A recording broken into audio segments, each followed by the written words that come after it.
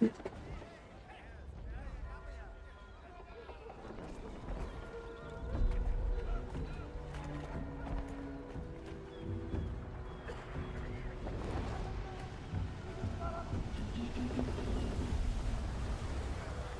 don't like it.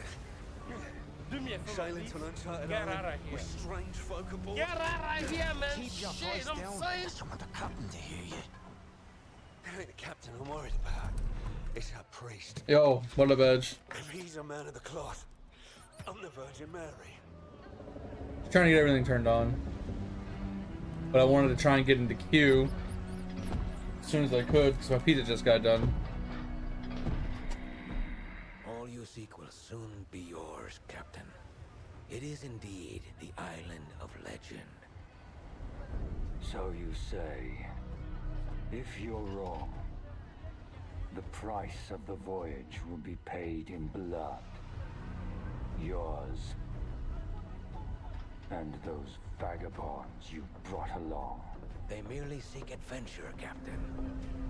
The island calls to those who forge their own destiny.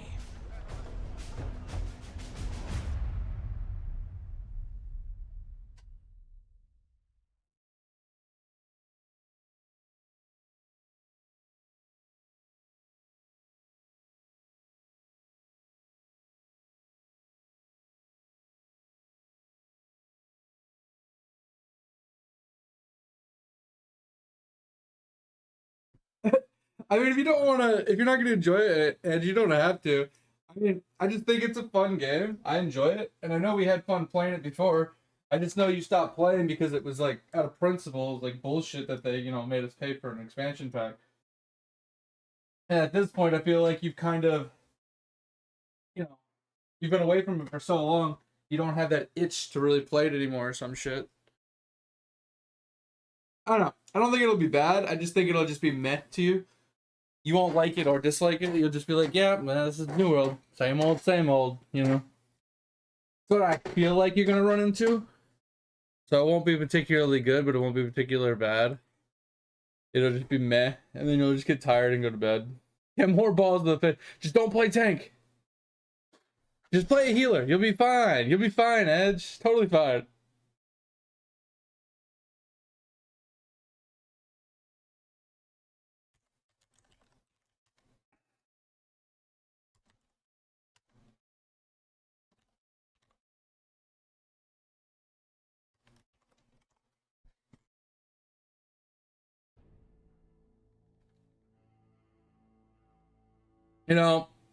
I definitely do dislike their archetypes because I want a Spartan archetype. I want to start with a sword and shield and a spear, and they don't give me those options. With that hairstyle though, let's just talk about that. Holy hairstyle. But we don't give a shit.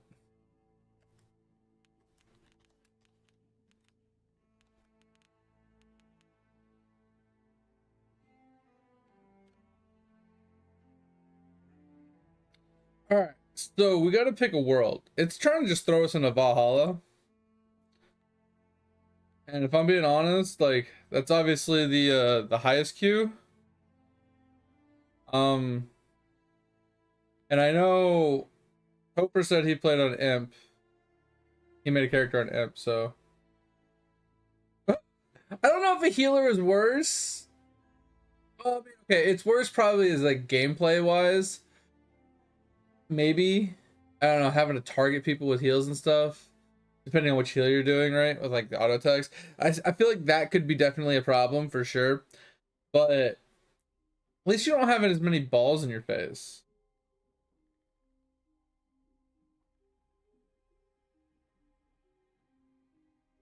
So I was originally trying to wait for Kaz to send me a message telling me what server he played on, if he was going to play with us or not.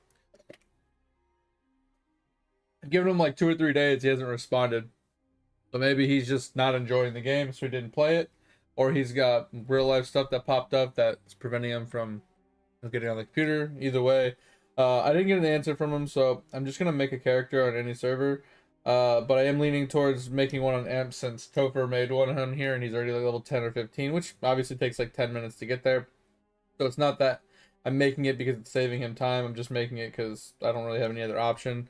And I'm definitely not playing on Valhalla. I do already have a character on Pangea, but I'm trying to, you know, obviously stay away from any server I already have characters with. And it really doesn't matter which one I go to. Like, I have an option of Hudson Land and MP, so I'm just like, go with MP. MP sounds kind of awkward, but we'll go with it.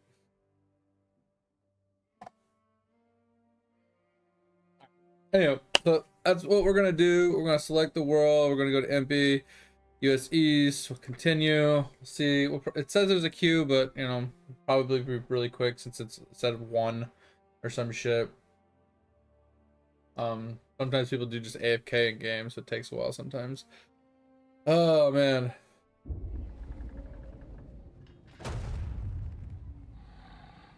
I don't know, Dig, because I mean I didn't attempt Valhalla, but it auto defaulted to Valhalla for me. When I clicked create character, it auto populated Valhalla. But New World does do that. They definitely 100% lock character creations on servers when they have high populations, which is fucking stupid. Once again, another stupid thing that they do. I understand the reasoning behind it, but you should never lock character creations, because if you think about it like this, the server queue alone is enough of a deterrent for people to make characters on servers. The only reason someone would dread that queue is if their friends are already on that server and they want to play with their friends, or B, they're trying to troll the absolute shit out of like a streamer or something.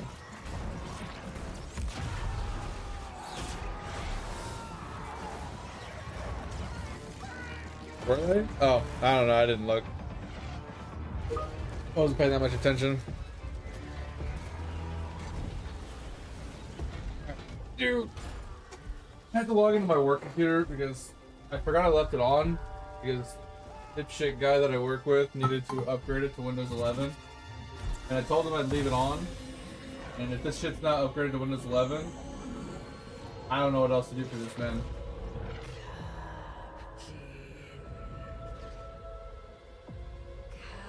I'm not gonna leave my computer on throughout the night and just get message after message after message after message.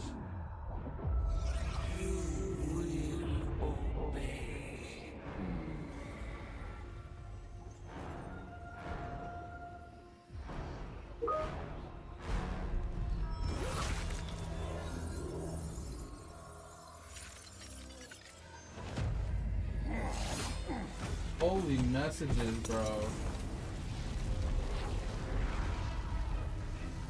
Alright, I'm gonna log off this one. I'll have to remember to turn it back on in the morning in case he hasn't upgraded it, because it doesn't look like it's upgraded. Whatever server you said you were running on, Topher. I could so the two options I was gonna choose from was either your server or because there was 4 servers and there was another one called Hudson Land or whatever, and those are the only 2 servers I didn't have a character on it, so I just picked the one you're on. It was simple.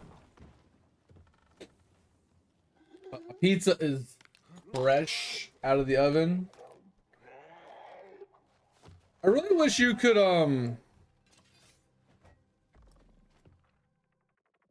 customize your archetypes, right? Because when you're on the archetype page, they have like 6 to choose from, and that's fine, but I wish you could like pick and choose like more archetypes, because I would love a Spartan archetype.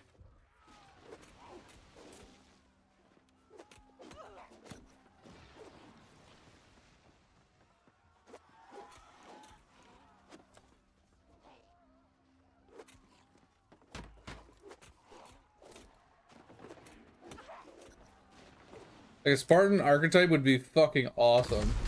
What up, Joker? Sorry, I called you Joker, but it's joke.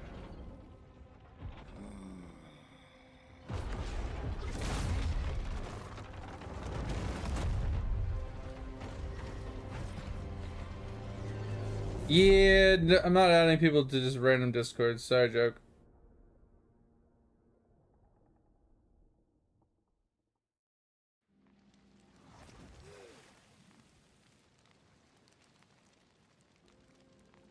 Alright, I'm gonna catch up on what you guys were saying in chat, because I was definitely sidetracked.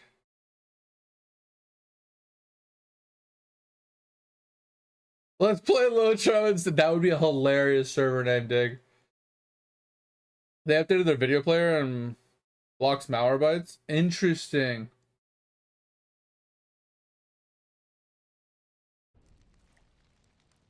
Oh, you talked to other people to play Ironman with us? No shot. Let's go. Yeah, it's just your starting weapon. That's why I was saying, Edge, I would love to start with a sword and spear instead of like a spear and or a spear and a whatchamacallit, bow, or a sword and an axe, or blunderbuss and a, you know what I mean? Like, I just feel like it's such a weird, just, I don't know. Not that it's weird, like most of the archetypes they make are fine. I just don't like any of them.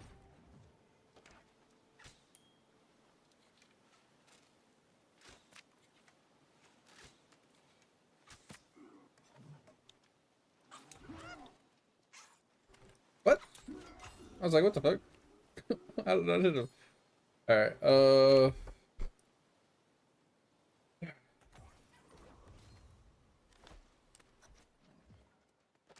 we need to get mastery on this really quick.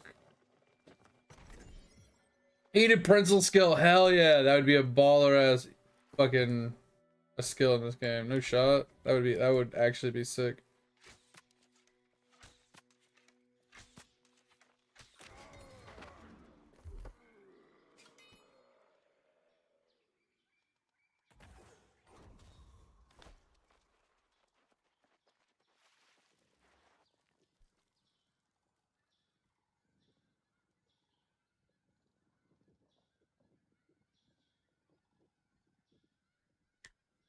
Yeah, and if you want to join, you can. Like I said, I don't want to subject you to something you're not going to enjoy, obviously, right?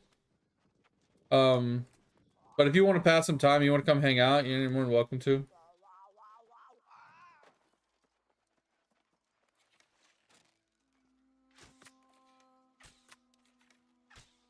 I always miss that guy.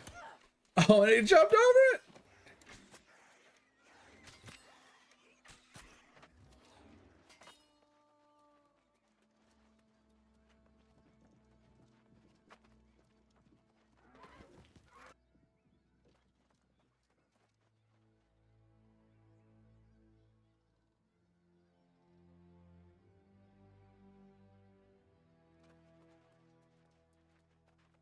I mean, it's not a bad option, Tover. It's just a very tedious option.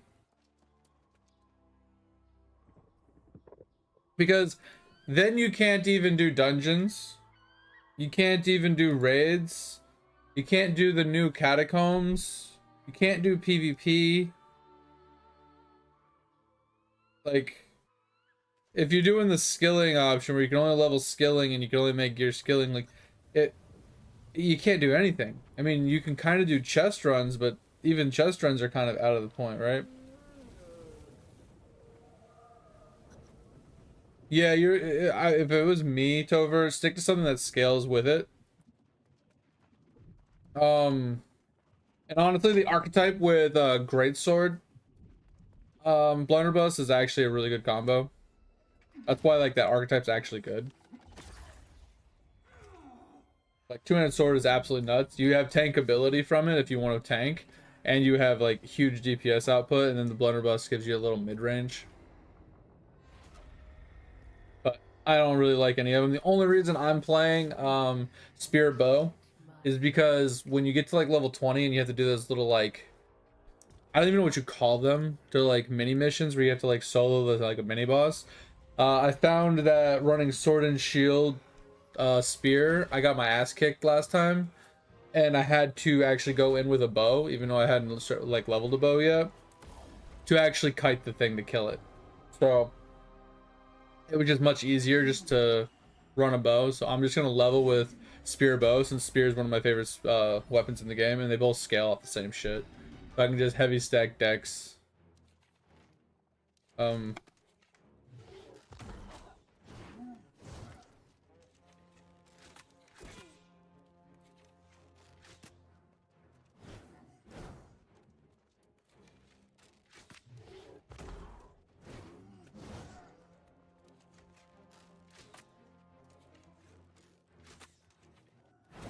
Oh, I dodged. That was annoying. I feel your blessings surge within me. Everlasting glory will Really? rise. Seriously? Pathetic.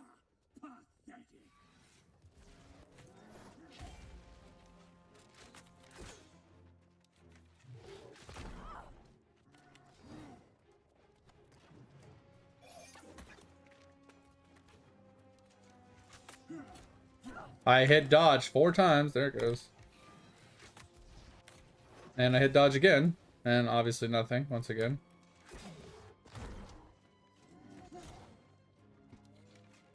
That's one thing I don't miss about this game is the delay in the input sometimes. It's never really felt good. Once again, it's one of those things that I've always complained about and they've never fixed and they never will fix. I always feel like there's like either an input delay or there's like an overlap in inputs. So it gets delayed in like a queue, or it just gets lost in the shuffle of like hitting buttons and either gets canceled because of an animation is blocking its use or something. It's super frustrating sometimes.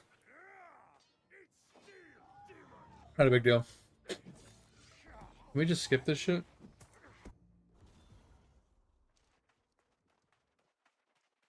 Alright. I kind of wish it was F instead of E, but I don't like messing with the default, like changing the default stuff. I can't remember. Gather flint and wood. One good thing about starting a day or two late is hopefully there won't be so many camps on the campsite thing. What's the... Isn't there like an equip? Oh, there it is. I was just hovering right over it. Let us see what you have. Of course. The time. No. Where are the borders?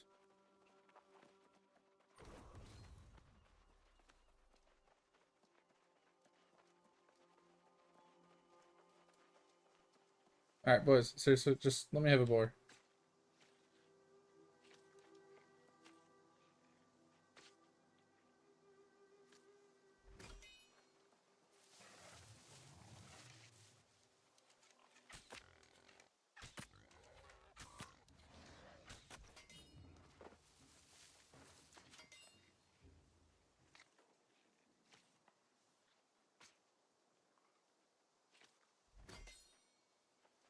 I know, Dig. That's what I'm saying. Like, I played this game for so many years, and every time I've started a new character, this is the 4th time, every single time I have complained about that freaking quest, because it doesn't make any fucking sense that you have a quest to make a campfire, but they don't have a quest, like a follow-up chain quest to it, to delete the campfire.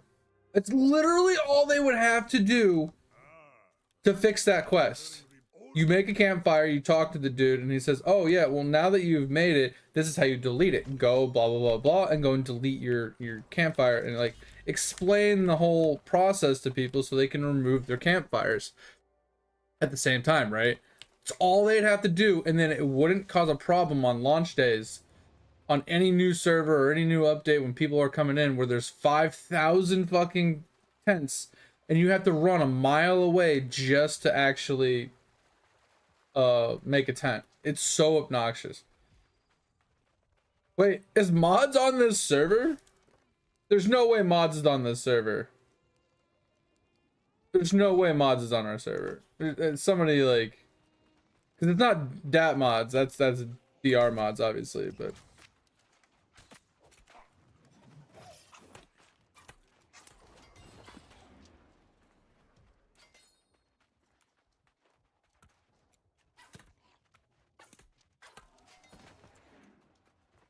I don't know what server dat mods is on, but that would be hilarious if he was on our server.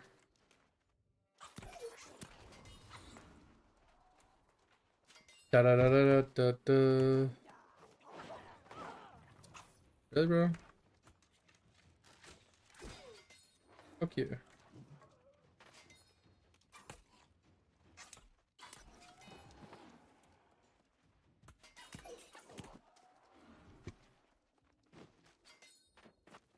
I don't remember how to put my weapon away. I know it's dat mods, but sometimes someone takes their name, or they already have a character with that name, you know? What's the auto run feature? Does anybody remember? Is it? No, that's not that. So I wasn't sure if he went with DR, like Dr. Mods. Oh, it is mods. Oh, interesting. Okay. One of my my go-to streamers. I actually really like him. He's very entertaining, very knowledgeable, and he's really chill. I think the chill part is the most thing I like about him, because he never gets overly crazy, he never gets overly like emotional or freaky or crazy or whatever. All right, sounds good, Edge. Don't feel pressured in any way, Edge. Just play DPS, bro. Literally, just play DPS. Yeah, that's the thing. He doesn't get angry. He doesn't get mad. He doesn't, he doesn't holler. He doesn't scream. I mean, and when he does get a little frustrated at something, he does it and it makes me laugh. Because he's like, oh, man, come on. What are you talking about? Like, this is a bullshit, man. Like, look at this shit right here. Like, what is this? What is it? And he doesn't really cuss all that much. Like, he's just really funny. I don't know. I just really enjoy his vibes a lot.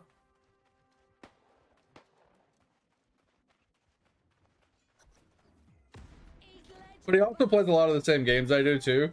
So I actually I watch him a lot because he's usually playing games that I'll either A, want to try, or B, like I am playing.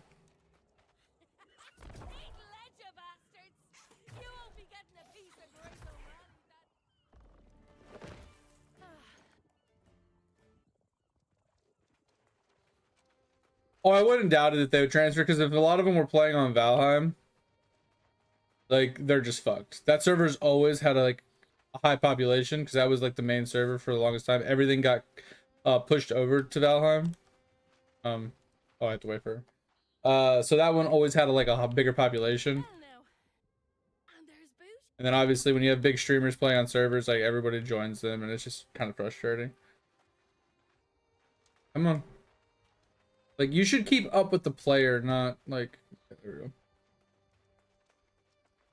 And yeah, on server launch, I mean, streamers don't want to wait 5 hours to get into a server, you know, so transferring to a lower populated server just makes sense.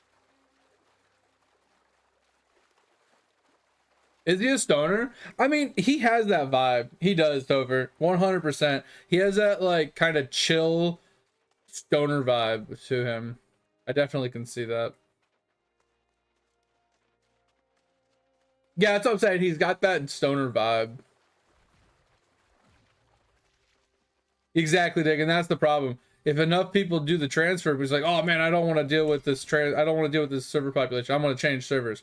And then everybody else is in that same mindset. Then that high population becomes a low population, and that low population becomes a high population. Now you're in the same boat. You're in the same exact problem, but on another server. That's usually why I usually stick out and tolerate the high populated servers like that.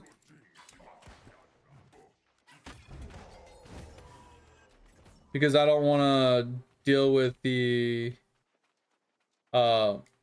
aftermath of the whole situation. It's like, oh, well, I don't want to deal with this, so I'm going to do this. And then everybody else is thinking the same thing. And if I'm the one person that's going against the grain, then I'm still at the end of the day, I'm better off because I at least have a low populated server and I didn't have the server transfer. Does anybody remember what the auto run feature is? I can't remember. Is it? Oh, there it is. Equal sign. Gotcha. I googled it, and the problem is like their Q&A, because it was asked in the Q&A if they're going to make a fresh start server. They said they weren't, and the reasoning was they didn't feel like the last handful of times they've done fresh start servers that it really changed much of a difference, and then the economy from the last fresh start server to this one that got merged in, it's not necessary to do a fresh start server. Now the problem with that for me isn't, I don't really care about the economy. I care about the player base. If all the player base is all max level and there's not very many lower level players, then finding people for the lower tier content can be harder, right? So if you're trying to spam non-muted runs, right, to get your gear up, finding people that are in the gear zone or willing to run non-muted runs or muted ones or muted twos while everybody else is on muted threes can be difficult. That's really the only thing that I could really say about a fresh start server. Like it has nothing to do with the economy. It purely has to do with the player base and the player levels and the gear score of all the players. Is giving people a place to actually group up with people.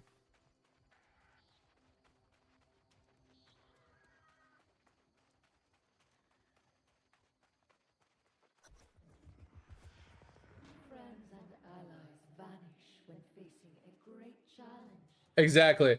Like if they have friends or you know, they get into a guild and that guild just funnels them like max gear just to get them all decked out and juiced. Like it's, yeah, it's super, it kind of simplifies the game, and it allows people to pay RMT for max gear without having to play the game. So it allows for RMTing really hard. Now don't get me wrong, fresh start server has RMT as well, almost as bad because you can RMT all the resources to speed level your professions to make gear and stuff.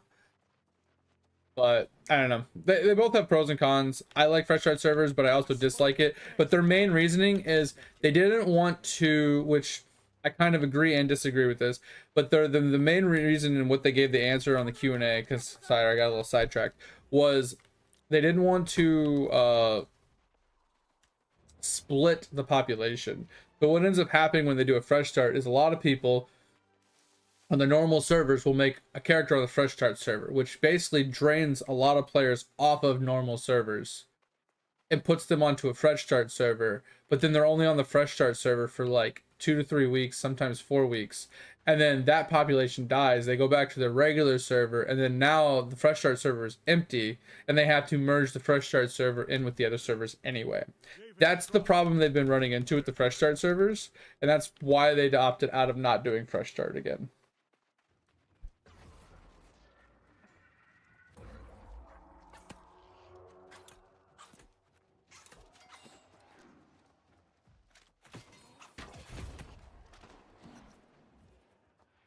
And they shall witness the power manifest, the true future of the human race.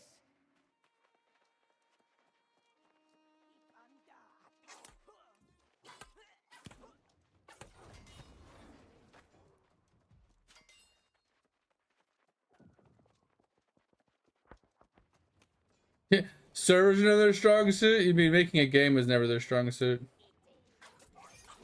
Like, I love this game, but there's so many things that they could have done differently. Or that they could, like, revamp and make better, or...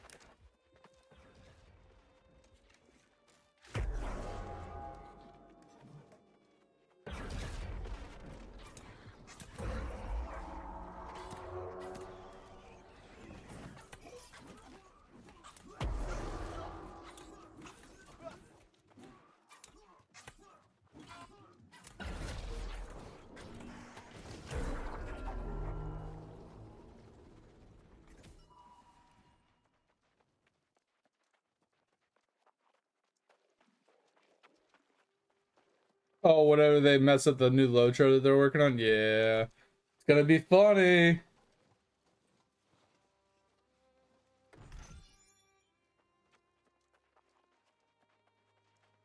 This time it's RageUMad Iron. The other one was RageUMad, RageUMad DD, RageUMad DDD. This one's RageUMad Iron, because this one specifically is going to be the Iron Man playthrough. I'm only going to play it on stream so we can save all the VODs this time, like I've been wanting to do. And it's going to be a full playthrough from start to finish with this character, including the long ass,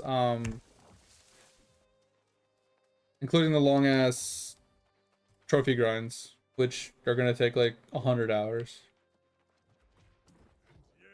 The only trophy that's actually going to take us time is going to be the what was that one? The I think it's the human trophy, the one I have to find the Vanguard for. You raise your mad. Yeah, exactly. Come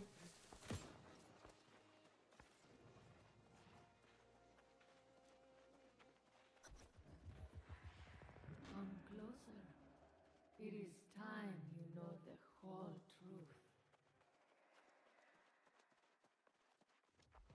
And yeah, Dig, I agree with that solution to say, hey, we're going to give you a fresh start server so people can't, you know, cheese their way to max gear score, max cap, blah, blah, blah. And everything's like fresh. And then after 3 months, we'll merge it in with, you know, the lowest populated server. That way people know, hey, at a certain amount of time, this server will end up on the, like one of these servers. So either start on one of the regular servers, or if you want to make, you know, start off fresh, go to, you know, go to the fresh start still.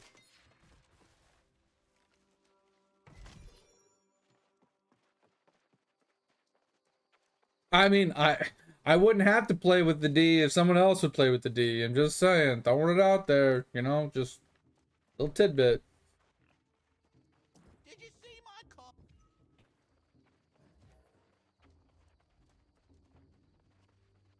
All right, so the real question is, I don't know if anybody else is going to join us other than Edge, possibly, when he's done with his hunt. Do we have a preference on what faction we join? Because if I'm being honest, I'm a Marauder guy through and through, but at the end of the day, I definitely did want to get the achievements for maxing out my Syndicate and my Covenant. So it is tempting to me to play a purple or a yellow, just so I can get those achievements that I've never obtained. You there? Just the tip of it. Are you? As if we'd look.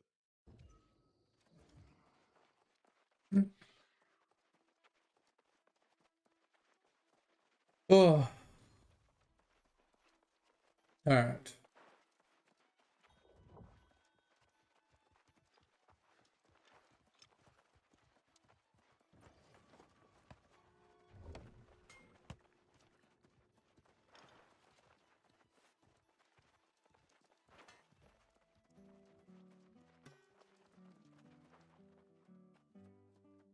Yeah, so the gameplay itself, Dig, nothing has changed. The literal gameplay itself, the combat system, the movement, nothing is different.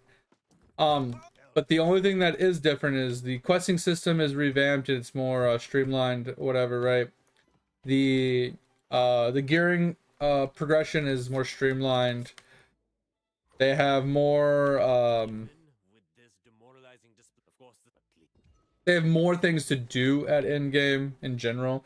Like they have raids, they have the dungeons and the muted still. They also have the catacombs they just added. They have trials and things like that.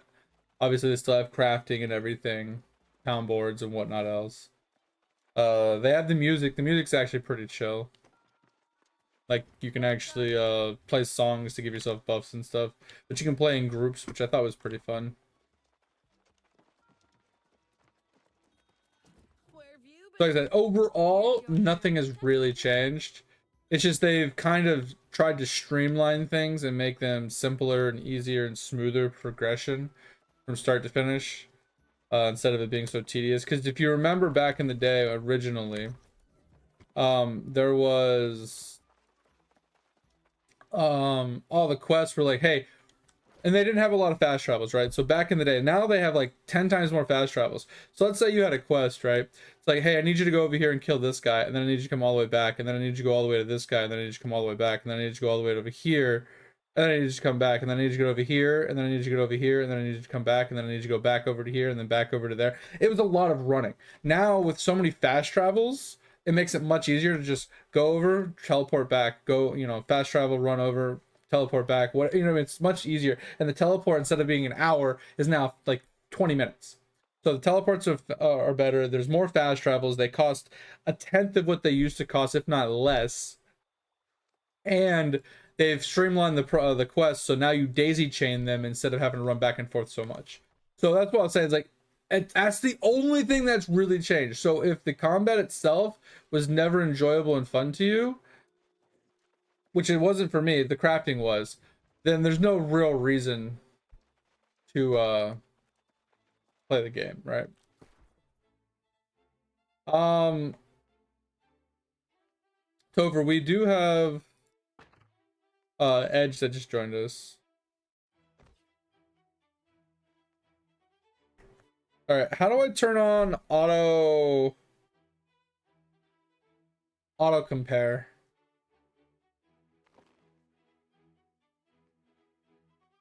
Because I'm in this problem right now where it's giving me only medium gear, and I don't want medium gear.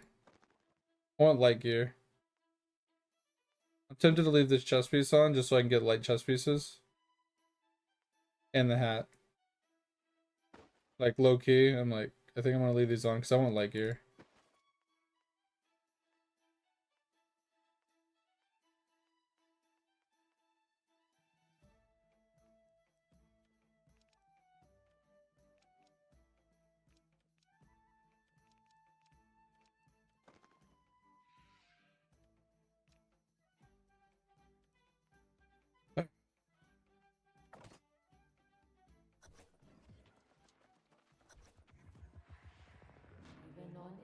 Yeah, so many cutscenes. At least you can skip them. Is built on a foundation of lies. Together, you and I can tear it down and rebuild.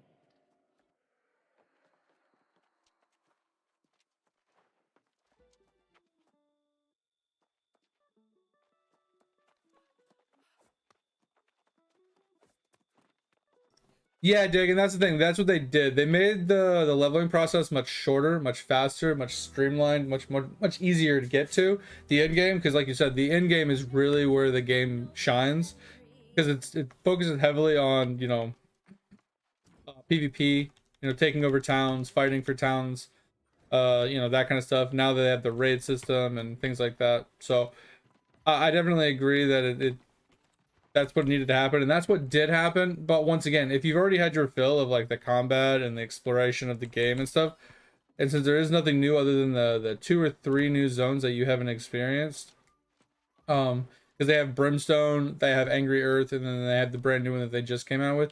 If those don't interest you, then you have nothing to really, you know what I mean, experience. Like I said, there's no real reason to join the game if you're already done all that. But yeah, Topher, he put his name into chat, into Twitch chat, if you want to come and party. When was the last time if you find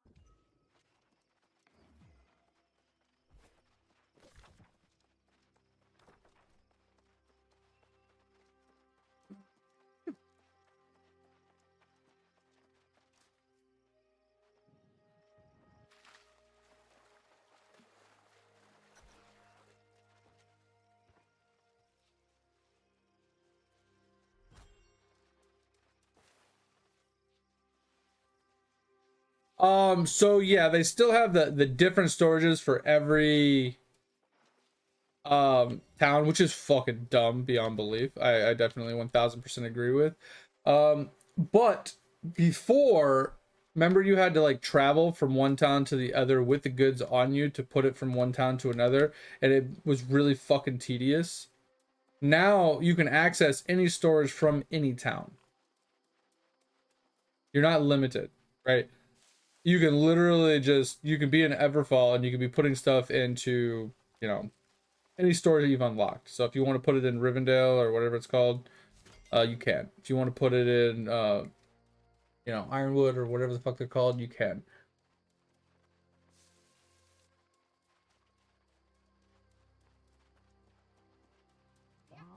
we're gonna do a little bit of fishing quest over here really quick. Don't need to, but I actually like the fishing quest, so. Oh, the fish aren't biting much. You pardon you.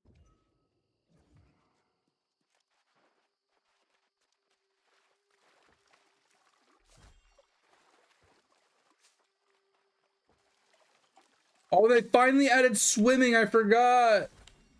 Yo, let's go.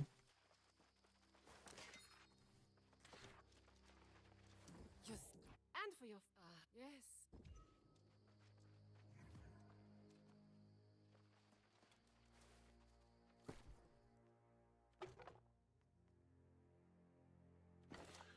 There we go. We got light footwear now. All right.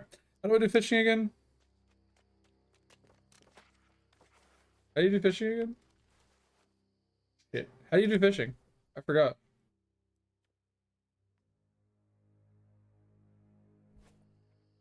Fuck. Forgot how to do fishing. Is it F?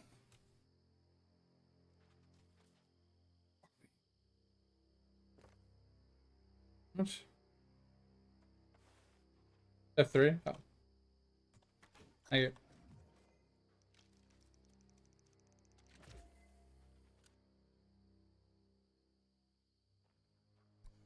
Oh my god, what? Seriously, game? I accidentally bumped my desk with my elbow and it caused my finger to tap the fucking left click side, like, ugh. I don't read chat in this game at all. I refuse to read chat in this game. It literally makes you lose brain cells. It is so dreadful.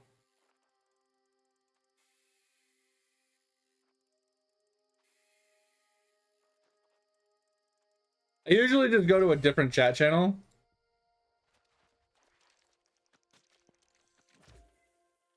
Normally I go to like guild or party. That way like the only thing that pops up is stuff that like kind of pertains to the people that I'm like hanging with.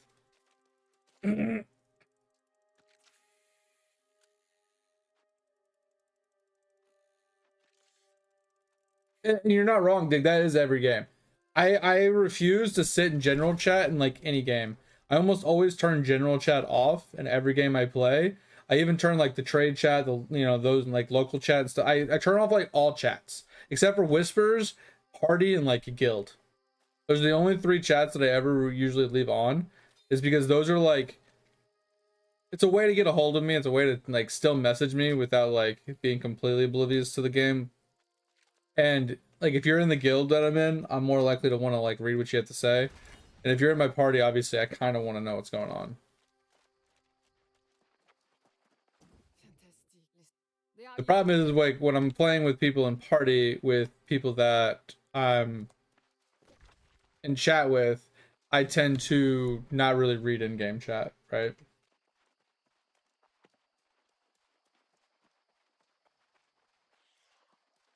Bro, sometimes it's fucking in Lotro, man, those guys are so weird.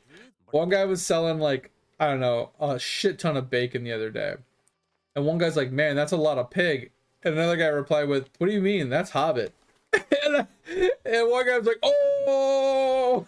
It was just like, bro, that came out of fucking nowhere. It was so funny.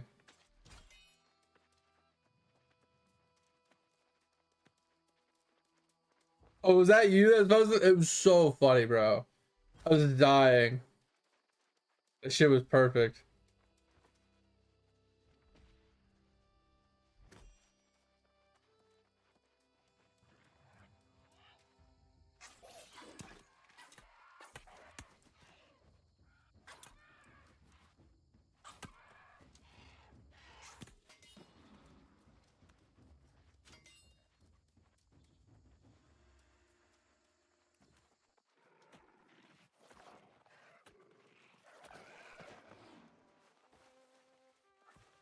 What?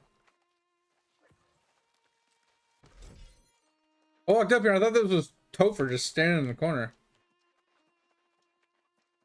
It's like, Topher, what the fuck you just standing in the corner?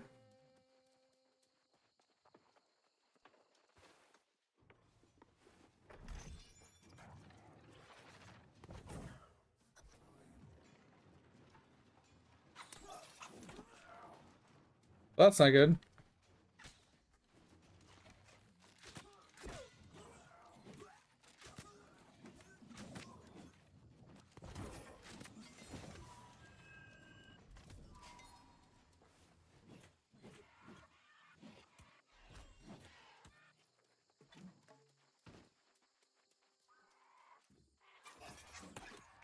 Can't see. That's another thing I fucking despise about this game. Is if a mob just regular attacks you, it mini stuns you out of your attacks. So unless you have grit, you get knocked out of like every one of your attacks.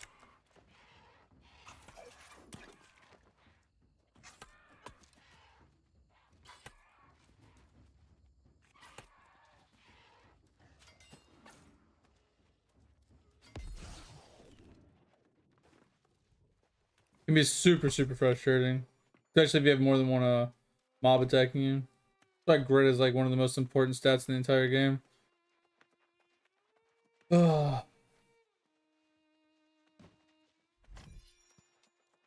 I know, that's what I'm saying. They made the leveling process faster and they streamlined all the quests. There's also only one starting zone now, so you don't have to start in like one of 3 cities. That shit was stupid when they did that shit. We need to get here, I'm pretty sure.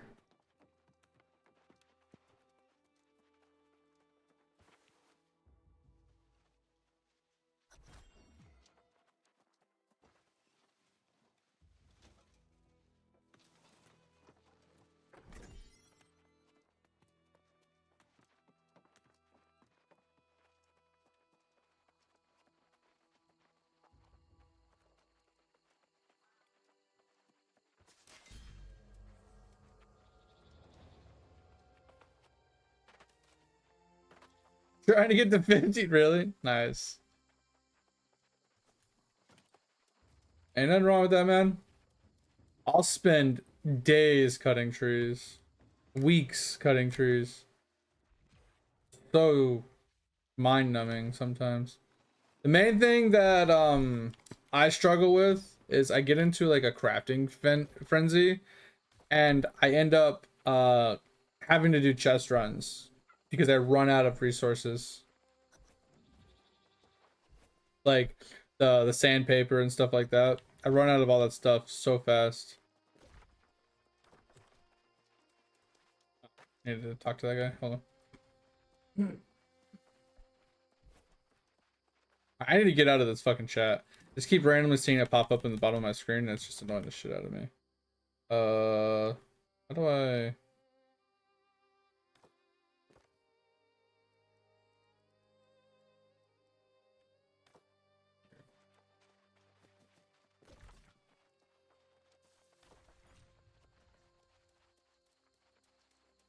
$50! Let's go! Now you can do mature trees.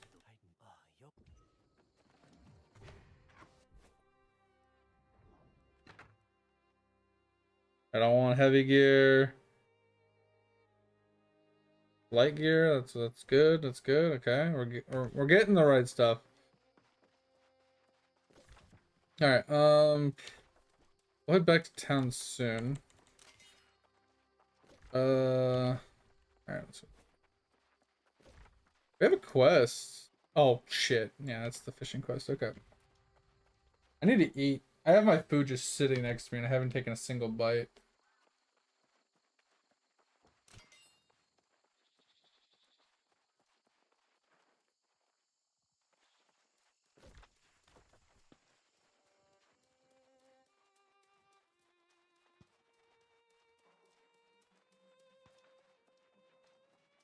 Oh, this is the farmer rescue. Okay. Yo, what up, mate?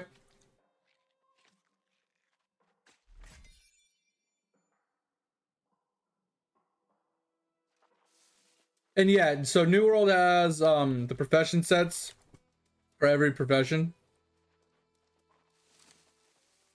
And you have to grind up most of it or craft it.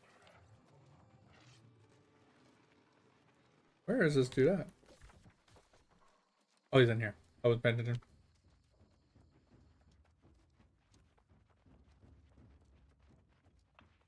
What are you doing?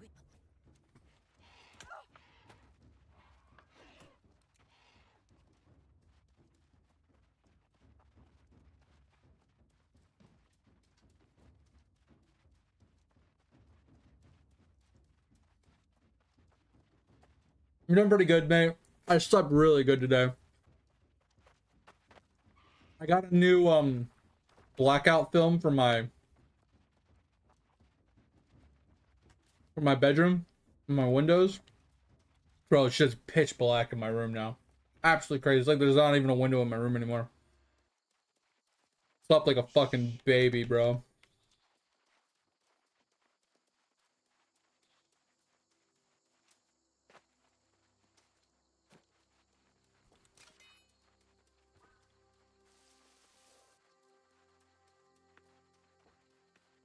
What a mess.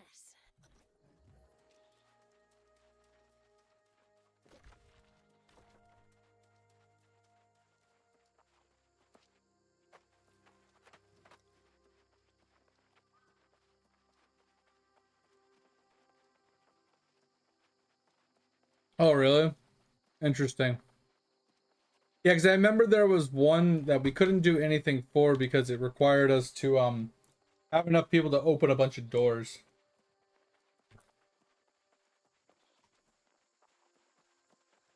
I think you needed like at least 4 people to open up all the doors.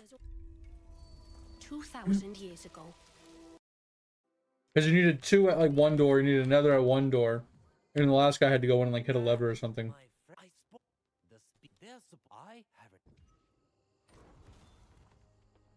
You could probably make it work with 3, possibly? Who knows?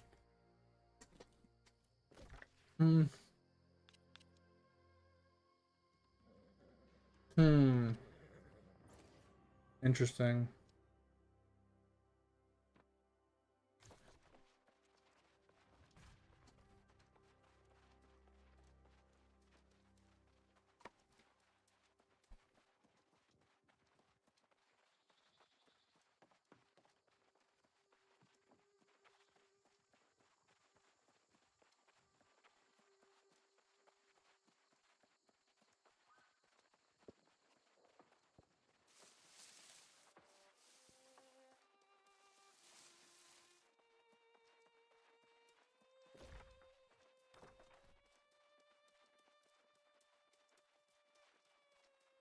So what weapon type did you go with, Edge?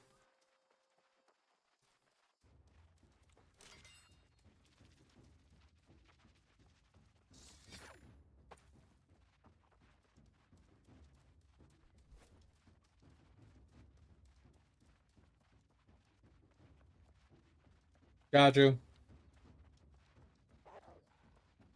Come on! Bro, we're on the dog shit ass tent quest soon. Would you like a cup of water?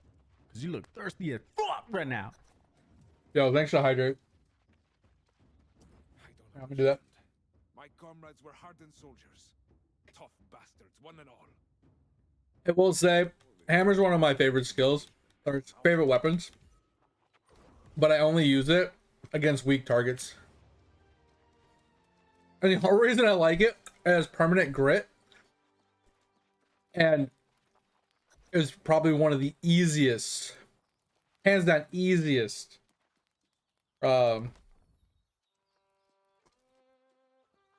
skills to, or weapons to use.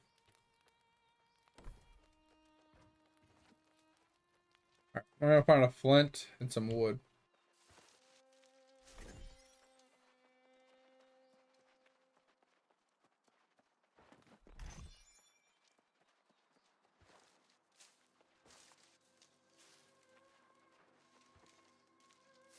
Alright.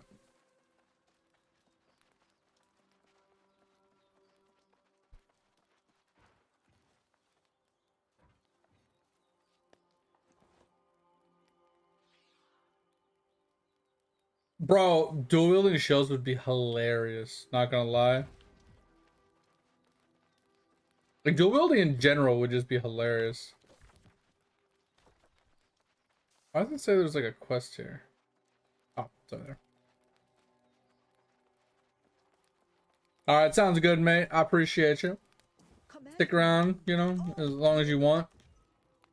And yeah. I appreciate you for being here as always. Alright, defeat lost villagers. Alright.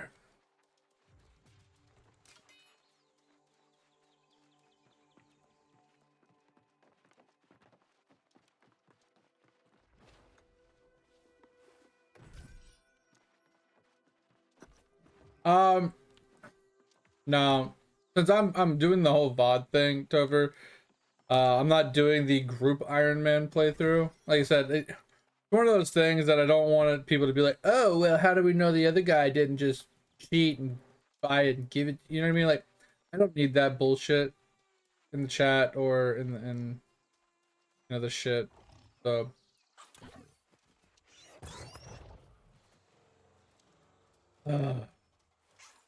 What is wrong? What is the mob was just sitting there?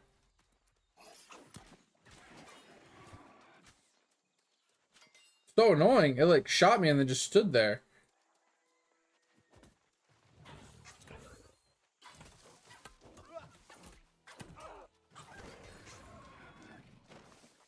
Hey, did they get rid of some of the body blocking in this game?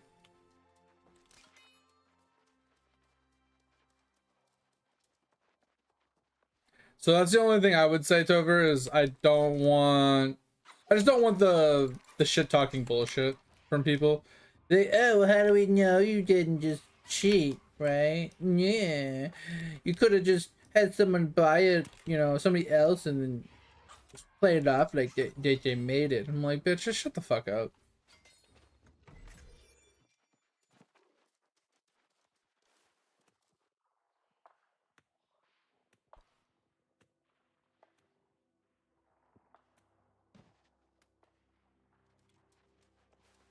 I forgot what I was doing. Alright, we gotta talk to so and so up top. Oh, I was already up there. Bitch, fuck. I didn't see him.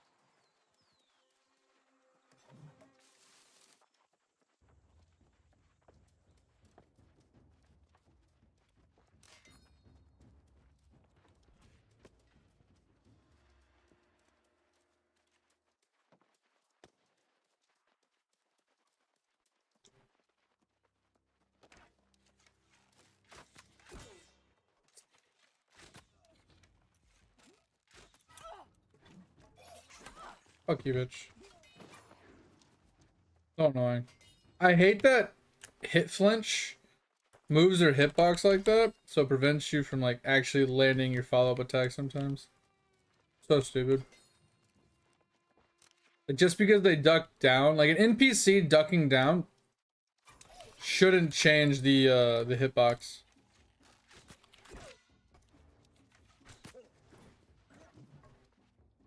Nice, too far.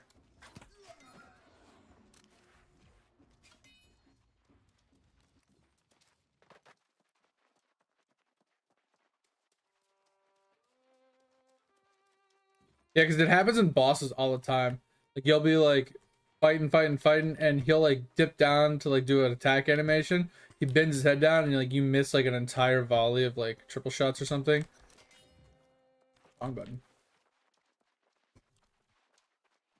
Pretty sure I have to kill this guy right here. It's gonna spawn shortly.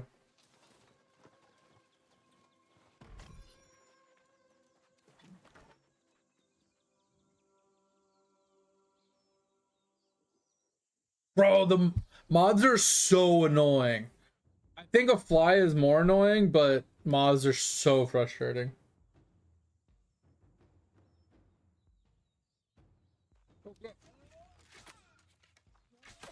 Bro, I'm eating. This is bullshit. Get off my face. I'm trying to eat. Turkeys? Hey, that's next month, over. I mean, Edge. That's next month.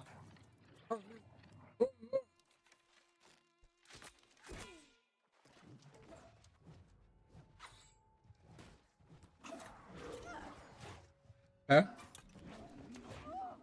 Okay. Okay. What is going on?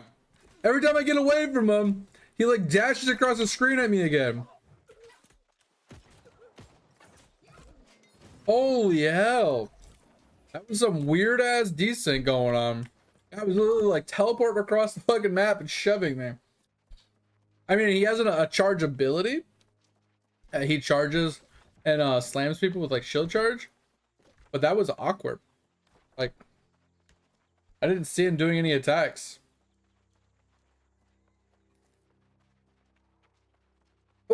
I got shield slammed at least once. The second one, he went back to back shield charge, but he like skidded across my screen and didn't look like he was shield charging. I never got hit by the first one, for sure. I saw it happening because I was trying to get an attack and it was like, oh, well, not just shield charge. It pushed me across the screen. The second one that pushed me the other direction when I couldn't see because my camera was in like against the wall. That one was a little weird because he like wasn't doing an attack. Well, it didn't look like he was doing an attack. Or at least I couldn't fucking see it. One or the other. You're back. The creeds, they are. I mean, you could make it a hardcore run. The only problem I have with hardcore is in MMOs, playing hardcore in an MMO is literally asking to be trolled. Because the second you get into a dungeon, you either all wipe or you all live. You know, it's like all or nothing. So if you get into a group of people that are like kind of bad at the game, or an unforeseen circumstance happens, or someone knows you're playing Ironman and they decide to troll you, right? Like, that's the problem I have with it.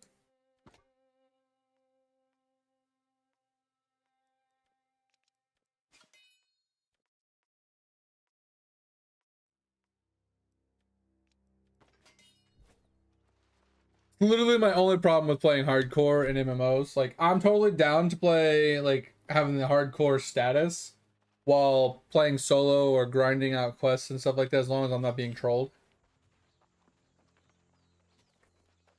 It's just you can't control what other people are doing. So if somebody kites mobs into you and gets you killed while you're sitting there fighting a boss or something, like, that just ruins you're dead, right? Nothing you can do about it. Nothing that fault that you did. Nothing you could have done differently if someone intentionally comes and trolls you. So that's why I don't like playing hardcore when it comes to MMOs. ARPGs, different story. I just suck at them. That's why I won't do them. But MMOs, I refuse to do it because there's too many trolls. By order of the Speaker of the Winds, I'm writing to inform the Iron Rose Company that the City Guard will be escorting the tribute to Medea. The Iron Rose is the lead responsibility for this season. I will be escorting the tribute myself, so you needn't be worried for its security. What the? Can I go through the window?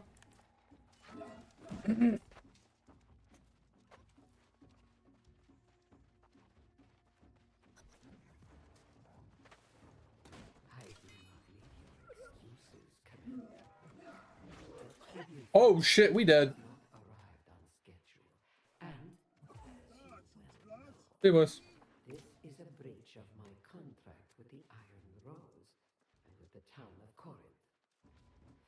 Whoever holds the title of Speaker of the Winds these days. Ragnarok Online, really? Like the official? Or are you gonna find another server? In the original covenant, This situation is not remedied quickly, and to my satisfaction, further reparations will be expected. I Hold do on. not hesitate to visit Windsworth myself. There's a thing to cover here. Personally see that the cost is Iron Rose sword from weapon rack. yours Answer that. in candor and quickly decreasing patience. Medea. Oh, no way in hell I'm trying another server.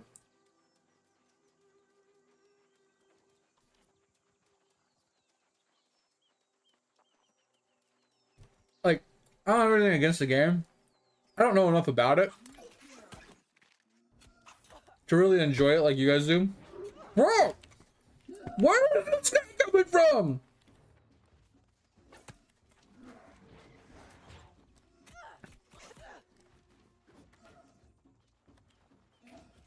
That guy just came charging in from like Egypt or some shit.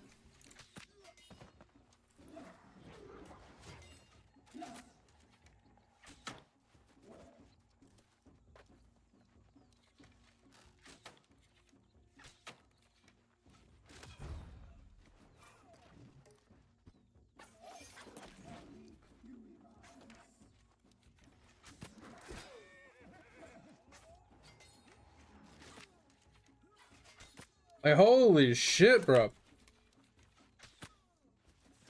And this guy's spear is crazy. Such a long spear. Alright. That's where we're going.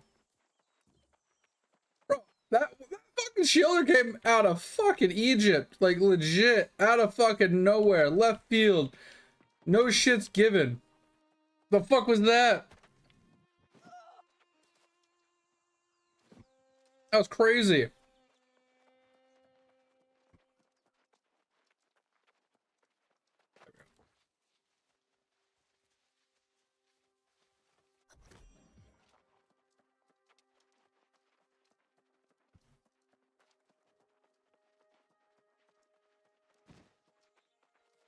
Yeah, I mean, but that wasn't a problem. Like, I died a few times. I didn't really worry about the whole death part of it. Death part didn't bother me when I died a few times in Ragnarok on the hardcore part. It was just not knowing the game, not understanding like the zones, never like experiencing it before, and jumping into an old game and just sitting there killing wolves for 3 weeks. You know what I'm saying? Like, that wasn't fun. Walking in circles killing wolves non-stop for weeks. I got to experience nothing. So it just was meh.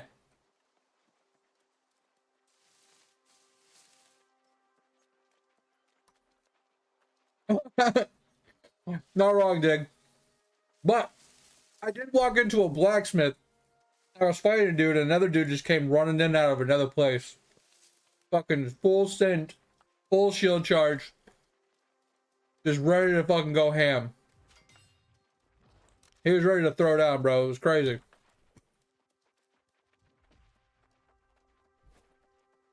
I need to remove the good squire off my list.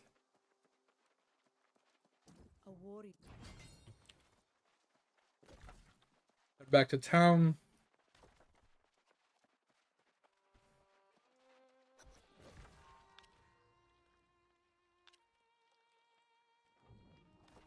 What are you called? And Azoth is like whatever.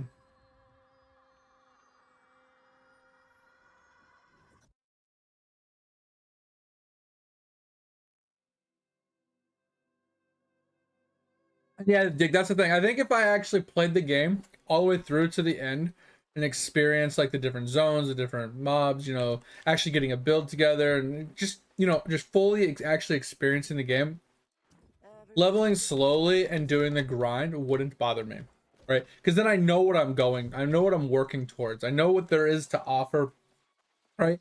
And that's the whole nostalgia fact for like people that come to older games, like RuneScape and stuff like that. I played RuneScape for so long, I know what there is to do. I know what to expect. So leveling slowly and taking my sweet ass time and doing certain things doesn't bother me because I know what I'm working towards. Right? Like that's like kind of the difference. You cat, stop. Is like back in the day when we were younger and games weren't as plentiful, right? I would have played Ragnarok, like in theory, right? And I would have been playing it for a long time, and I would have been able to experience the game, even if it would have took me years to get anywhere, just like it did back in the day for RuneScape, right?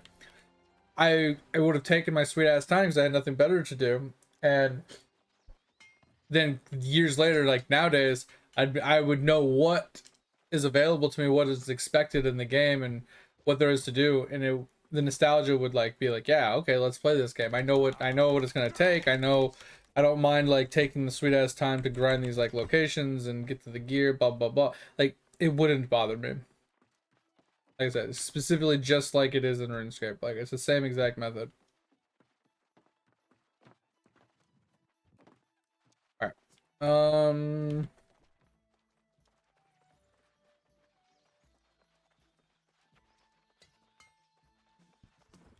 right, the pie. If I was putting Oh yeah, it's been a hot minute.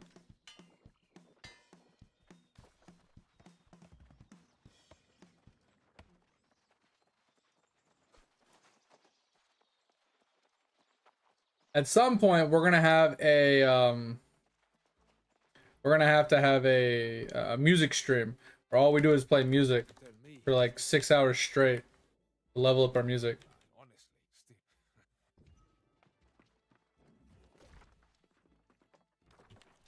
We have another quest north.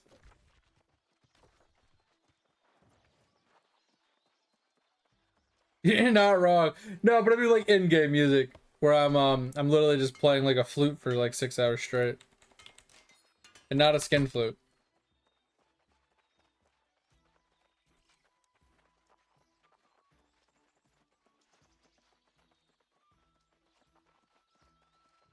What is it? The excavator. We sent my.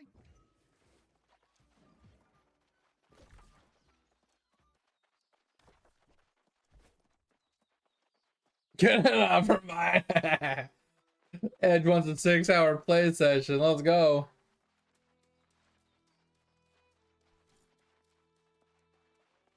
Hold on. I need to get rid of this one.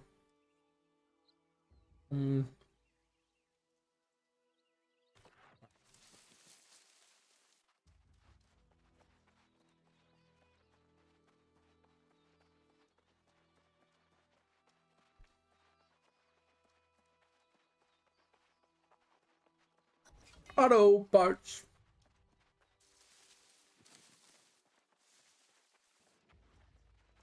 I've spilled. What is the.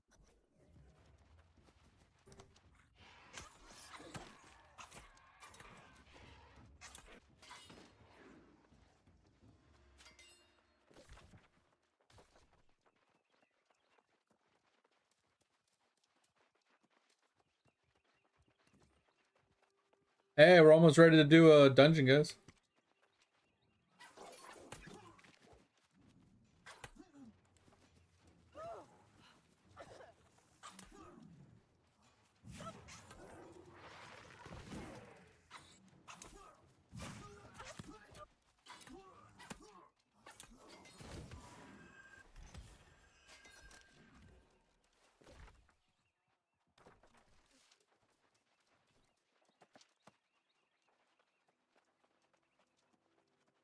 I got people just log out in random places like that.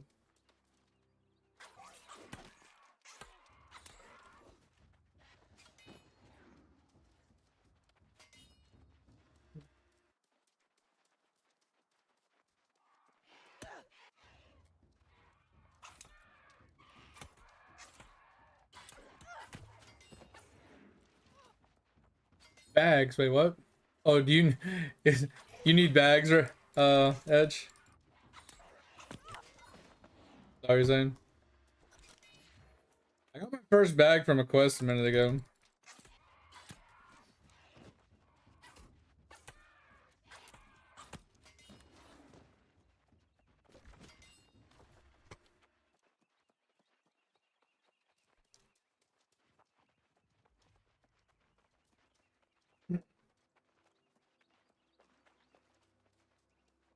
Didn't I read this one?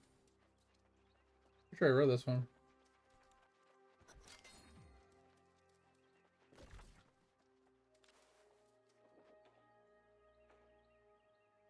All right, let's get this fast travel.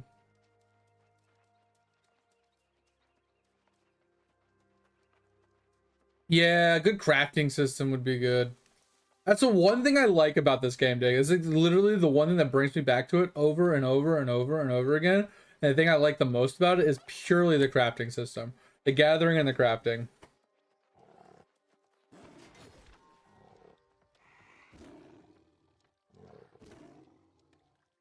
Alright, let's head back to town really quick, because there's a turn-in. That guy's gonna get his ass kicked. Oh, he can't even die. Unless he gets pushed off that shrine, I don't think he can die.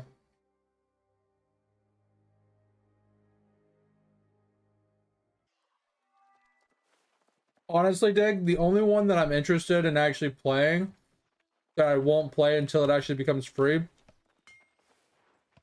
is Bitcraft. The whole game revolves around crafting. You go out, you gather resources, which takes hours, and then you bring them back and you craft it into like different parts and different items that get funneled into the town to make the town stronger. And then you increase your radius of your capital and your city by like placing down, you know, other towers and stuff like that, which cost more resources. And the bigger resources that you use on these things, the bigger they get and the more area they take over. And then you fight for territory for other people, so there's a little bit of combat. It's kind of cool. I want to get into it. A lot of AFK and crafting though, supposedly. All right, we need to head here. Let's do this other quest while we're kind of close, actually. This truffle one.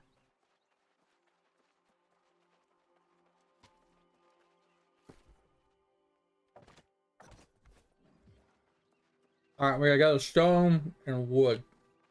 Yeah, really quick.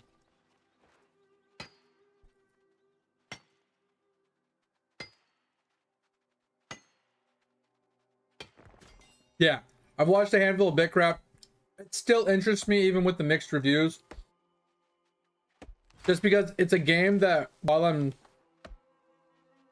not like a full active game. It can be kind of full active, but a lot of it's like, hey, you're processing this wood. That's going to take you hours to do. So you put it on the other screen and you just let it like process while you're doing something else. So it reminds me a lot of like Black Desert Online. Where like I'll set up a processing session, which will take an hour or two, or a cooking session that might take 4 hours. They're cooking. I'm over here watching anime or playing another game, letting it do its thing. I enjoy that.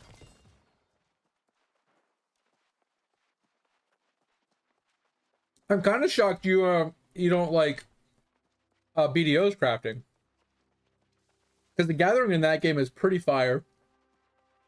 Like gathering all the resources and the crafting for like cooking and alchemy, trade boxes, like all that stuff is actually pretty insane. And I know a lot of people I've talked to about BDO, they're like, oh, I played that game, it was dog shit. But like most of those people haven't played the game in over like 5 to 10 years. So it's like, it's been a long time since they've played it and it's changed a lot.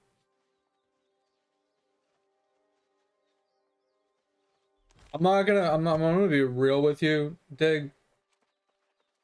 I think I've played actively 4,000 hours in that game, and I've only been killed and or griefed twice.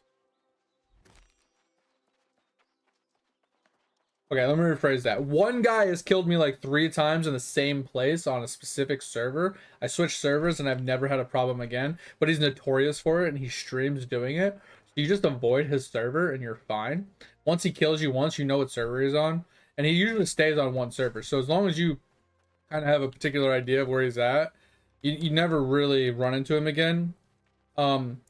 But that's only happened to me like one session. It was literally one day. I was running back and forth doing something. He killed me 3 different times. I switched servers and I've never died again.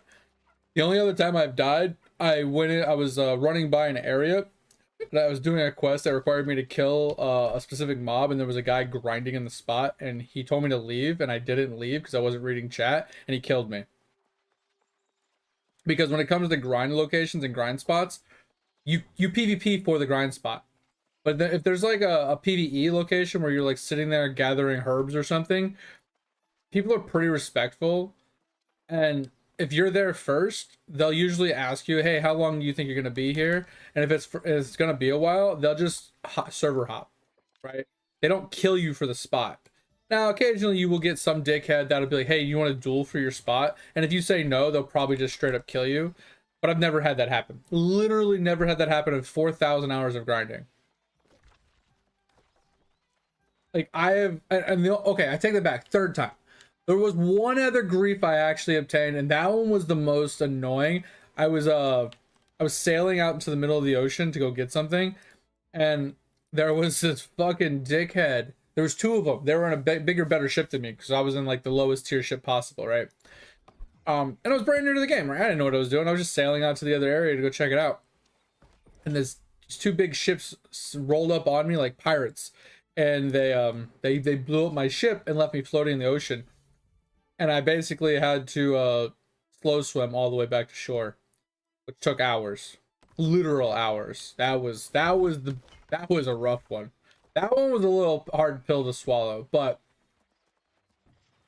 yeah, that was some fucking shit. There's probably ways that I could have got back that I didn't know about, but that was literally like I was 30 hours into the game. I had no idea what I was doing. Right, I was just like kind of moseying around, just having fun. I've never been hardcore griefed in that game ever.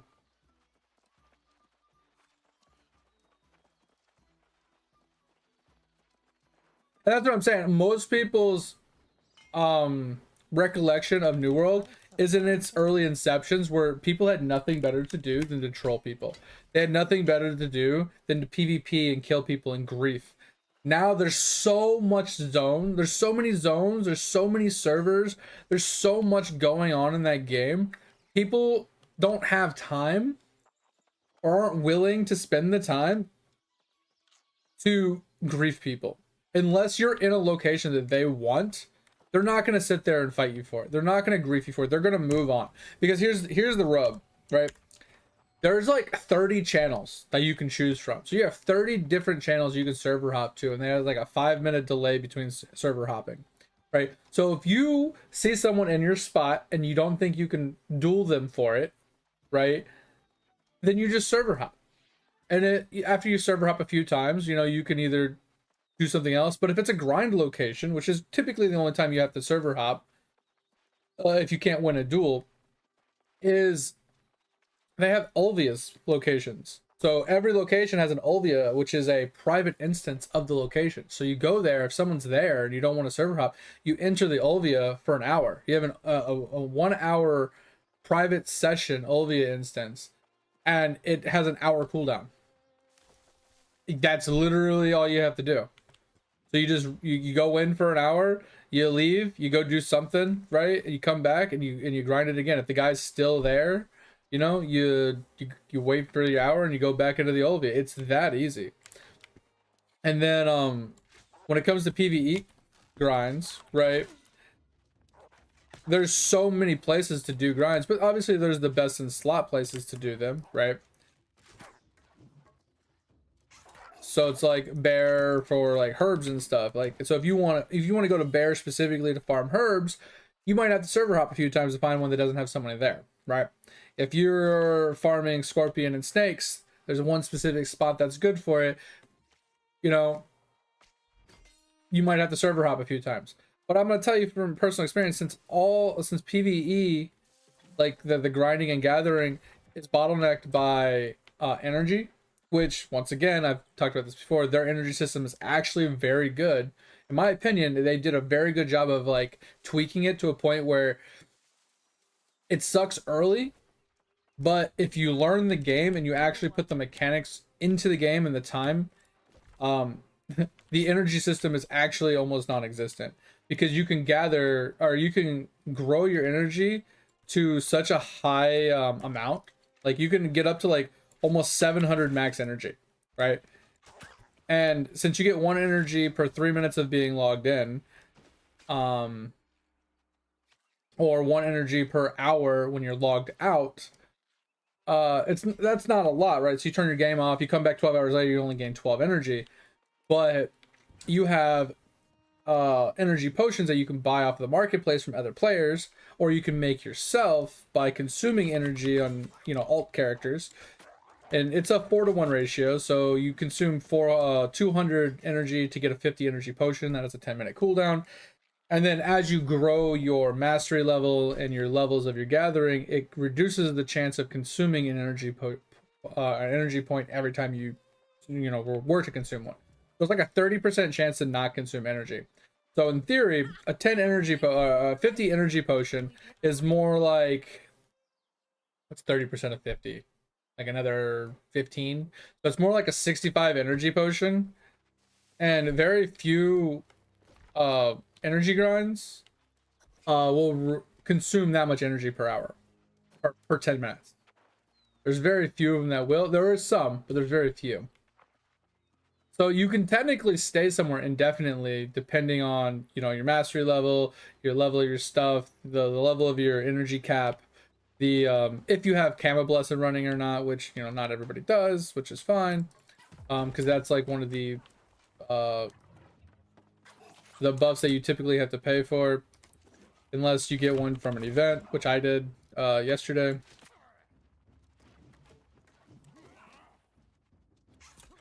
But that gives you extra energy per second as well. But there's also things called light stones now, and there are combinations of light stones, and one of the combinations is 2 energy regen, which basically brings you from a base of 1 energy per 3 minutes to 3 energy per 3 minutes. So yes, if you run that energy combination one, you are giving up like other potential combinations. But if energy is your problem, that's the way to fix it, right? And then you throw Camo Blessing on top of that, like, bro, you just have so much energy regen. It's ridiculous. So like I said, there's ways to combat the energy, and then also you can have as many alts as you want. And since the professions are now account wide, so no matter who you're skilling on, the EXP for that goes to the account itself and not the character. You can make 15, 20, 30 characters, and they can be gaining energy every hour that they're not logged into. So once a week you could play your other characters and just have a buttload of, you know, energy spread out amongst your other characters. But yeah, like I said, there's like, if you take the game in itself and you use the mechanics and the game itself, like everything that has to offer, into consideration, you can, like, the energy is not a problem, and it never will be. But you can basically indefinitely grind resources. You can definitely, you know, craft and do things. There are some daily bottlenecks of like certain quests to obtain certain items that are used to craft certain things, but you can still basically indefinitely cook, you can indefinitely alchemy, you can indefinitely process, you can indefinitely barter and sailing and killing sea monsters and things like that.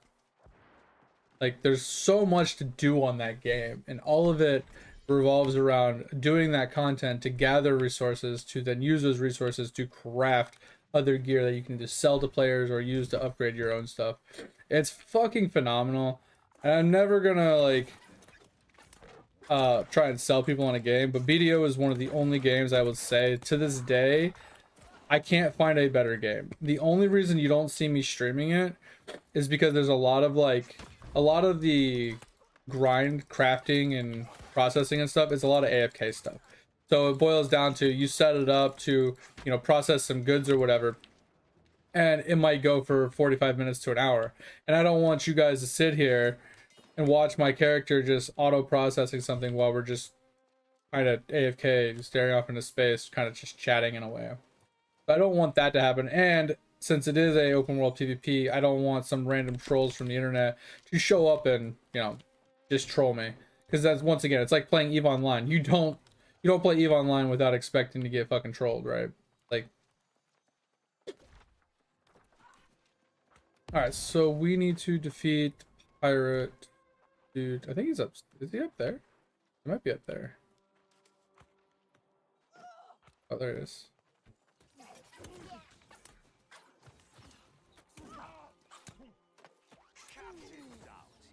Here we go.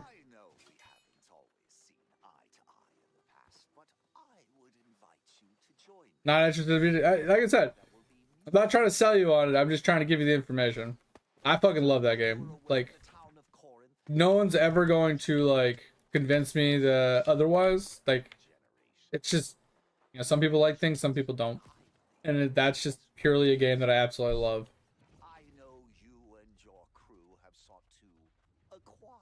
All right, so we're gonna go over here. We're gonna grab this fast travel.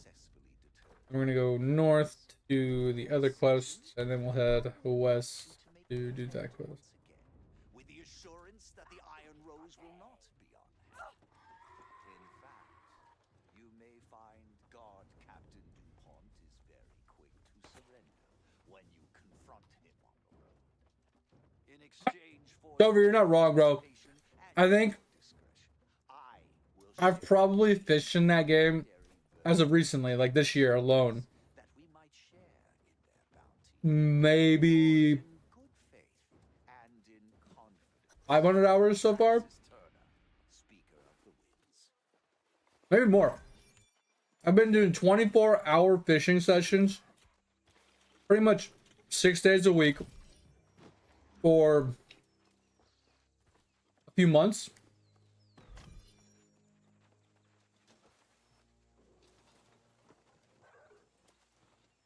Let's just be conservative and say 3 months, right? Let's just be a little conservative here. Let's say 3 months. Let's say that's 30 days, right? Which is also somewhat average. Really, bro?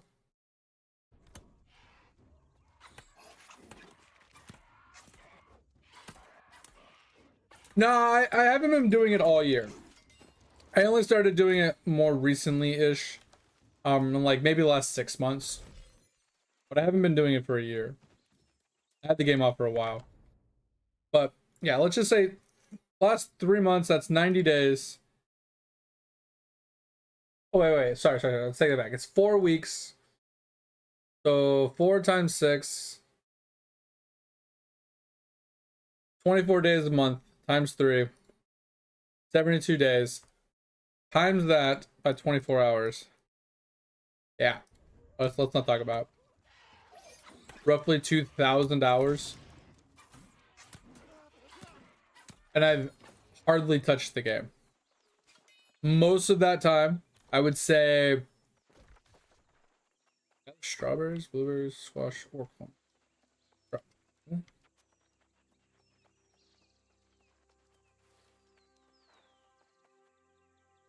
This is a stupid quest.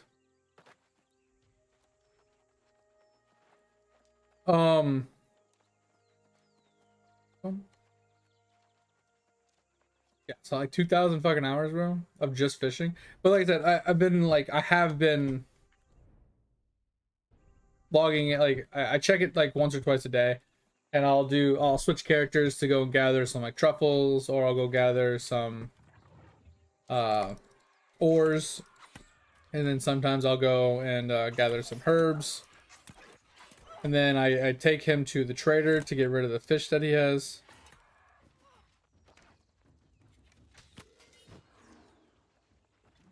Alright, we need to put our points in at some point. I'm starting to really fall behind.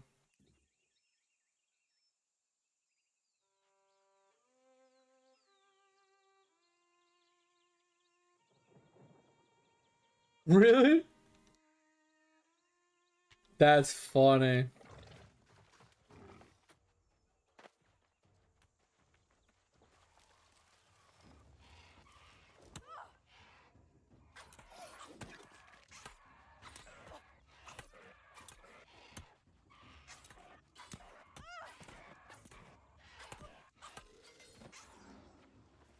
Jesus, bro.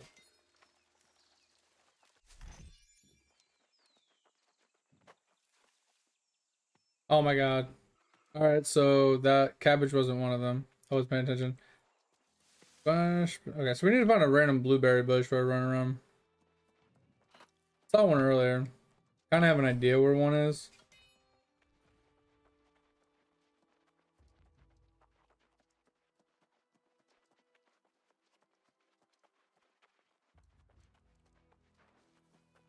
Cranberries? I don't think cranberries are one.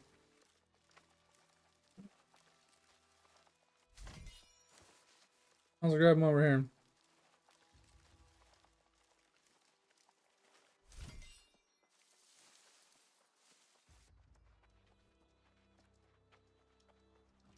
Oh. Yeah, I'm pretty sure there is a blueberry bush around here somewhere.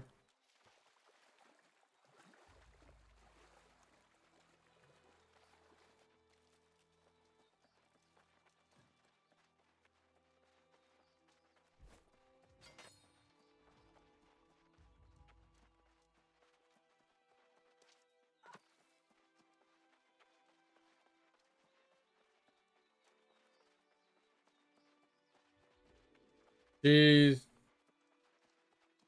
Bro, fuck that ankle up, didn't you? That's crazy. The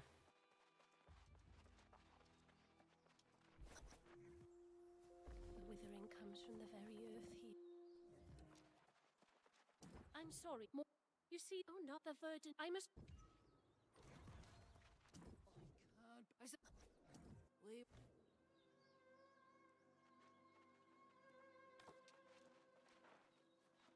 Alright, let's check what we got. Alright, do have a sword. We could switch sword and shield.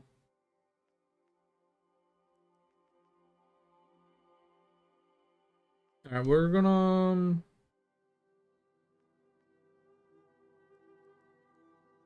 I'll just lock it. Alright, let's get rid of lock those for now.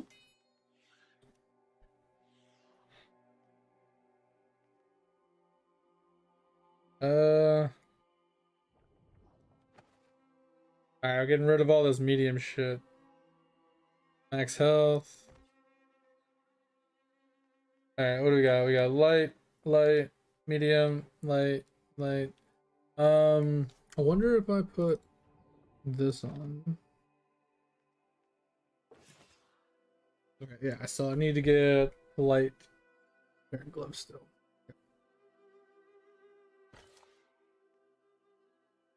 Okay. Heavy.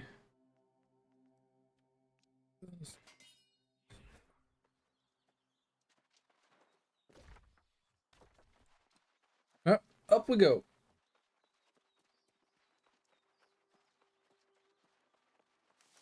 Yeah, you gotta elevate that foot. Ice, elevation, and then you know, obviously elevation's like one of the key things for it, but and ice, ibuprofen, stuff like that. But once you gotta take the ice off every once in a while, and then they'll have problems. That guy's in the ground.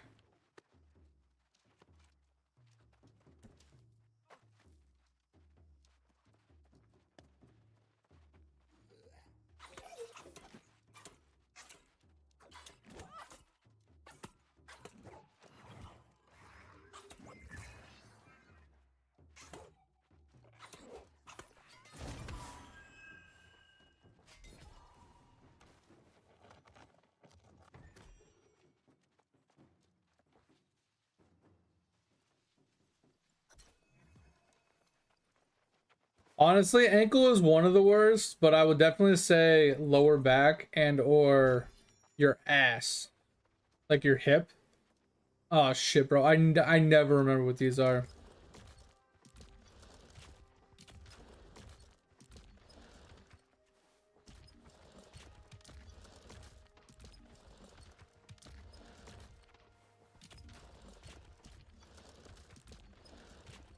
Wait, what? Bro, you fucked. Why did this one turn randomly?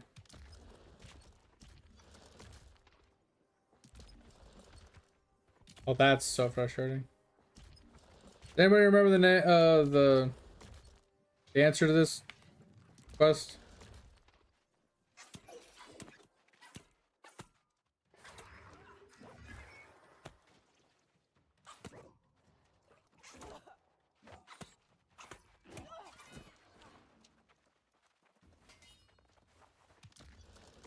How? How did that one change?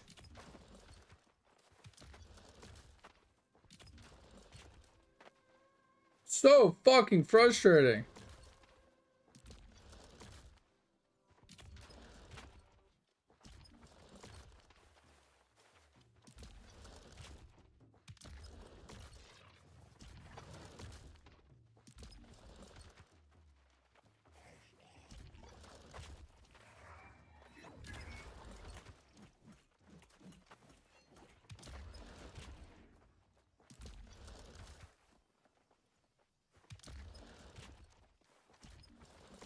Bro, I'm gonna be here for a fucking hour.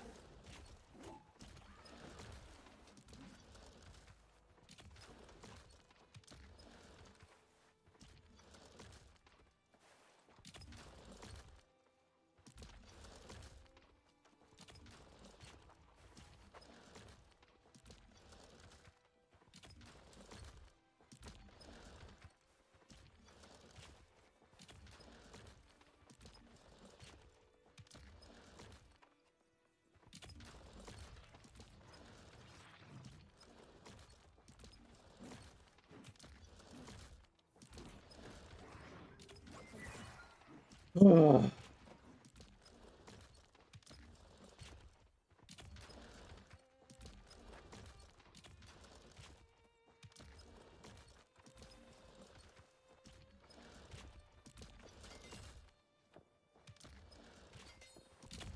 Oh, got it.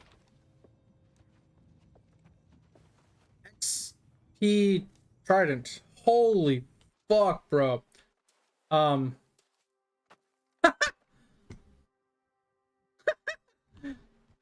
Let's not talk about it. Let's not talk about it. Let's just not talk about it.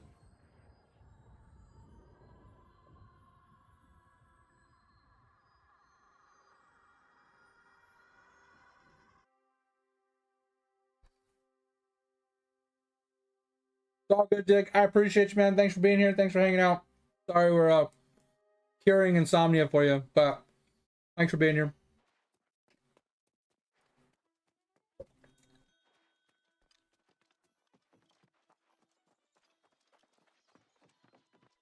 Huh? No, I in recalled because I finally got the thing done.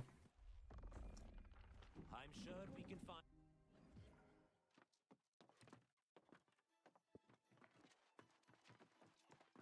I'm no less Were you running up to me? Because I saw someone kill something near me. I got XP for it.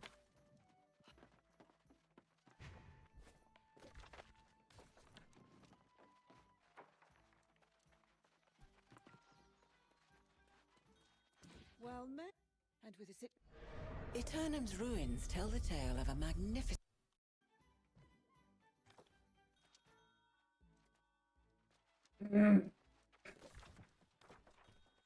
Ugh. Like I was standing in front of her, didn't have a mark over her head that she was fucking had a quest. Eternum's ruins tell the tale of a magnificent. I believe.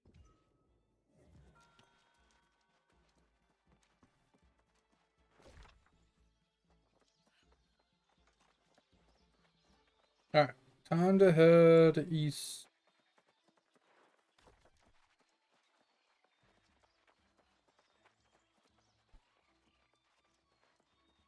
Bum, bum, bum, bum, bum, bum, bum, bum, bum. Bum, bum, bum, bum, bum, bum, bum.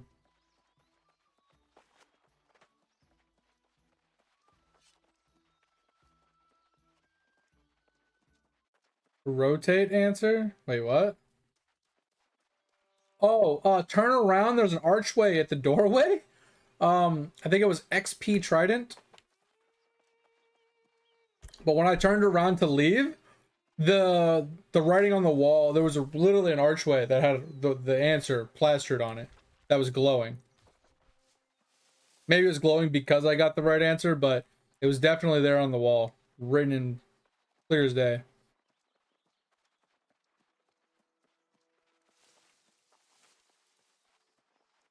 Yeah, I didn't see it until I turned around to leave, and I was like, bitch.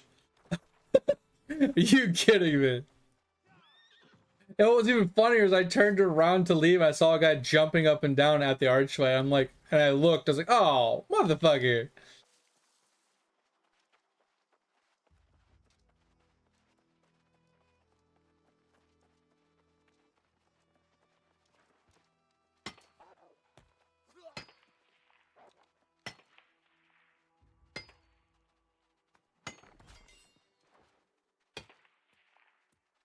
I don't know what this guy was doing. I was gonna let him have it.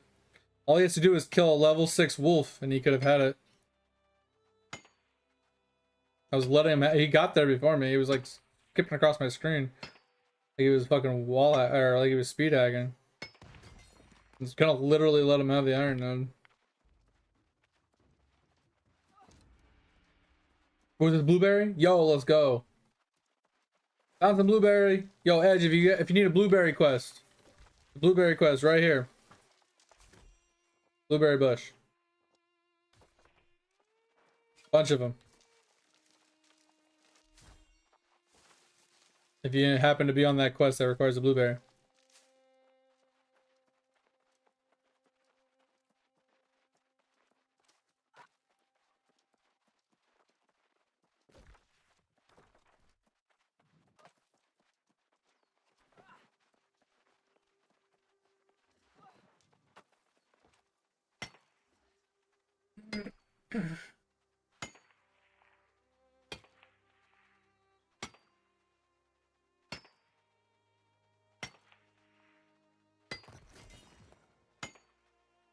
I'm gonna craft a longsword. Interesting.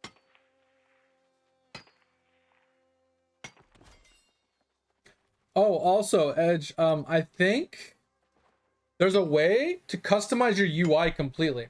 So you can move around like your HP bar, your XP bar, your weapon abilities, your hotkeys and everything. Everything can be moved, I'm pretty sure. At least that's what I believe. I saw someone else's UI that looked completely different. And they were talking about how it could be customized or some shit. Could you? Oh, I didn't know that.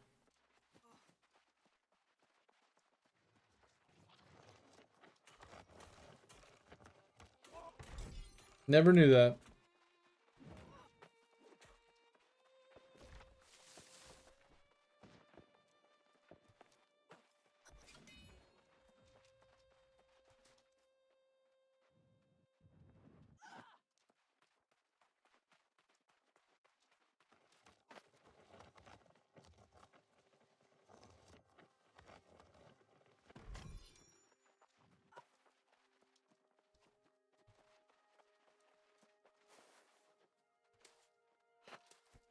Can you jump this way? The way I'm looking? Thank you.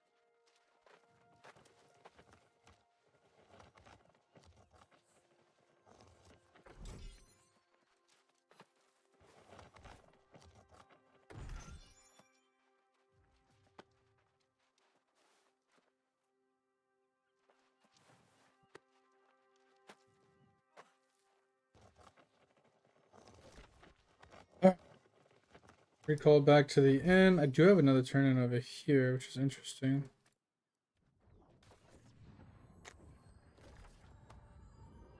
I should have grabbed that while I was over here too. Tempting to run over there and do it, but I'll get to it later. Oh my god, dude. Bro, I was actually looking forward to playing this game all day. I've been kind of jonesing for a good old grind session. Yeah, thanks for popping up the icon while I was standing in here.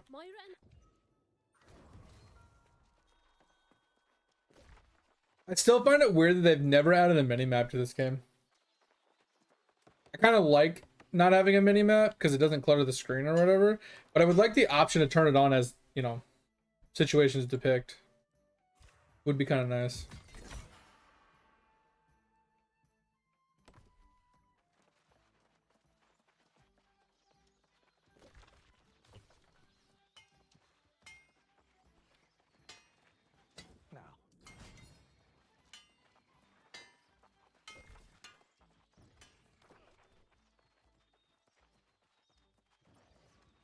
Now, let's not trade accusation.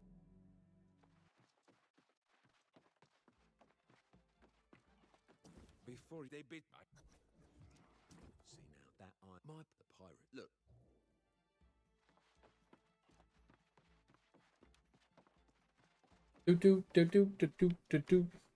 Oh, Topher, bro.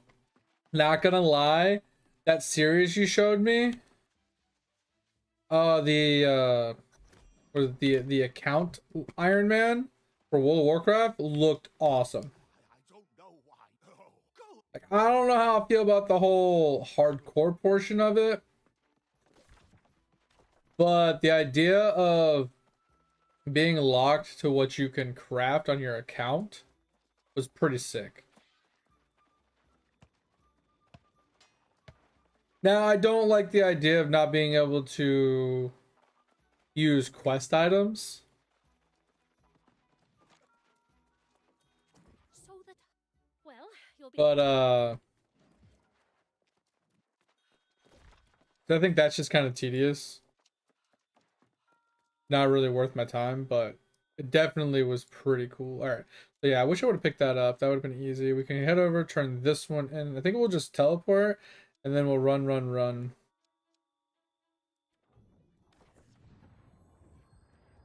What way? What way is what supposed to face? What are you talking about? Oh, from left to right. So X, then P, and then trident. Oh, and okay, so let's say it's like this, right? So you got the flat side and the flat side. You're looking at it like this. The X is on the right side, the P is on the right side, and the trident's on the right side. They're all on the right while you're looking at it, because yeah, it's at an angle. I see what you're saying. Yeah.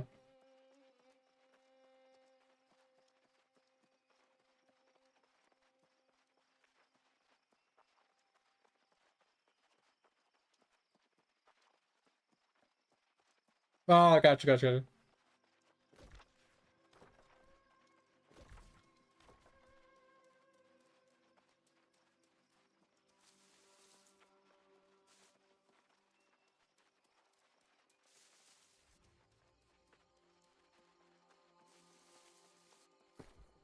All right, what we got here? Got a new spear? Hell yeah, let's go.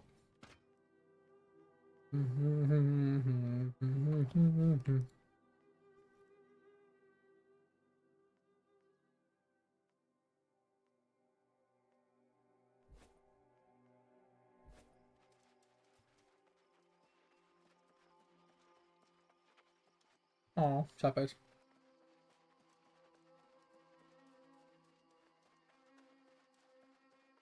Oh yeah, I don't remember how to do that. Raging his beaches. Let's go. Oh, I think I have to be in a faction first too. If I remember correctly, I think I have to actually join a faction before I can make a guild. Because the guild has to be aligned to a faction, but the faction members do not have to be aligned to a faction. Or sorry, but the guild members don't have to be aligned to a faction. Kind of weird, but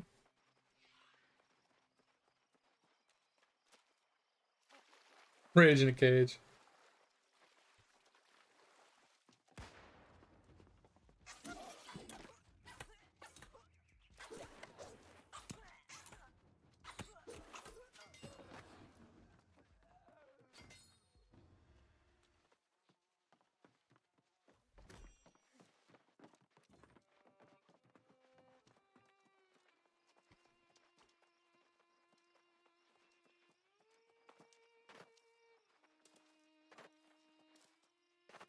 There was one up top.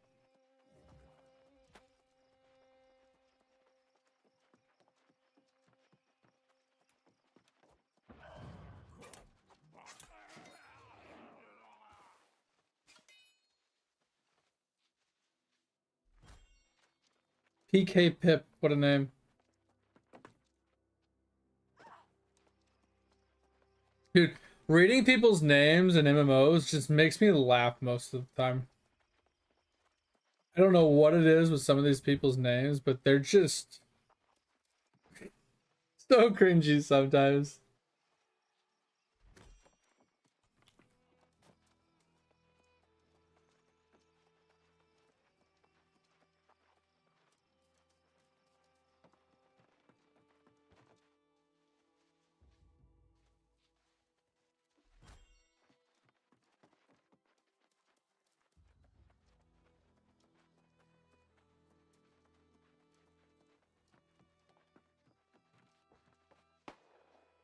Alright, so this is the last pepper. That's huge. Okay.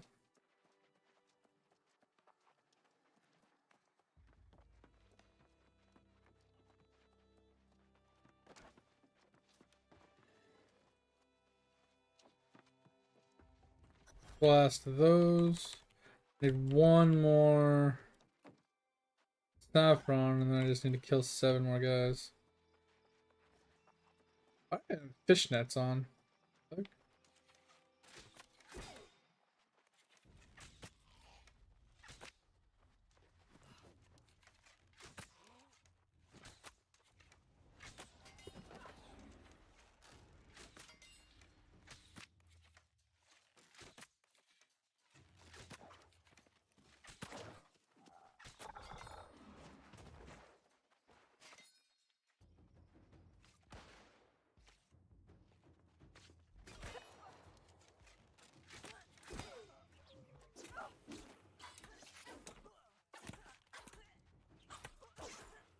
I definitely hit shift.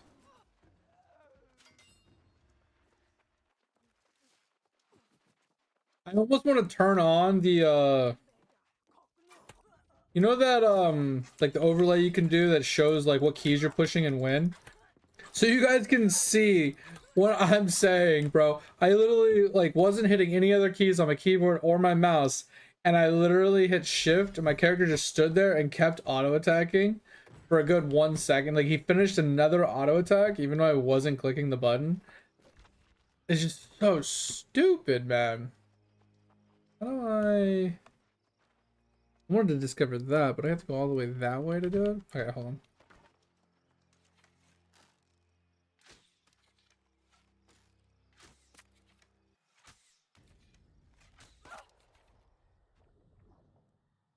Are you kidding me?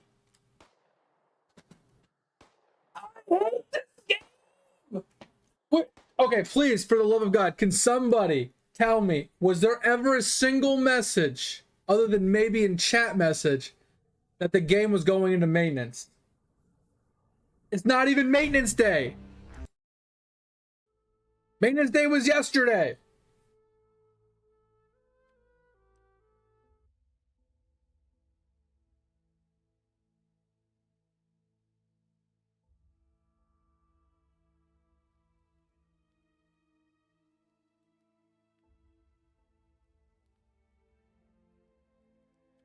Was there a pop-up? I never saw it.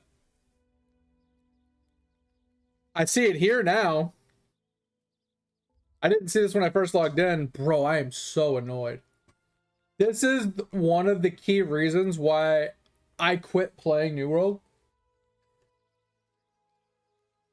Because they don't have a set weekly, once a week update. They do it whenever the fuck they want. They literally like, hey, we have planned maintenance on this day at this time, but they didn't. I would log in at 11 and there'd be maintenance at 1, but they didn't have a message saying that there was maintenance at 1 until midnight. It's like, bro, you need to tell us like a day in advance that you're going to be doing maintenance on a specific day at a specific time so we can plan around it. If you have a streamer that streams right in this prime time where they want to play your New World, they log in, they start playing it, boom, maintenance. We don't know if it's just a simple restart of the fucking game or if it's an actual 7 to 10 hour restart. You got to give us information here. You can't just fucking throw maintenance at us without preparation. Oh my god. This is literally the biggest pet peeve I have with New World, and they still, in fucking, 4 years, 5 years, are still doing the same bullshit. Oh.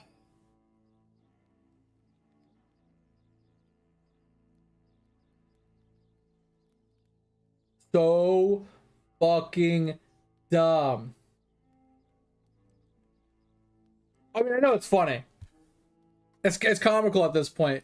But bro, are you fucking kidding me? Can somebody actually look this up and see when the maintenance is going to be over? Because I don't have X.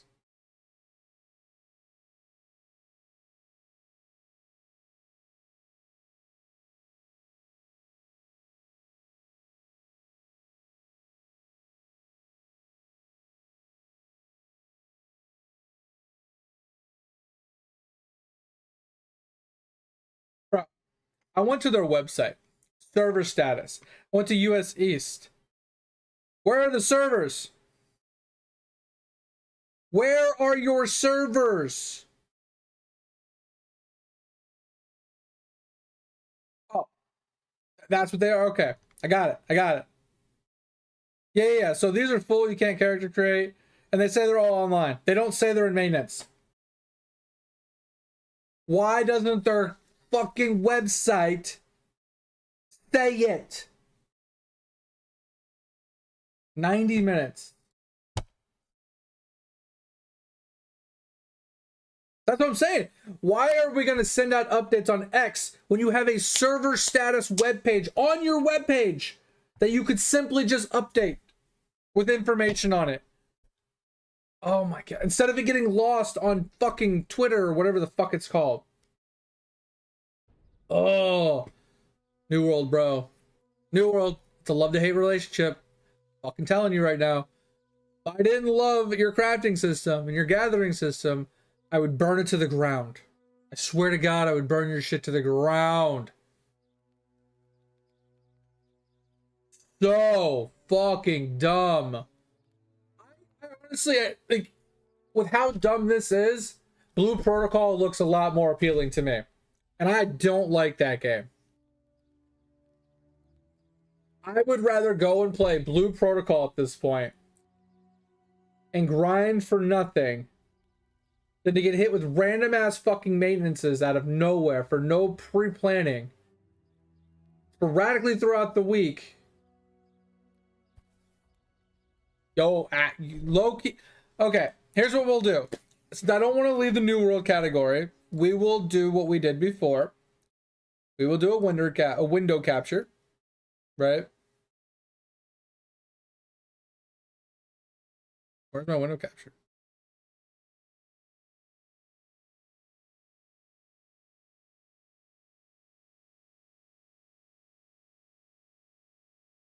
All right, we're going to do a window capture so I can stay in the same game. Honestly, that's really all it boils down to is I want to just stay in the game, right? I want to stay in the category. I don't want to have to change categories.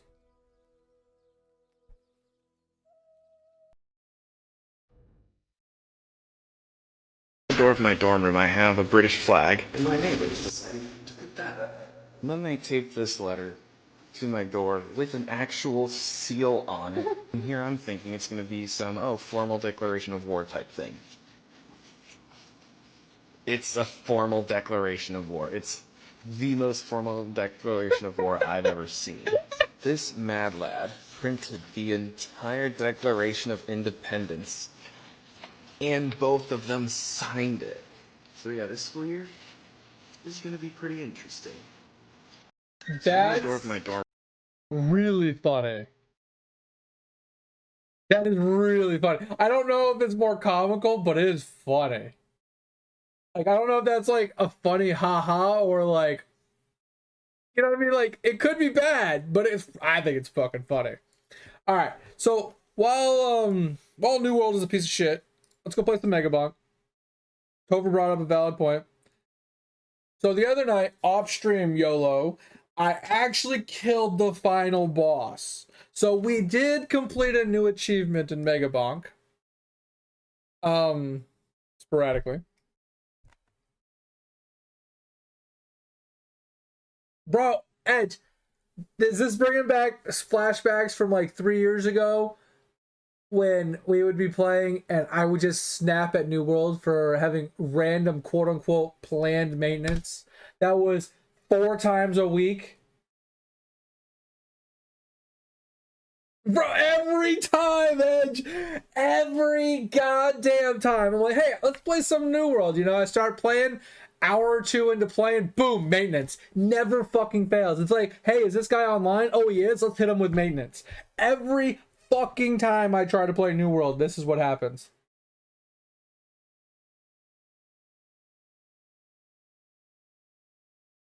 What the...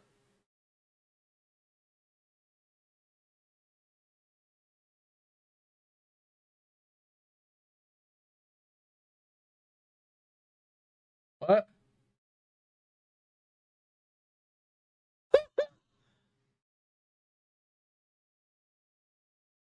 What the shit? They pulled over Batman? Who pulls over Batman? Bro, that is a badass looking vehicle, though.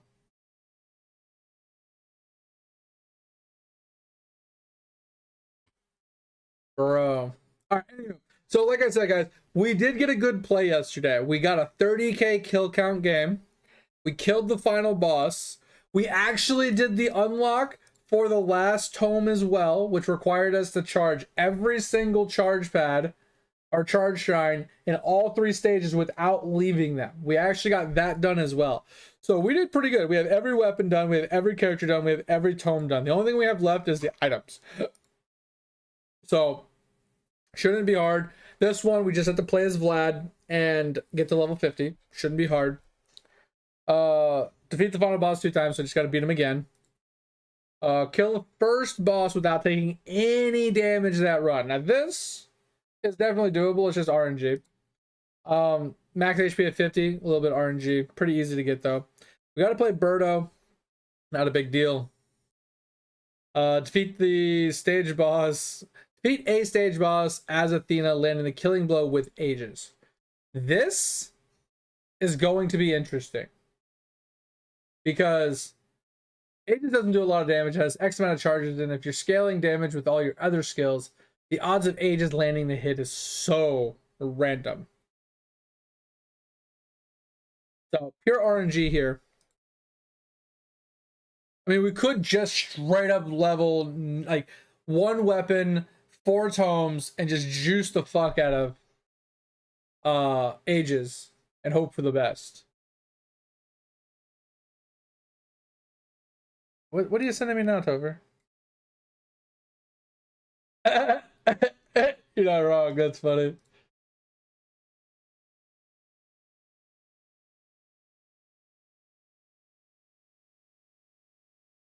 Wait, what happened?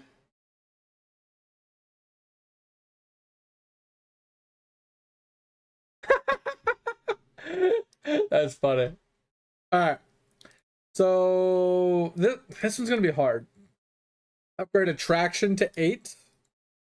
Okay, and upgrade cooldown and agility to 5. Interesting. Okay, we have a couple just random one-off runs to get these done. 3 leeching crystals in a run. Okay, we got a handful of stuff to do here. Yeah, I saw it, like they were doing like and then the other guy just did it. She's like, what the fuck? I slapped the shit out of him.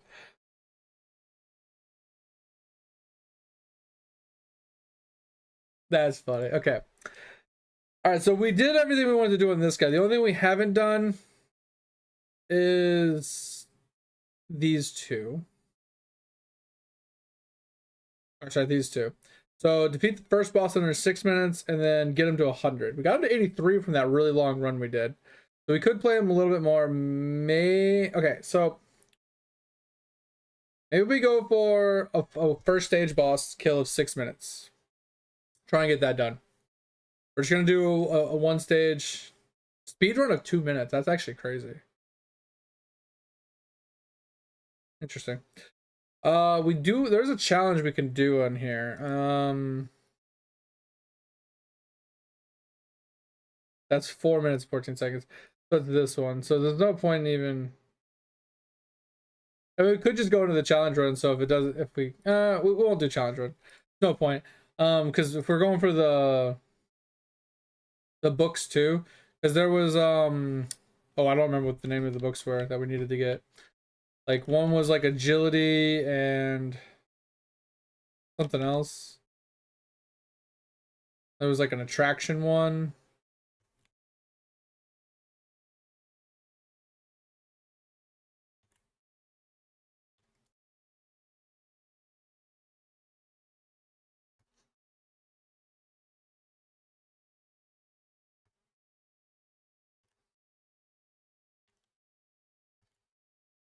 God, I'm so pissed right now, bro.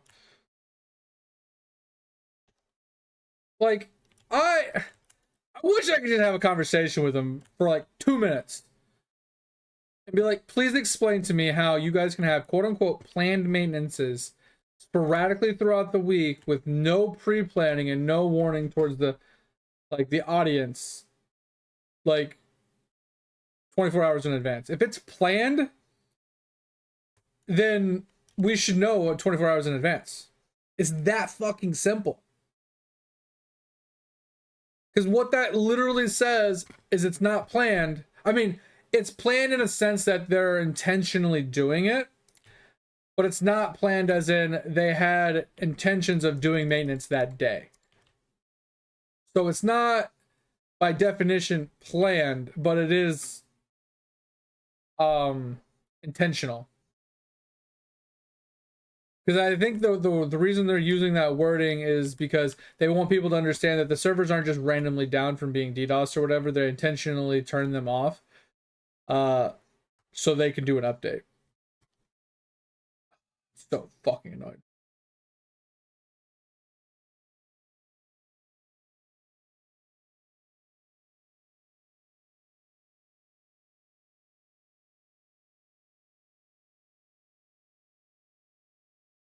That guy in the truck is such a fucking idiot.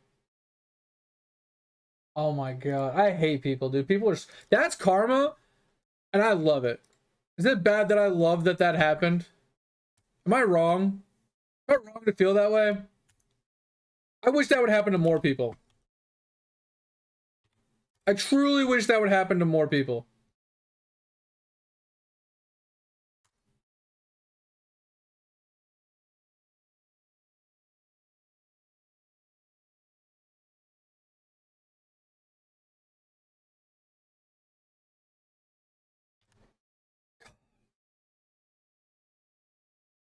Bro, that's the thing, Topher. They do it all the fucking time, and it doesn't make any sense. Like, I understand if you have, like, a glitch or some sort of bug or something that's not working as intended, and they have, like, a fix for it. I get that. But here's the thing. That's what you have weekly maintenance for, right? If you have something that's broken, if you have something that's a problem, right? You temporarily disable it so people continue to play the game without interruption, and you update it on your daily or weekly updates. or you tell us 24 hours in advance saying, hey guys, we have a fix in place for one of the, you know, the issues that are in the game right now. We want to implement it on this day at this time, just so you guys are aware, and, you know, blah, blah, blah, so you guys can plan around it. That's all they would have to do. But no, they're just like, hey, it's middle of the night. Our player count is relatively low in the middle of the night, so we're just gonna hit them with random maintenances out of fucking nowhere whenever the fuck we you know, spur of the moment when we feel like it, and just fucking do it with no warning. Like, oh my god, dude. And like, it wouldn't bother me if it was kind of rare, right? If it was pretty out of the blue, just once in a, like, if it was like once every 6 months, I don't think I would be so pissy about it, right?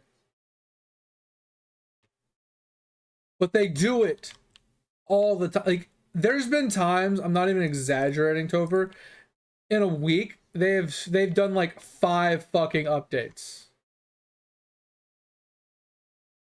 Like, they have literally done times where, like, 5 different times during a week I've been playing the game and I've been hit with a fucking maintenance.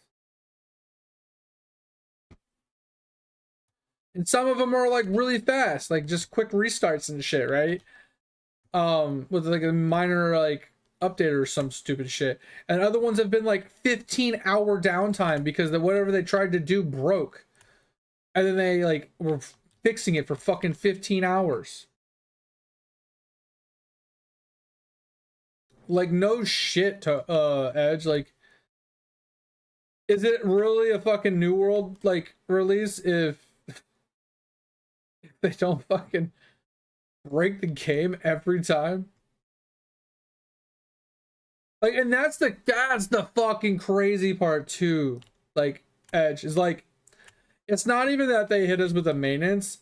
It's literally every single time this company releases any type of update for the next like 14 days, you are hit with random maintenances almost every single day for like 2 weeks minimum.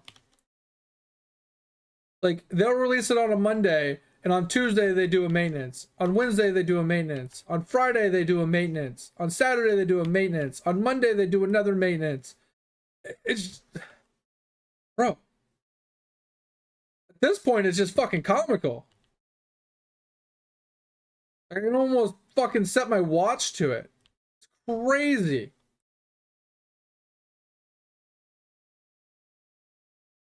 Alright, we're gonna try and kill this guy. We have to try and kill him in 6 minutes, so.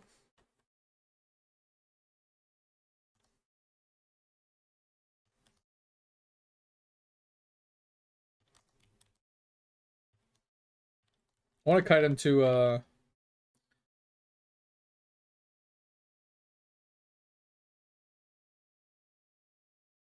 want to kite him to some chests. Ooh, this help.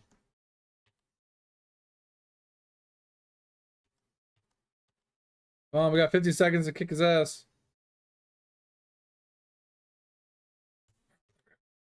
Kick his ass. Kick his ass. Kick his ass. Kick his ass. There we go.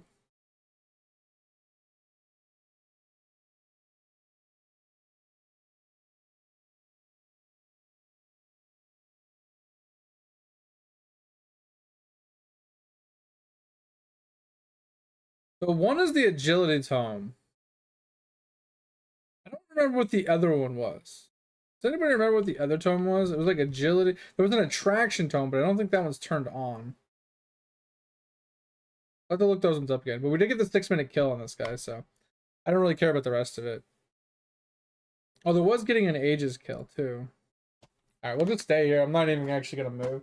Just gonna die really quick. I'm gonna go pee. Give me a second.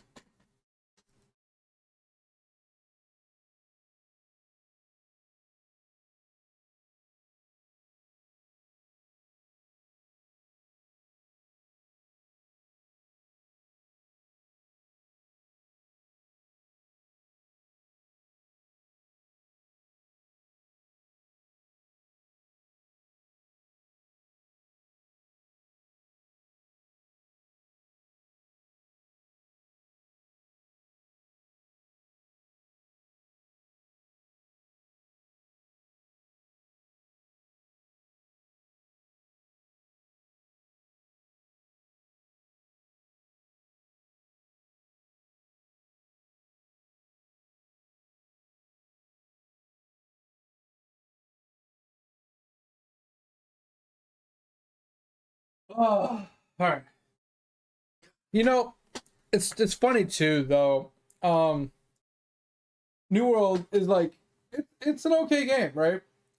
But you can tell the well seasoned like gaming companies apart because yes, Amazon is new to the gaming scene and everything, but yes, they're a big company. But being a big company and having people that work for you doesn't mean that you know what you're doing, right? And what's crazy is like you look at WoW. They don't. How often does WoW just randomly go into a maintenance mode in the middle of like the day on a non-maintenance day, right? How often does Final Fantasy 14? How often does Guild Wars 2? How often does Lotro do it? Like, how often do these other big MMOs that have been around for a while go into a random ass fucking maintenance out of fucking nowhere for no apparent reason, with no pre-planning or forethought towards the community? Like, literally, how often do they do that? I feel like they almost never do. It's fucking crazy. All right, so we got to kill 100 cactuses with thorns. So let us go play Athena. Let us go to the desert. Let's see if there's any challenges we can get done as well while we're at it. 2 times XP gained. Enemy scale. We can do this. Fuck it. Let's go. Fuck it. Let's go. Let's try and get that done. It's just crazy, Edge. Like, absolutely crazy. Your game has been out for like, what, 6 years now? And you still can't get the idea. Well, that's fucking perfect. You can't get the idea of having a specific day of the week that is dedicated to doing an update at the same day, the same time, every single week. And then if you have problems throughout the week, to instead of taking the servers down and preventing people from playing your game for hours at sporadic days and times, why don't you just do what everybody else does and like temporarily disable something that's broken? So we don't have to worry about, hey, can we play the game? We can actually rely upon being able to log in and play the game. Even if something is disabled, we can still rely upon actually being able to log in and play it at any given time of any given day. We know what to expect. It's about the consistency more than anything. I don't fault them for fixing the game. I don't fault them for putting updates in and you know whatnot. They should be doing that, but they shouldn't be preventing us from playing the game. That's the big problem. If you don't have a set schedule that people can rely upon, then how are people going to want to play something that they don't know if they're going to be able to play? Like, I can't tell you how many people have probably quit playing New World because of that one simple fact itself. They don't know when the game is actually going to be playable because they take it down so randomly.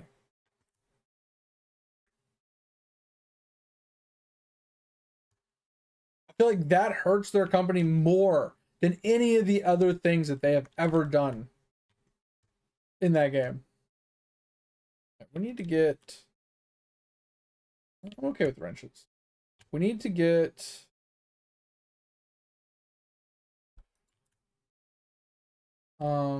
cactuses.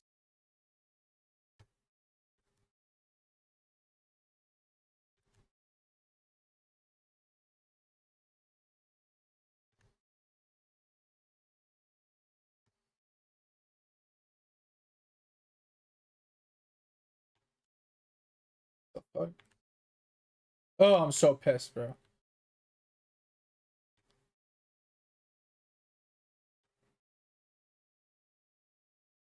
Hopefully they're still dying, even though it's ages. The thorns.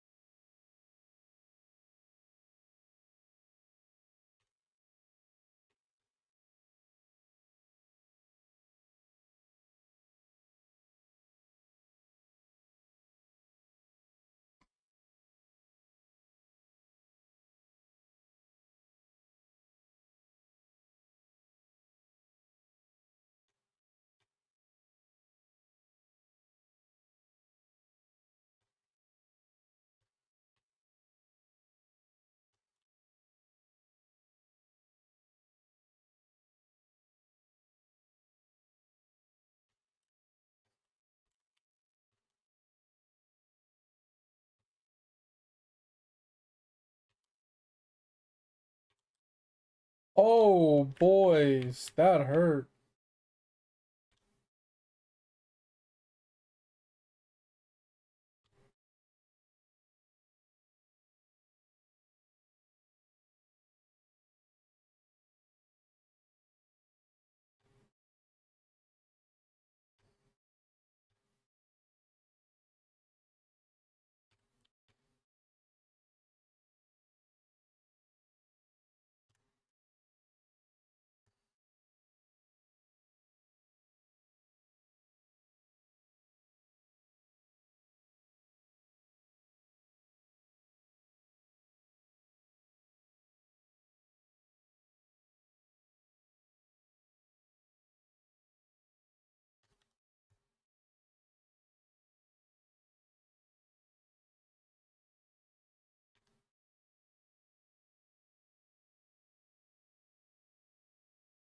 Need some regen so I can stand still.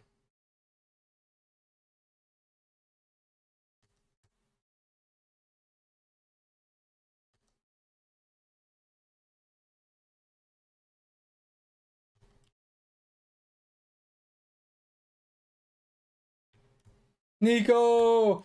Yeah, New World went to random ass maintenance on us, so while we're waiting the 90-minute timer, which I don't know how much longer is left on it, we are going to play Megabong for a hot minute.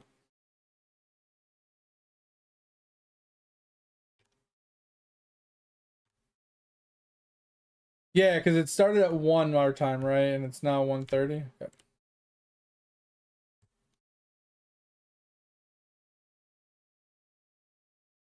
I knew that was gonna happen.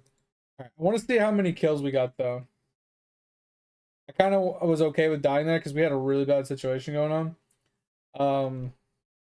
I want to see how many actual ones we got. We got 4. Okay, so she doesn't the Aegis blocks don't actually count. Okay. Oh. So with that said, I think we just go with Chad. We scale the absolute fuck out of his. We'll just go for wave 3 because I don't really care about. I'm just gonna go for as long as we can, so we can try to stand still as long as possible. If we can get some HP regens with some thorns early, we can literally just stand still when we get the cactus dudes and just let them attack us and kill themselves. All right, armor. All right, so we need to get that purple item that gives us thorns based off of our armor.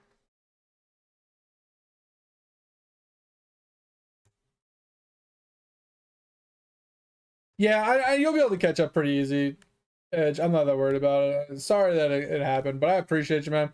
You can play it like I can always make another character to help you catch up if you need it. It's not a big deal to me. But that character specifically will only be played on stream, so I can save the VODs. But I appreciate you for joining us. Yeah, the leveling doesn't take long anymore. It's actually pretty chill. Yeah, you were right behind me for sure. All right. I don't want any of this.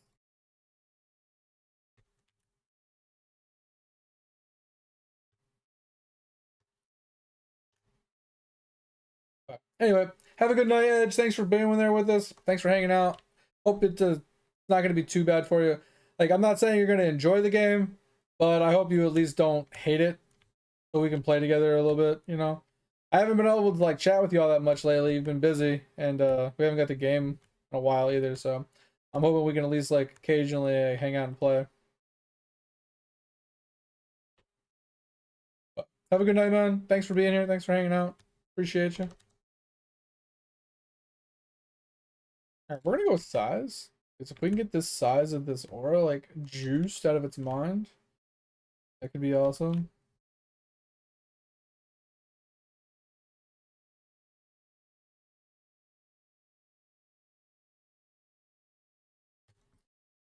Just woke up? Hell yeah. Hopefully you slept well. Damage and size? Perfect. We just need to get some thorns. Or if we can get that purple item, that'd be huge. Like that purple item would be insane for us. Because it would allow us to stack armor. Get a bunch of thorns. Just super RNG. Finally normal rhythm. Hey, that's good though. Sometimes it can be hard. We're just gonna pick up some chests. I don't normally pick up chests early, but on a play like this where we're trying to get thorns specifically. Oh, I'd probably just get a thorns book, honestly.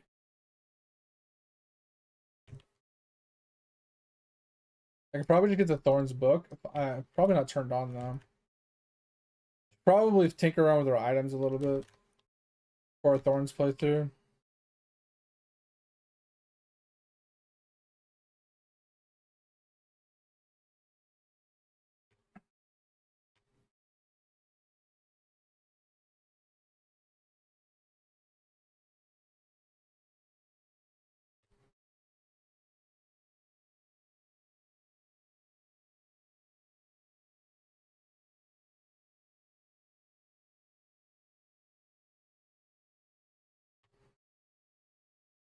Yeah, Thorns playthrough is pretty niche.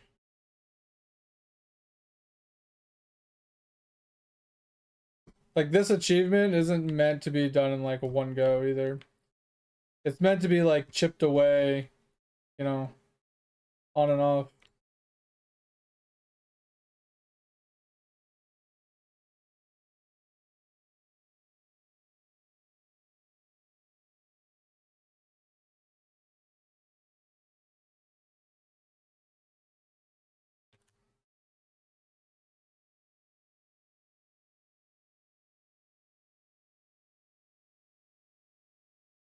I played Pokemon back in the day. I've on and off played a few Pokemon things throughout my life, past like the original like Pokemon in the beginning. Would you like a cup of water? You look but not all that much. Why? right What's now. up?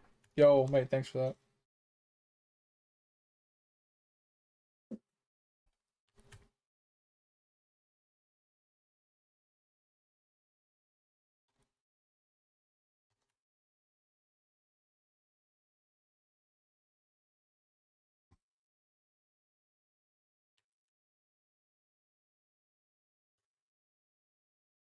Theory, this is already a scuffed run.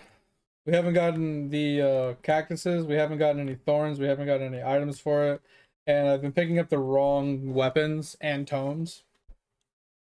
I mean, the size tome is fine, since most things scale with size, but then we got the bones for like single target. And then the quantity doesn't help my aura, so it's kind of like a weird one. Like, I feel like a build like this, it needs size, it needs attack speed, it needs crit and like just raw damage, right? And then we need to get like a standstill item that heals us while we stand still, and thorns. So if we can get the purple item that gives us thorns based off of armor, like then we just start scaling armor, so then we can get like an arm, like there's just a handful of things that we could go with here. So I think maybe armor plus thorns tome, right? Hunt for that purple item pretty early, and then try and get some regen nodes and stuff. It's kind of our goal. Like that guy there could be perfect for us. I don't want regular sword.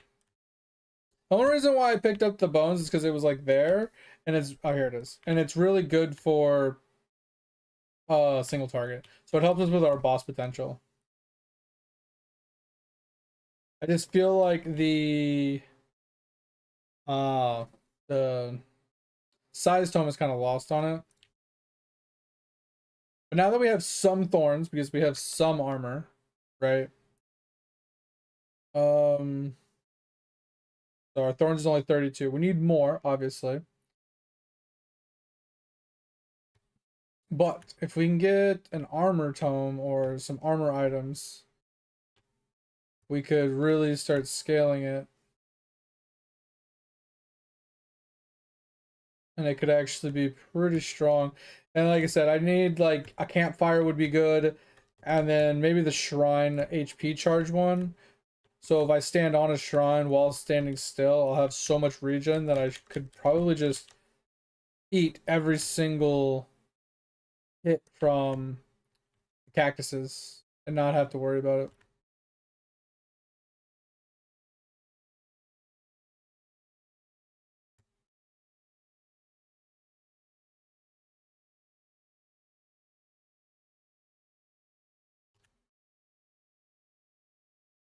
I think attack speed is probably a go-to here.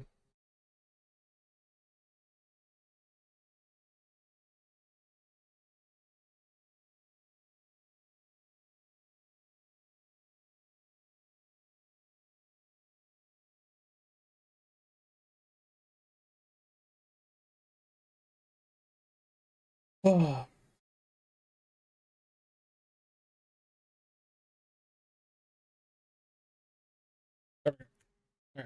We got some sort of regen. A couple of them would be nice. Like I said, or like another one that like works while I'm standing on these things. That'd be helpful. Yes, eProg. If you look in the about me, you'll get a link to the VOD section. And that's where it'll be. This is my third Ironman playthrough, but my other two, I never saved off like I wanted to. I always got like a little lazy about it, and I always forgot to do it. So this one, I have it set up to automatically just upload after the stream is over. So this character will only be played on stream while I'm streaming, and then after the stream is over, it'll automatically upload. And it'll save it one at a time, and I'm going to put it into a playlist so that way it's easy just to start it at day 1 and work your way through all the way to like day whatever we're on. But yes, kind of pissed because we only got 2 hours in before they hit us with a fucking maintenance, and that just drove me insane. Also, thank you for the follow. I appreciate it. Thank you, thank you, thank you. Hope you're enjoying the stream. Hope you're having a good day, and yeah, hopefully you enjoy. I haven't played New World in a hot minute just because, I've been focused on other games and having fun, but I absolutely love the professions and the crafting and stuff in New World. The only thing I dislike about New World, obviously, we're not talking combat related or PvP related because I don't like PvP personally, but the main thing I dislike about New World overall is their lack of communication when they hit us with maintenances that are quote unquote planned, even though the wording they use is like not really that it's planned, but it's just to let people know that this isn't just like a regular like DDoS attack or servers are just dead. It's them intentionally taking the servers down to update it. That's why they're using that verbiage, but it still just hits different if you actually tell us 24 hours in advance that you're going to be doing a maintenance. It just doesn't piss off people, right? People know, but you should also be doing a once a week maintenances, not 7 times a week maintenance. It's just kind of annoying. But the main thing I struggle with is when it comes to playing Iron Man, getting the actual what do you call them? Legendary trophy items out of the large chest is ridiculous. Absolutely ridiculous. I have like over 1,000 hours of chest farms, and I've never once obtained a legendary trophy material for crafting. Absolutely absurd that I've never obtained one.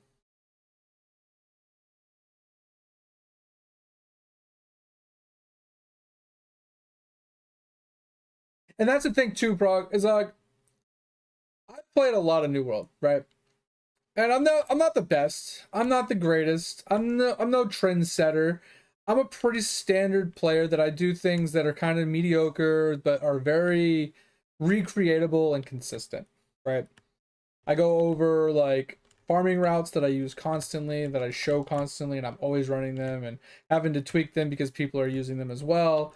I show my crafting methods. I show all that stuff. I don't hide anything from you guys. So it's just one of those things that like I just play like a traditional player. But what I have found is when I played the game originally, it was fun, right? I played it like a traditional player. You know, I used the auction house occasionally to like maybe buy some materials for crafting or to sell some stuff.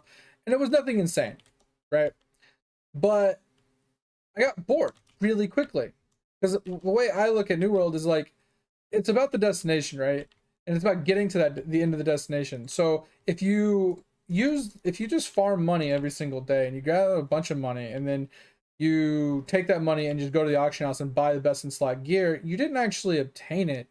So the sense of accomplishment is so low, it just feels very cheated. And you complete the game so fast that you just feel like what's the point of playing, right? Unless you're like an in-game PvPer kind of thing, it makes sense to do that. It's fine.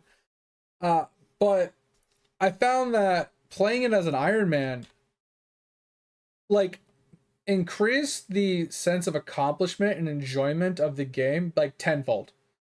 Because yes, it's annoying to have to farm a rare mob for 5 hours to get a specific item drop off of him, or to farm the materials for your trophy for 12 hours straight. But by the time when you finally get it, you're just like, damn, that was fucking worth it, right? Like, I finally got it done. Checklist done. Moving on. It just gives you that huge sense of accomplishment. You know what I mean? It gives you that dopamine rush you're looking for. And that's what I look for in a game. I don't want to play a game. Like, I never understood the RMTing of paying somebody to level your character for you or paying somebody for best in slot gear so you can just play the in-game content. Because 99% of MMOs is the journey to leveling and getting your gear. Because once you have the best in slot of all of your gear, there's very little left to do in MMOs, right? We'll take like World of Warcraft, for example. Majority of the gameplay of World of Warcraft is leveling to max level, running your dungeons to get into like mythic runs and stuff like that, to then run your dungeon or your raids once a week to get your raid gear. And once you have all your best in slot raid gear and stuff, there's nothing left to do in the game, right? You do your weekly raids and you just run around mindlessly doing random shit, right? Gathering, playing alts and stuff like that. So if you bypass the whole leveling process and gearing process, what is there left to do with the game? So now you're spending money. You're spending more money to not play a game than you are to play the game. So this allows, like, it gives you that sense of like accomplishment and that rush that you're looking for from a video game, and a slow grind progression that it extends the time that you play the game so much further. And it's just it works very well. There's no other way to really put it. Exactly, Prague. And like I said, there are certain games that it's fine on, right? There's a lot of in-game content to do, and the grind to get there is so tedious and just dumb. I mean, it makes sense to bypass it. It's fine. Or if you've already done the grind once and you just want another character at the end, it makes sense. There's a lot of situations, everybody's in a different boat, and I don't have any problems with it. Like, even a player that has never played a game before but wants to play the end game with their friends or whatever, if they only have a few hours a day to play or a few hours a week to play, and they don't have the time to spend leveling and gearing up, makes sense to RMT your way through it. And I'm not saying you should RMT. I'm not saying RMT is good or bad or whatever. It's illegal, right? TOSs and stuff. But I'm just saying I could understand it. I'm not going to hate someone for doing it because it doesn't impact me since I play Iron Man. But at the end of the day, like, everybody has a niche situation, and some people's situations it warrants it and some people's it doesn't. But at the end of the day, like, for me, it increases the amount of time I can spend in a game, my enjoyment of the game. Because once my enjoyment level starts going down, I switch games, right? So as long as the enjoyment level stays high and I'm enjoying what I'm doing and I'm continuously, you know, seeing progression and so on and so forth, I stay interested in the game. And this almost indefinitely makes me interested and keeps me focused on the game and enjoying it and playing it for longer. So instead of playing the game for 15 hours, I'm now playing the game for like 150 hours. It's like so much better. But Prague, if you ever have any questions, like I said, I've been playing the game for a long time on and off since release. I don't know everything. I won't be able to give you every answer. I won't be able to give you the pro tips or anything like that. But I can give you the base knowledge. I can give you the base information. And the way we do things around here is we don't give you the cookie cutter answer. We give you all the knowledge so you can make a sound decision yourself. If we do have a Discord, like I said, we do have the VODs channel, stuff like that. So if you ever have any questions, even if I'm not playing the game that you currently have a question for, feel free to ask. We're always here to answer questions, help people out, you know, teach, learn ourselves and stuff like that. So feel free to, you know, help out where you can, ask questions where you need it.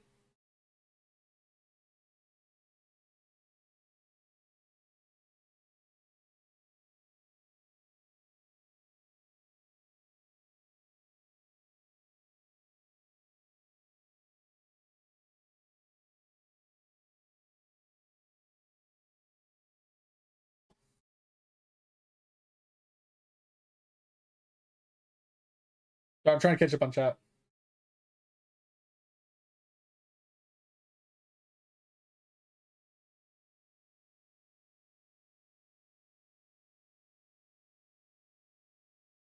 Yeah, I never got into Arcade, right?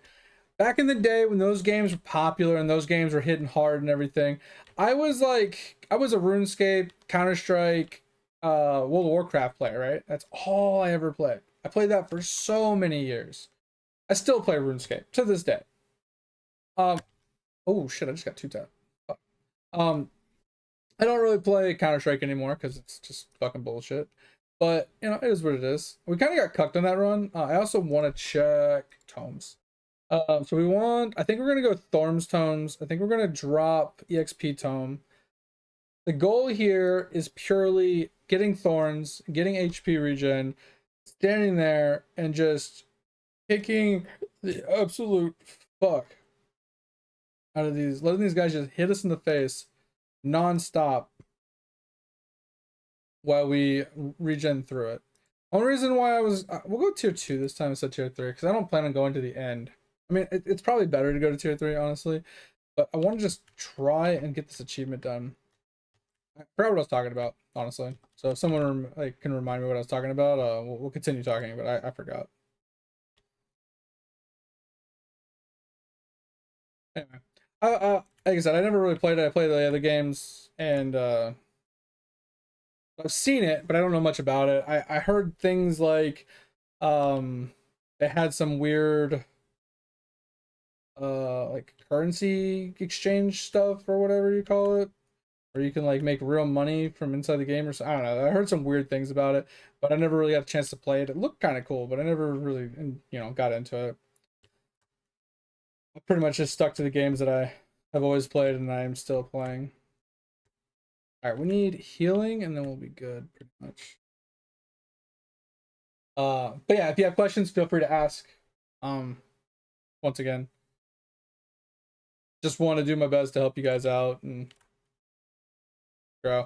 Majority of the stuff that I do in the game is grinds. I grind out profession gear, I grind out professions, I craft gear, I grind like chest runs and stuff like that to get more crafting materials and farm out getting my ultimate trophies, things like that. Yeah, pure enjoyment. That's how I am. I mean, that's what I was saying. Is like, I never like. That's the one thing I heard about Arcade specifically is they have that back end weird money thing where people can actually make a living playing the game or something. And I always thought that was weird because I don't play games to make money because then it makes it a job. I play it for enjoyment. If I'm not getting enjoyment out of the game, I play something else. Don't get me wrong, making money in a game could make it more enjoyable in certain situations. Like take Diablo 3. When it first came out, when they had the real money auction house and stuff, I didn't know that you could sell gold on the real money auction house and players would buy it. Right? I didn't know that was a thing. So if I knew that, then maybe I would have enjoyed playing D3 more because I would have been able to be making some money on the side while just playing the game because I had a lot of gold. I just never really used it because I had nothing to use it on, not knowing I could sell it. Those are the good days when I used to stream D3 helping people out.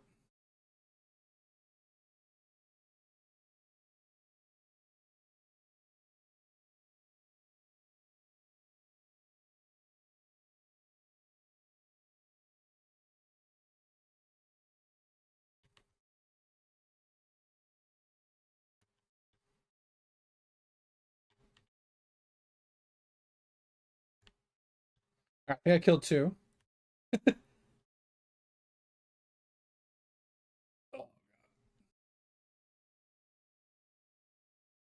Get some chills. This is why I need the healing. If I can't get a healing item, we're pretty much cucked. So I can only get a couple Thorns kills a game without healing. Because it relies upon me literally getting hit by their range attacks. But when there's like 30 of them, if I don't have like good healing, I just get absolutely wrecked.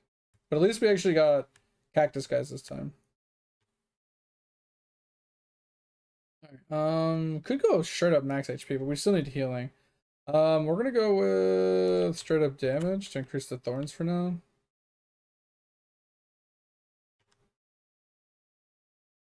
Alright, so we got about 30 minutes, guys, according to the tracker that we were like looking at before New World's back up.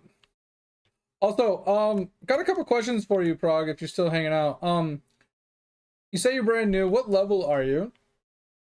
And what weapons are you currently using? Because like I said, if you need help like figuring out like what you should play, what weapons you should use, what's good, what's bad, like I said, purely just ask questions. Like even if you don't think it's like, even if you think it's a dumb question, even if you think you know what I mean, I'm gonna laugh at you or whatever, I'm gonna tell you right now, there are dumb questions, and I might laugh at some things you say. But I'm not laughing at you. I'm laughing in multiple different reasons. Like, I have a weird sense of humor, and when I start laughing, it's not always because I find something funny. It's because, like, I can remember back in the day when I had the exact same thing, or there's, like, a condition that I was recalling from back in, you know what I mean? Back in my day, kind of things, you know? Like, funny situations that have happened to me in the past that sometimes I'll recall and I'll just start laughing. I figured that was going to happen. No, PoE is the shit. I can't wait for PoE the end of this month. Topher, we might have to change community night this month. So this month's community night, it's either gonna have to be New World, or we're gonna have to push it before the PoE release at the end of the month, because the PoE release is supposed to be literally the last of the month. Oh man.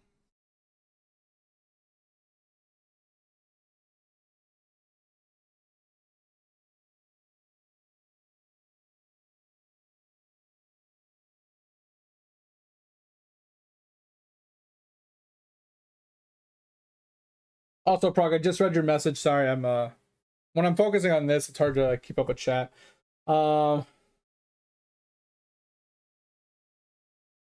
Yeah, Nico, that's the thing. Like, Eidolon will like certain games you play will have influences on your other games. Eidolon is definitely one of those. Posted a link in the Discord, so anyone who wants to join camp. Wait, what? Oh, gotcha. Thanks.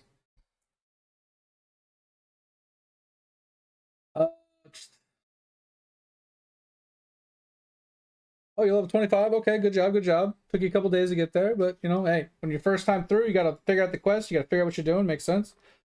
You got your mount, good. Hatchet, and... Oh, you playing Blunderbuss? Like the sawed-off shotgun?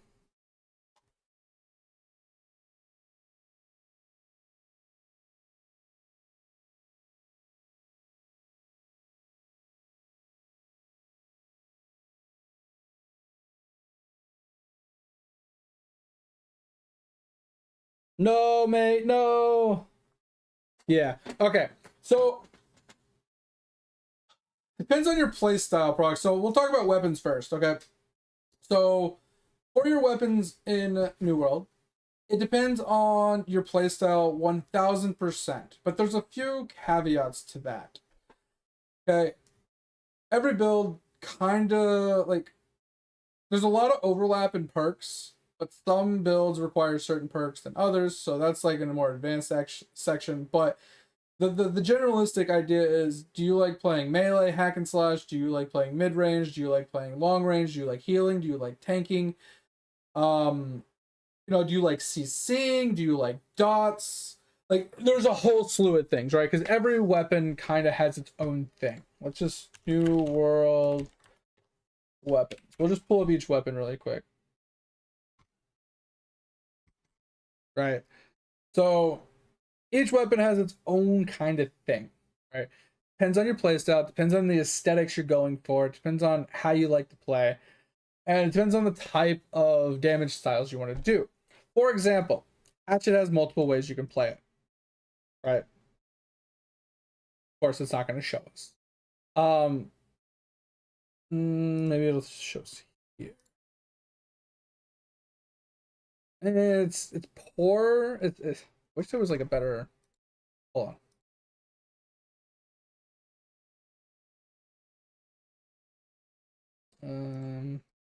I like an image of it. It's a lot easier when you see an image.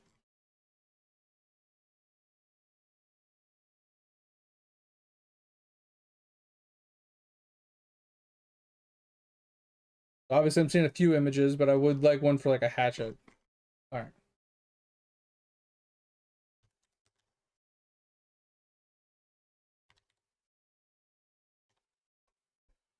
There we go. This guy I was looking for. Okay. So this is the hatchet itself. So you got the throwing side and you got the hack and slash side. Both are good in their own way, right? Throwing has like dots and so it has like a poison dot, it has like a bleed dot, it has range abilities that can keep you like mid-range so you're not point blank. It's very useful in certain situations depending on what your other weapon is. So the first thing you have to figure out is what type of style you want to play, what your favorite weapon is to suit that style, what your primary weapon is going to be, and then what weapon will supplement that primary weapon as like a good intermediate, like either a supporting weapon or niche situational weapon necessary. So what I mean by that is, let's say you were a spear user, primarily, you know, using spear to do all your damage, point blank, poking shit, whatever. But you need a secondary weapon that in a certain situation, you need to not be in the fray of things. You need to be mid-range to long range. That's where a hatchet or a blunderbuss can come into play. Not saying that they're the best options, but I'm just saying those are mid-range weapons, right? Blunderbuss, you can stand a little bit away from the pack of things. You can shoot into them. You can use your abilities. You can still put out damage, but you're not in the fray of things getting your ass kicked, because sometimes you can't be in the middle of things because there's poison on the ground, there's AoEs, there's too many mobs, whatever it is, you have to back up to not die, right? So throw hatchet could also suit that role, but it's more of like single target kind of mid-range, right?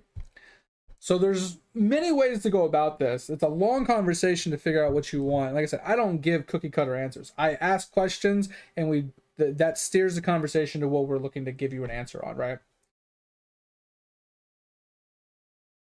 All right, so I can tell you right now that from my personal experience, almost any weapon combination in the game can solo without blocking.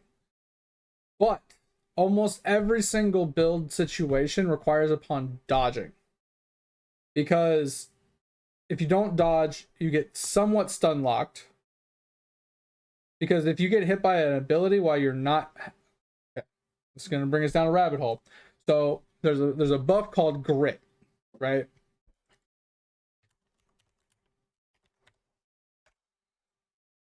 Grit is one of the most powerful buffs in the entire game. Basically, Grit makes your attacks unstoppable and uninterruptible. One of the only perks in the game that is the most broken stat in the entire game for PvE content. Even PvP in a lot of situations. So the problem with this, if you don't have Grit and a mob punches you with just a regular light attack to the face, it can interrupt your attack. It can literally stagger you out of your attack, preventing you from doing your ability, putting it on cooldown, preventing you from your light attack or heavy attack you're trying to do, and completely just throwing off your rhythm. So we're going to hit an ad here. We're going to take 5 minutes. It's like a 3-minute ad. When y'all come back from the ad, Pog, let me know when you're back from the ad. It hasn't started yet, but when it does, let me know. We'll continue on. We'll talk more. We'll go back and forth. Just the ads kind of throw a wrench in things, and I don't want you to like lose out on any of the information. So,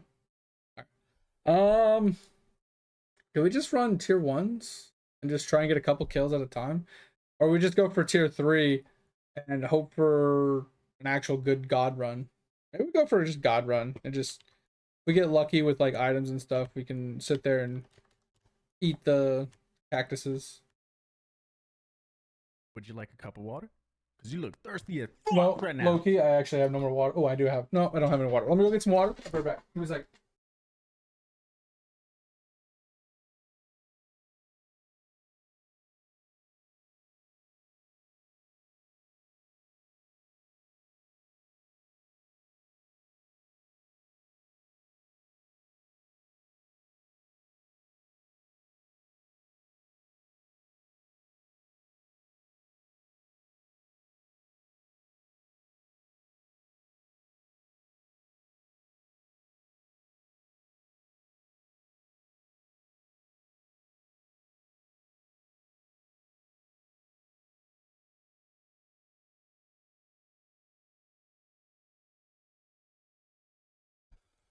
all right. Add it started. We'll let that go. I did do my hydrate. We did get a standoff camp, so we might hang out and just get that. Alright, at least I know where it is. It's 33 gold. We can come back. We'll grab these 3 shrines and then come back for the shrine, because that will really help be able to kill those guys. Or at least thorns them to death. We'll pick up pickup radius, honestly.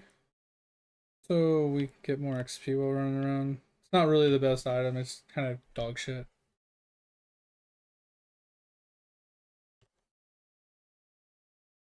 A little bit more attack speed. I'll do enough damage to keep things off of us a little bit. More attack speed.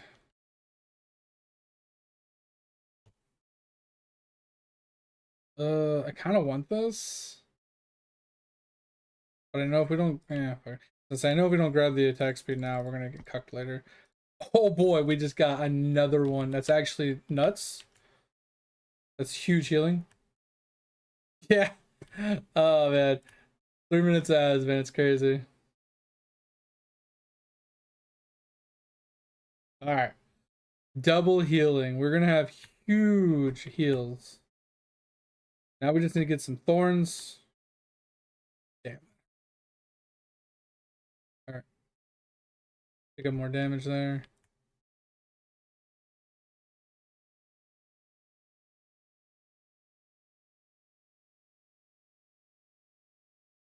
All right. So I'm thinking if we just get the 3 swords, we have Aura as our backup. Should be a good enough build to push us through. We just got to get the 3 swords, then we just got to get the attack speed, the projectiles, probably the EXP tome. But if I'm being honest, I don't really care about the EXP tome that much. I mean, it does help quite a lot, but definitely need the thorns though. So we can actually do the thorns part, unless we can get thorns otherwise. You back? All right. So, like I said, this is a very, very long conversation. Like I said, I don't like giving cookie cutter answers. If you want a cookie cutter answer, I could tone this down a lot, but I want to give you the information so you can make your own decision. But when it comes to like picking a weapon, it boils down to combinations and things you want to do. The basics is every weapon has a damage type, and every mob in the game has a weakness to a specific damage type.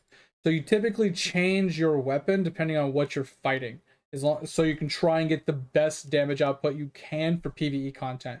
For solo purposes, you find a couple combinations that work for you. So for example, if you want to fight skeletons, you need crush or strike damage, right? Which there's only 2 weapons in the game, technically 3 weapons in the game that have strike damage.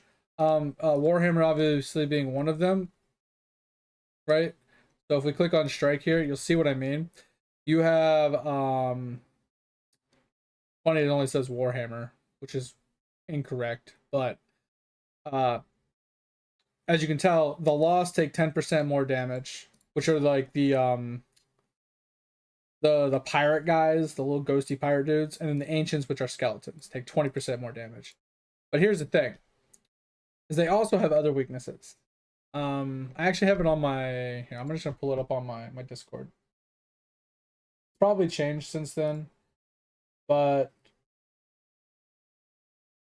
it's right here. This is the old one, right? So Angry Earth is 20% damage increase to slash, 30% to fire. So Fire Staff is technically the best in slot you can do here against Angry Earth, or a slash weapon that has slash damage converted to fire. That way you get like close to like a 25% damage increase, right? Corrupted is thrust or nature.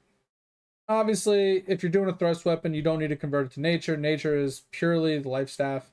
So I wouldn't worry about converting here, just the thrust weapon. So that would be a rapier, a bow, a spear, heavy attacks with sword and shield, strike damage, once again, ancients or lost. Ancients right here would be warhammer, possibly a flail, or there is a fire staff. I can't remember what it's called, like an inferno or something. It's an artifact that is actually 99% converted fire to strike damage. So that works here. And then for this one, since they're only 10% strike, it's kind of meh. But there is an artifact hammer called Mjolnir that does 99% converted strike damage to lightning damage. Sorry, I was thinking about that for the ancients. Sorry. So Mjolnir would be the best bet here because you use the lightning damage. For the nature one, this one, it's literally hammer with a strike damage converted to nature, so it's more like a 20% damage increase. It's kind of meh. Or you run ice staff with a conversion or something like that. But you use this to kind of gauge what weapons you use against what, right? So typically you need a slash weapon, you need a thrust weapon, and a strike weapon, right? So you need one of each of these. Unless you're a healer, then you just straight up nature and it doesn't really matter. And then the occasional possible fire staff user. And like I said, Mjolnir for this kind of stuff. Like it kind of hodgepodge back and forth, right? So that's kind of like where you judge some of the stuff off. So you find the weapons that fit those three categories that you like. So when it comes to slash damage, you got sword and shield, which I honestly is my favorite. I like the attacks per second, the animation, the skills of the masteries and stuff. I love sword and shield personally. Hatchet is also slash from my recollection. Great axe, I fucking despise, but it's there. Great sword, second best in my opinion. Really good weapon. But that's all the slash weapons, right? So you got to find one or two of those that you like, and every time you're up against Angry Earth, you use your slash weapons, right? Or you switch to fire staff. Now, if you want to do fire staff, more than welcome to go fire staff, right?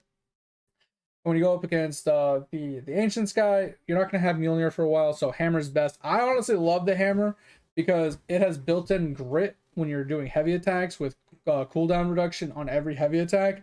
You basically just heavy attack spam and just spam your abilities. Heavy attack spam your abilities. Super chill, super fun, relatively tanky. It's a really good ability or weapon to use, especially solo. So when it comes to solo, it's playstyle and personal preference, but I will say typically you want a close range weapon with a long range weapon.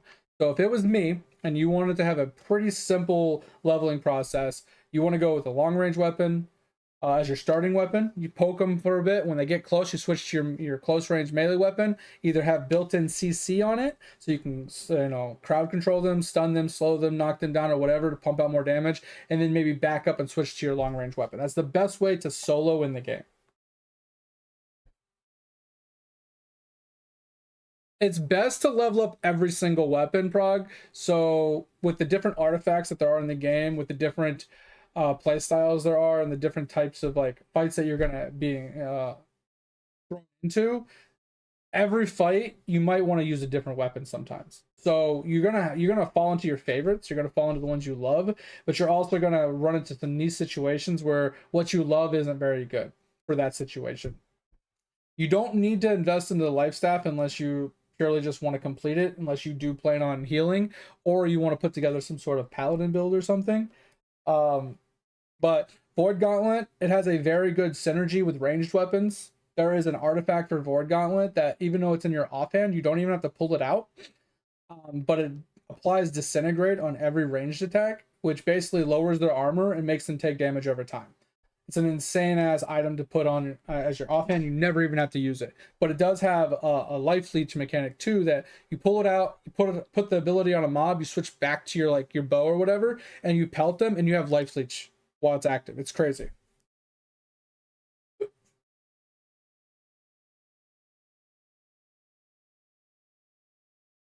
Yes and no, Prague. We can talk more about the weapons later if you want. But when it comes to gear, there's obviously three armor styles. There's heavy, medium, and light. Each one of them has their own pros and cons. I don't know if I have a sheet for that. I don't. But basically, heavy has more defenses, so you take less damage, but you can't dodge roll as far. You can't dodge as far. So your dodge animation is shorter, it's smaller. You can't iframe as much. You can't make as much distance with heavy armor, but it's more tanky, right? You don't take as much damage when you do get hit. And like I said, majority of this game is honestly dodging. Majority of this, like I would say 95% of the survivability in this entire game is dodging. Unless you're a tank, then it's about blocking. But blocking kind of is the same thing as dodging, but it's just a different form of doing it. So dodging is your literal go-to way to not die in the game. So when you're as melee, it's nice to be heavy because you're in the thick of things. You're going to be getting hit. You can't dodge out of everything. You can't avoid taking damage. You are going to take damage. But you lower your damage when you're in heavy. So you do less damage in heavy, but you take less damage. Medium is the middle ground. You take a little bit more damage, but you do a little bit more damage, right? So it's like, take it into consideration. Let's just use these numbers. Heavy armor, you take 20% less damage, but you deal 20% less damage. Medium is you take 10% less damage, but you deal 10%, damage, right? It's a little bit better. And then light armor would be the base, right? Where you take the most damage, but you deal like the 100% damage, right? So light armor would be you take 100% damage, but you deal 100% damage. And then medium armor would be you take 90% damage, but you deal 90% damage. And then heavy armor would be you take 80% damage, but you deal 80% damage. So it's kind of a personal preference. A lot of melee users will run heavy or medium armor early, but at the end of the game, it's all about as much damage as you can do. So almost everybody runs light armor. It's about getting as much if you're a DPS, it's about the bigger numbers. Everything revolves around bigger numbers, faster clears, faster kills. Kill things before you die is the mentality here, right? Now, raids are a little different. I'm not even going to go into that. But for majority of the game, it's bigger numbers means bigger PP. So almost everybody runs light armor, but there's a hodgepodge mixture you can do sometimes. As long as your armor is in the light category, because there's a certain amount of weight you can carry that keeps you in the light section. I'll show you that when we get into the game here in like 10 minutes. As long as you stay under that threshold, you can have a combination of medium and light armor, or one heavy piece with a cut with the rest light armor. Doesn't really matter the combination, as long as your weight value is under the light and you have the light dodge roll mechanic / the increasement in damage dealing. Doesn't matter what the combination of your gear is, as long as you're in that light category. But most people run light, and it can be harder for leveling purposes, especially solo, because you do take so much more damage in light gear. But also, once again, depending on the weapon sets and the way you have it set up, you can kite and or CC your way to victory in almost every situation, taking advantage of your dodge roll mechanic, because the light dodge roll is so far and has such a long duration. Like, you roll so far away, you can avoid most damage. You dodge roll and you backpedal to cause more distance, wait for your energy to come back so you can get another dodge roll while you're pelting from damage from range, right? You got to be careful about animation locks and animation canceling and stuff, because sometimes when you hit him, when you go to use an ability to hit something and he's going to hit you at the same time, you can't dodge roll to avoid it because you're in an animation. So you do get animation locked quite often in the game. It's one of the things that I really despise about it. because you can't cancel most of the animations. But yeah, so when it comes down to the weapons, the best thing I could say is try all of them. And what I mean by try all of them, I don't mean just put them on and auto attack with them and kill things with it. I mean literally put it on and try every single skill on the tree. There's 6 skills, and then some of them have like ultimates at the bottom that change up the way that the skills played, and some of them have masteries in there that give bonuses and perks to make the skill feel better. For example, but not limited to, the Warhammer. The Warhammer itself feels really poopy, right? But if you combo the Warhammer with some of its mastery nodes, where when you're heavy attacking, you have grit, and every heavy attack reduces the cooldowns of your abilities, the weapon starts to feel good, right? Because now you just spamming heavy attack over and over, just boom, boom, boom, boom, really slow, really methodical, just holding the button down and whacking the shit out of people like you're playing whack-a-mole, right? Very slow, very tedious, but every time you land that hit, your abilities chunk in the cooldown. So now you're at a point where you're resetting those cooldowns so quickly, and then you go right into like an ability rotation. So boom, boom, boom, 3 abilities, heavy attack, heavy attack, heavy attack, boom, boom, boom, boom, more abilities, right? It's really slow, but boy, does it work. And it feels decent because you're not getting stunned all the time while you're heavy attacking, and you're getting these big damage hits because it's a two-handed heavy attack, weapon style. Like I said, it sounds terrible, and at the beginning it is, but once you get those abilities, those masteries going, it starts to feel good. And that's what I was saying. So don't write it off right at the beginning. You got to put some time into it. You got to put time into leveling them. So what I would recommend, Frog, find one weapon that you currently are enjoying and just use that for everything. Just kill everything while you're leveling. It's not a big deal. You don't have to worry about switching weapons for damage increments early on. This is more of a, when you're like 60 plus, you kind of want to start doing it. Maybe even more like 65 plus. But we're gonna leave this and just switch back over to New World because it should be coming up sometime soon, hopefully. And then we'll just chat about this. But your offhand weapons actually gain XP now. So just put a weapon in your offhand that you don't plan on using, that you don't plan on switching to, and just let it slowly level in the background while you're questing and doing stuff.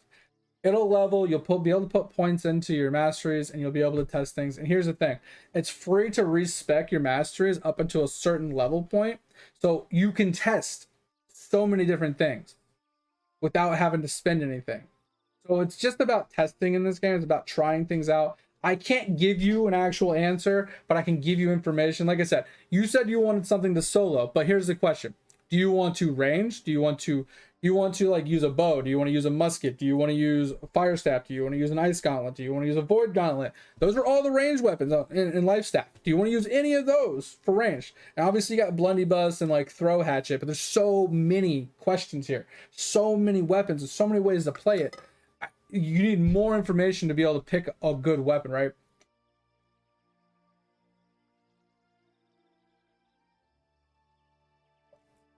No, I'm down, Prog. Like I said, don't feel like you're ever putting me out. Don't feel like it's ever like a bother or anything. I love this. This is what we're talking about right now. What we're just ranting. This is what I love to do. You can ask any one of our viewers that sit here and lurk. I just rant for hours about a subject that gets brought up, and we will sit here and talk about it for hours, and I will not care. I love teaching. Next stream is tomorrow, mate. Oh, yeah. Till tonight. Thursday night.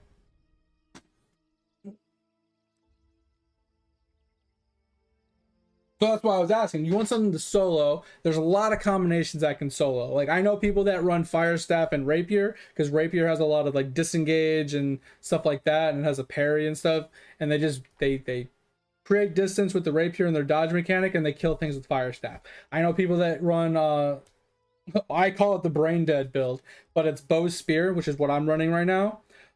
Use the bow to pelt from distance, and then as it get close, you use the spear to skewer in to cause a rupture and a bleed. You hit them with skewer. I think it's called skewer, and it pins them to the ground, knocks them down. You dodge roll out, you pull out the bow, and you pelt them some more, and you kill them.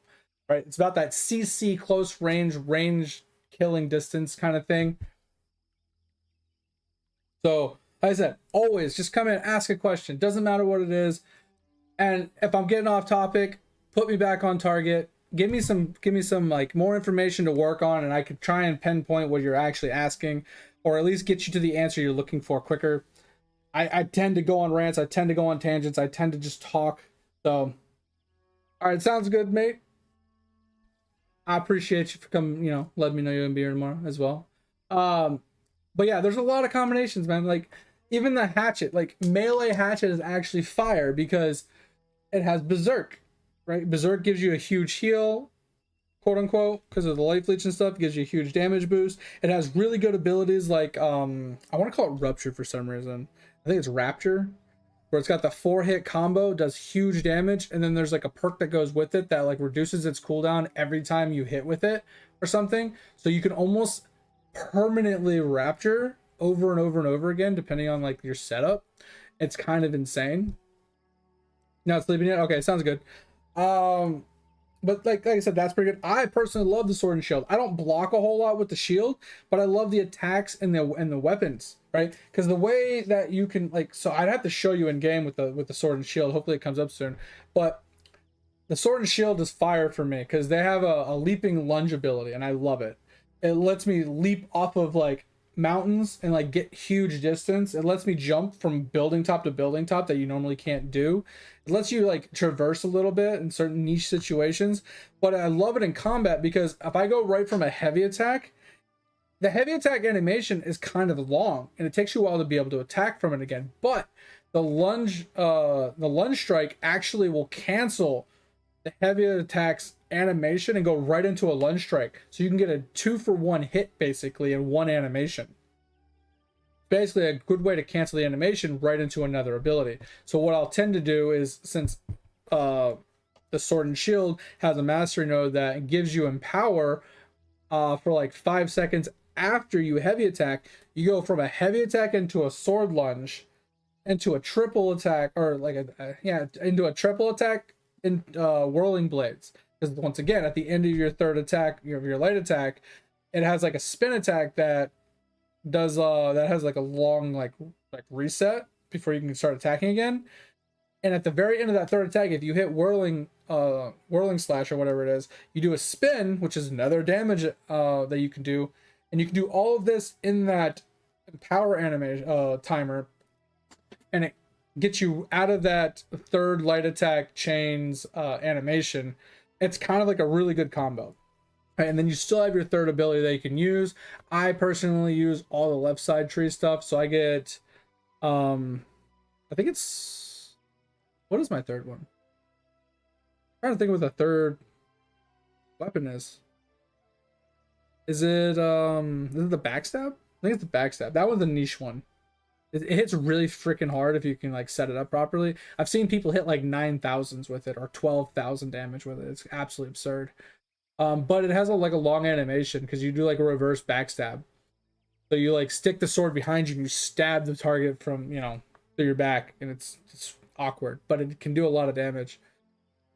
And then you combo all of that with a perk that reduces your cooldowns per light attack, and you just keep resetting your abilities. Just whack, whack, whack, whack, reset, whack, whack, whack, reset, whack, whack, whack, reset. It's actually super fun.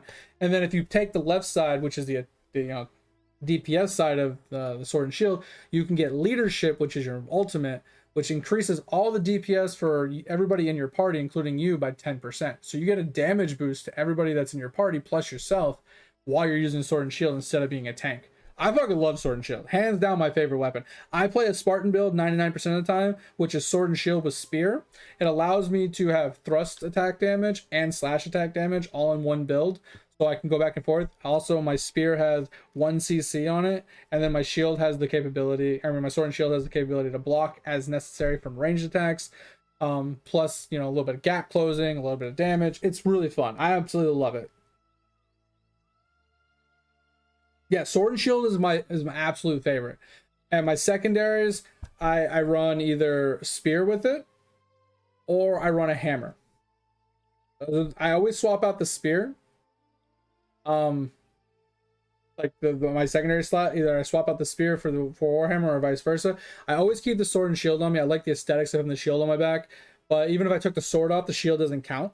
Shield just sits on my back, so it doesn't matter. I could take the sword off if I wanted.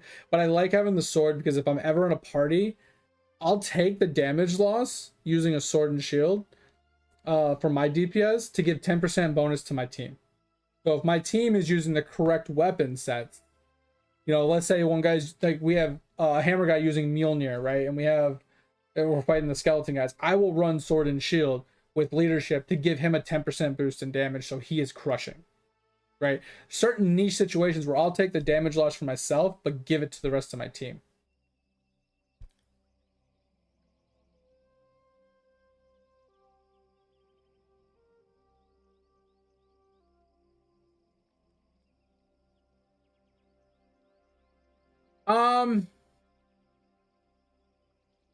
Honestly, Prague, dismantling everything as you get it. If you're not going to use it, dismantle it. The only caveat is if you want to level up that weapon, swap it on, you know what I mean, temporarily as you're leveling it, and then, you know, as you get new ones, you know, replace them and scrap them. Don't keep anything low level. Don't keep anything you're not going to use. Scrap everything else. You're going to get so many weapons. I wouldn't worry about it. The only time that you want to start holding on to weapons is when you get a little bit higher and the perks are better. When you get good perks on stuff.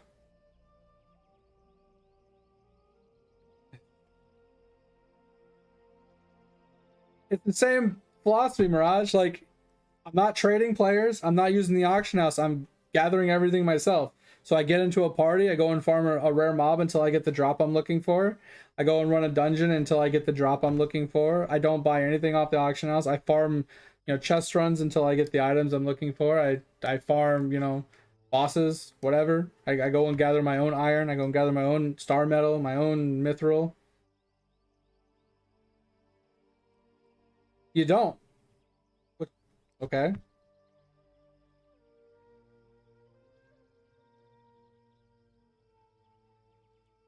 so confused. So your exact question was, what you mean with Iron Man, bro? That sentence alone gives me, like, autism. I swear. Why do you need trade post? I don't know. Maybe to buy trophy materials, right?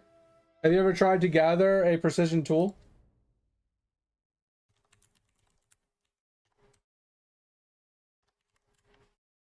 Have you ever tried to farm one of these?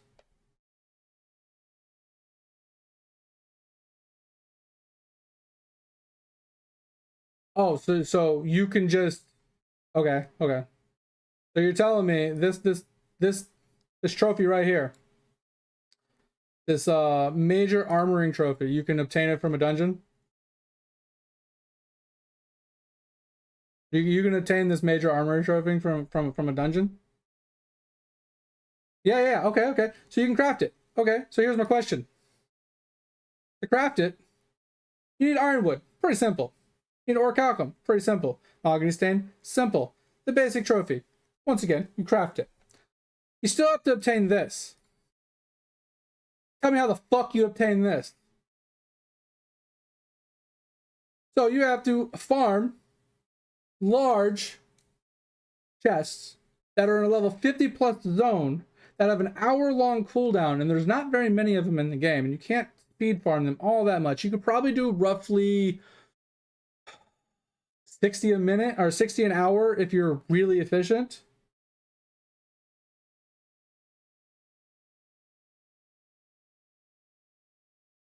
You can buy this from other players. Do you have any idea how fucking rare this item is, Mirage? I have literally farmed 1,000 hours of a leech, like large chest, 1,000 hours, easy, and I've never once seen one drop running full luck build. I've never ever seen one drop, and don't get me wrong, people get them to drop all the time. I'm unlucky, obviously, but you need 3 of these for just that one trophy.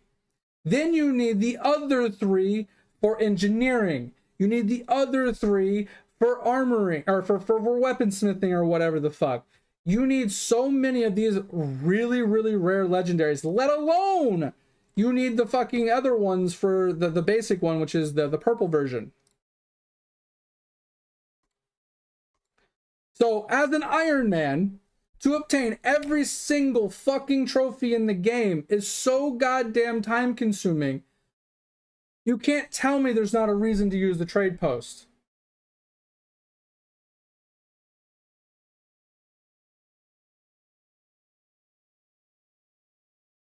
Like, what?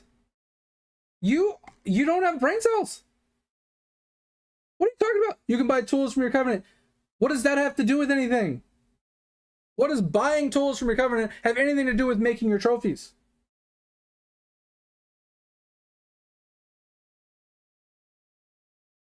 And yes, 1,100,000,000,000%, these are found on the trade post. If you do not think these are on the trade post, then you have never played this game. I'm not trying to be like confrontational here or anything, but you're starting to piss me off because you obviously don't know anything about the fucking game if you think that you can't buy these off the trade post and that they're so easy to farm. Yes, you do. Mirage, do you have any idea how hard it is to obtain them? Look at this. Okay, let's just take this one fucking chest, for example. You're going on an elite chest run, right? You get, let's say you get 60 chests an hour, right? This is all the items that can drop in this chest. It has almost 4,000 items that it can drop. So you have to roll a dice roll of what the fuck you're going to get. Obviously, it's less than this because some of them are zone specific, whatever. But basically, it boils down to you roll a dice roll. Depending on your luck, it will cut out some of the stuff. It'll make it some things more reliable, whatever.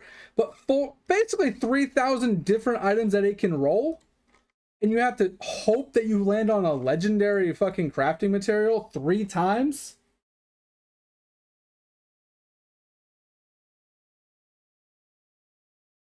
Bro, you have autism. I'm sorry, Mirage.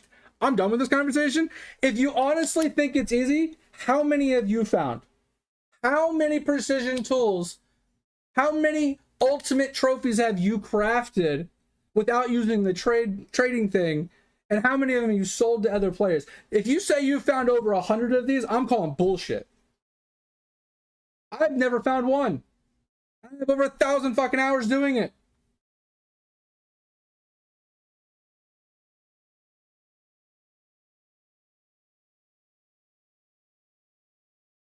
So here's the thing, Mirage. You came in here with this charged statement right off the bat, and you're basically trying to say that I'm a fucking idiot for playing Iron Man, and I'm a fucking dumbass, and I shouldn't do it because it's stupid. So I'm going to ask you a question. When you came in here, you came in intentionally trying to set me off because my name is Rage. Came in intentionally starting an argument because you wanted to hear me rage out. But here's the quirk. Here's where it goes. I'm not actually mad. I might sound like it. I do talk loud. But at the end of the day, if someone's having fun doing something, does it fucking matter what you think? Do you think in any way, shape, or form that the thoughts that you have, that you put into chat, matter at all to the other person on the other side? Do you really think that the universe revolves around what you think? Because here's the thing. I enjoyed playing this as Iron Man. So running around the world, gathering my own iron, gathering my own resources, crafting my own gear, crafting my own stuff, leveling up all my professions on my own without relying on other players feeding me like gear, loot, or resources, to feel that sense of accomplishment when I reach the max, level of my profession, or I've crafted, my mining set, or let's say I finally craft me my 700 gear score, bags or a weapon or something, right? When I finally do that and I'm happy with myself, does it fucking matter what you think? Do you think I give a shit what you think? I had more fun doing that than you did coming in here talking shit like an idiot.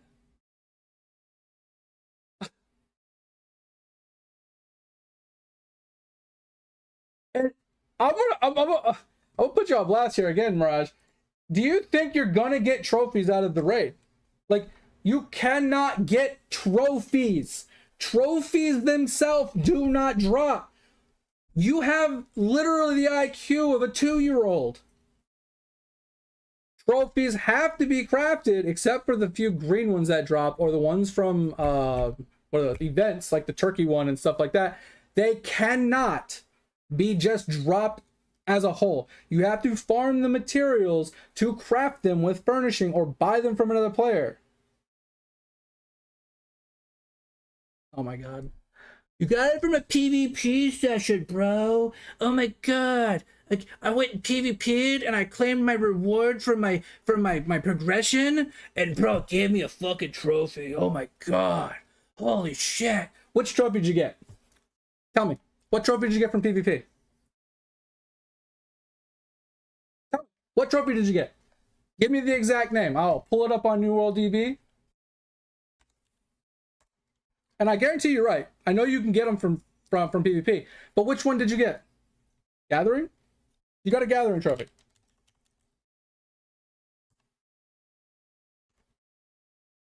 Which one?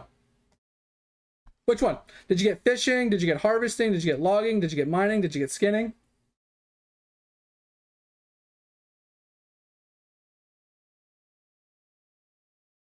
Which one did you get?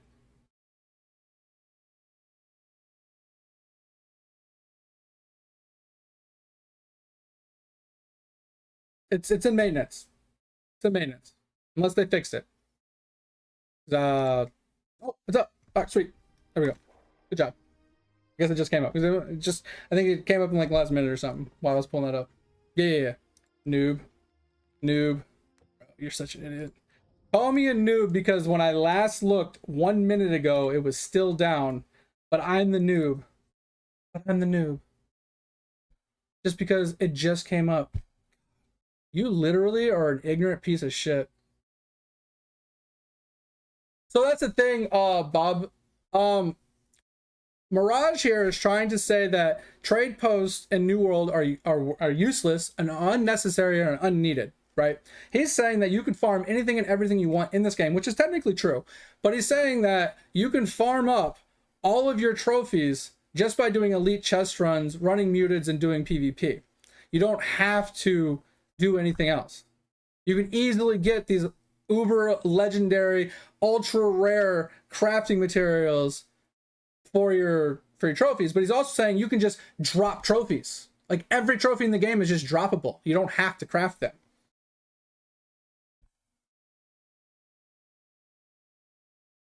You eat me a New World plus RuneScape? Hey, go right ahead, man. If you want to be better than me, go ahead and be better than me. But here's the rub as well, Raj. You might be better than me at video games, but you'll never be better than me at life. A piece of shit person will always be a piece of shit person.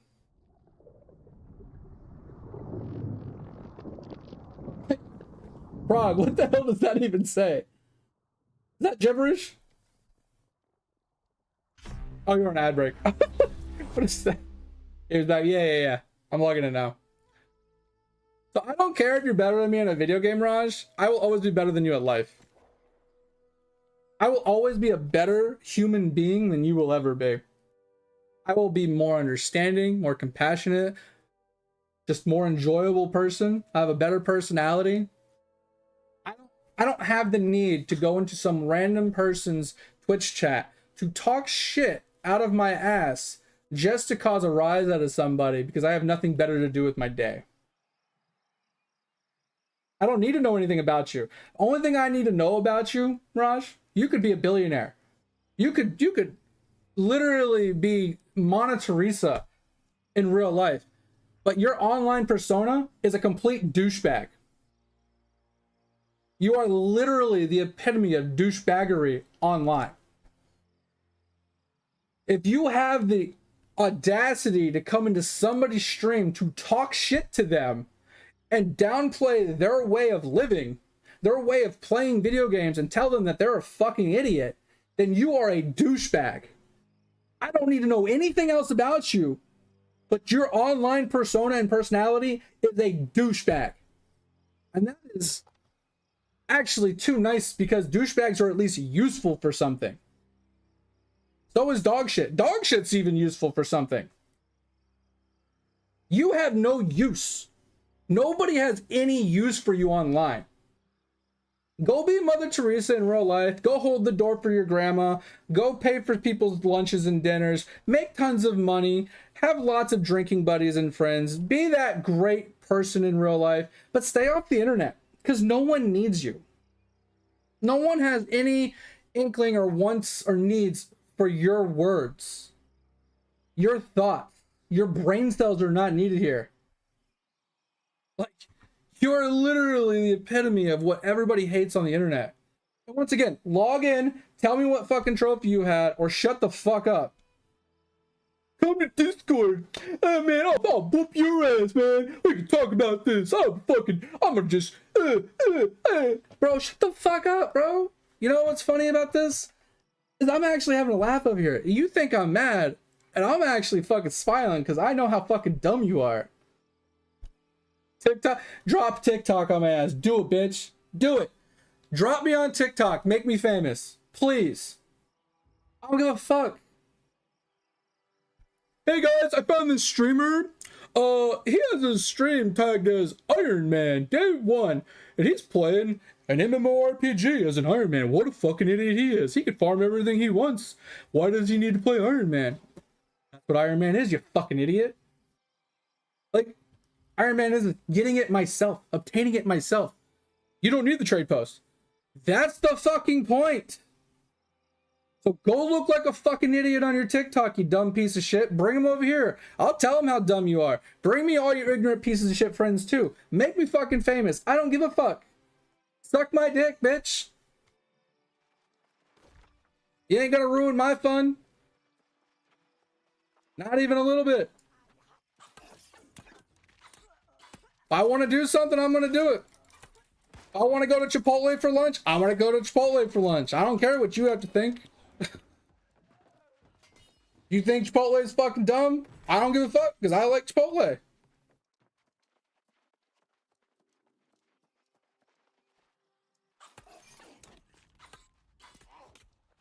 But once again, hey, dumb shit. What's that trophy you got? Because I'm going to tell you right now, gathering trophies aren't hard to get. I have never once talked about gathering trophies. I've been talking about crafting trophies this whole time. I've been talking about precision armoring tools, precision engineer tools. I'm talking about these precision tools that you can only obtain via large chests in level 50 plus zones. And you're over here talking about, well, I got a gathering trophy from doing PvP. You're a fucking idiot because you obviously don't know what you're talking about because you can obviously get trophies to drop. Hey, dumb shit. That trophy doesn't matter. It gives you luck. And those are farmable from mobs. Like the materials to make it are farmable from mobs. It takes you like 10 minutes to fucking farm. But you cannot drop an actual crafting trophy in this game. Or should I say high tier crafting trophy. You cannot drop the purples and you cannot drop the legendary trophies in this game. You have to craft them. They are craftable onlys. And you're going to sit here and say, I'm talking out my ass. I don't know shit. I'm an idiot. You can just farm it. Just do elite chest runs. Oh, bitch. Elite chest runs. You can only do so many chests a day. They have a 24-hour cooldown. You can only do so many of those runs an hour. Like, so many of those chests an hour. You can only do so many large chests an hour because they respawn every hour. Large chests. Yeah, Kaz, let's go. Big booties. Let's go. I'm making a video to answer me? All right, cool. Because it's not like I'm going to watch it or anything. It's not like what you have to say has any bearing on what I'm saying. Go ahead and make a TikTok, bro. It's not going to read it. No, it's over. I know exactly what you're going to do. And it doesn't bother me in any way, shape, or form. At the end of the day, this guy's just a fucking moron that wants to literally just cause drama and talk shit on the internet because he has nothing better to do with his life. And, you know, he's just a sad human being. He needs interaction. I'm giving him interaction. He needs someone to talk to. He has no friends. So since he probably has a hard life in real life, I'm giving him what he wants in the online world, you know? giving him some interaction. I'm giving him some human conversation, you know, making him feel better about himself, right? He's gonna go make a TikTok talking about how he's a fucking idiot, and I'm not gonna watch it because I don't give a shit. And yeah, that's basically it. I don't really care. This guy has got no water off my bag, man. He can fucking suck it. Coming into my chat, trying to bully me into submission on what he thinks is the right thing to do. Never gonna work, bro.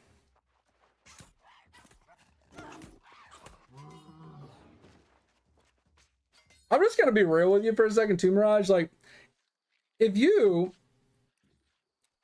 want to have a conversation with somebody about something, you want to kind of understand why they're doing what they're doing, if you want to try to convince them whether what they're doing is wrong or whatever, you know, you want to try and set them on the right path, there's a right way to do stuff like that. You know, there's a tactful way to have a conversation.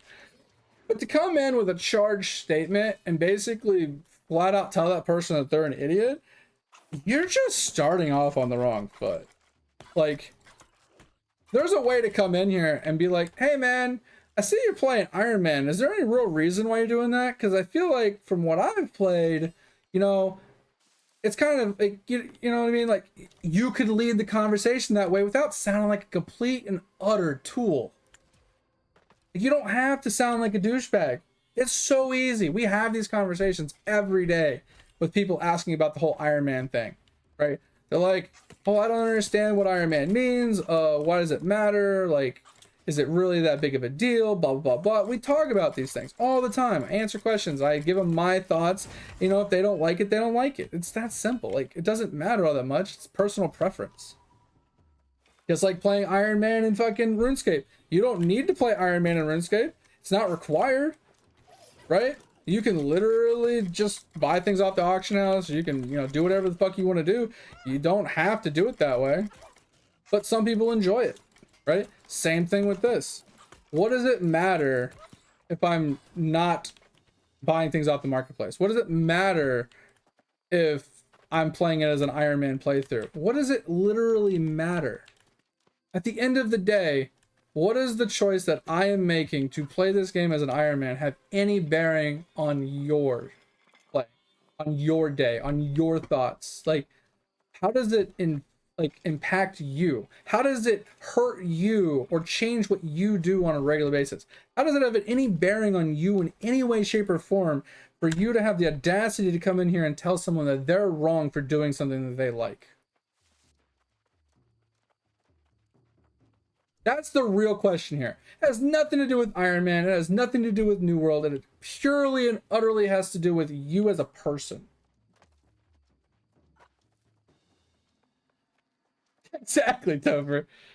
I'm obviously streaming wrong, too. I'm obviously streaming wrong.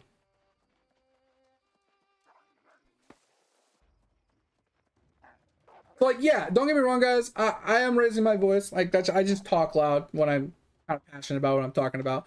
I'm not really mad, so don't take it as me being mad or frustrated or angry with this person. I'm purely and utterly actually curious on the mindset behind someone like this, of how they can honestly feel like someone else's like interaction in a game has any bearing on what they do. If like does he go into those World of Warcraft, you know, streams where they're doing challenge modes where they can only craft gear and they can't obtain gear from quests or anything like that, and they're playing hardcore? Does he go in there and tell them, hey bro, you know you can do this, you know, blah blah blah, you know you're an idiot, right? Like,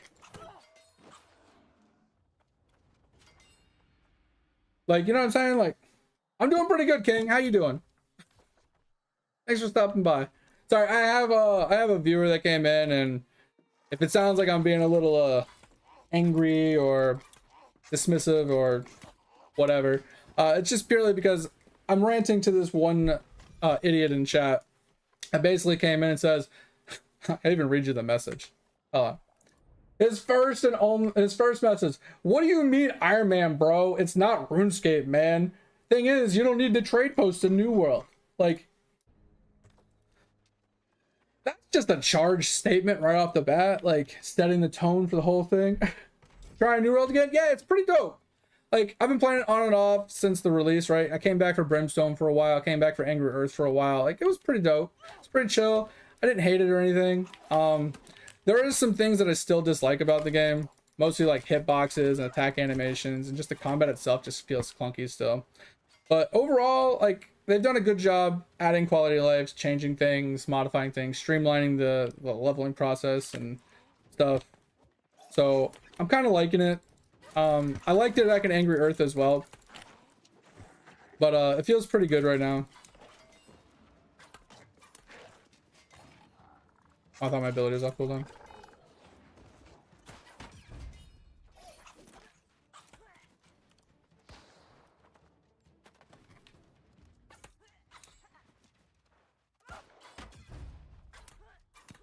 But anyway, he's like, bro, message me on Discord. We'll talk this out. I'm gonna make a TikTok on your ass. Blah blah. It's like, bro, you think you're some big hotshot or some big badass person or something? Like, bro, it's the fucking internet.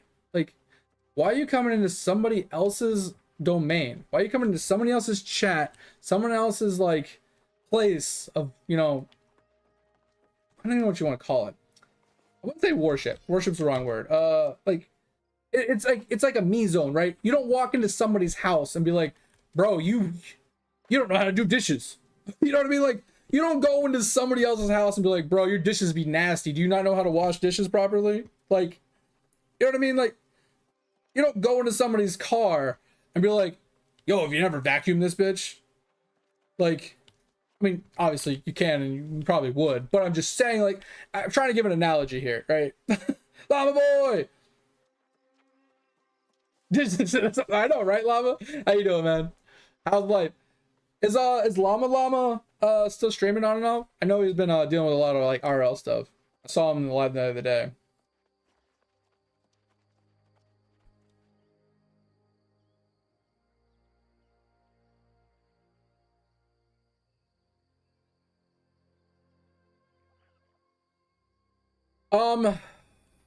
That as a two-part answer kind of, King.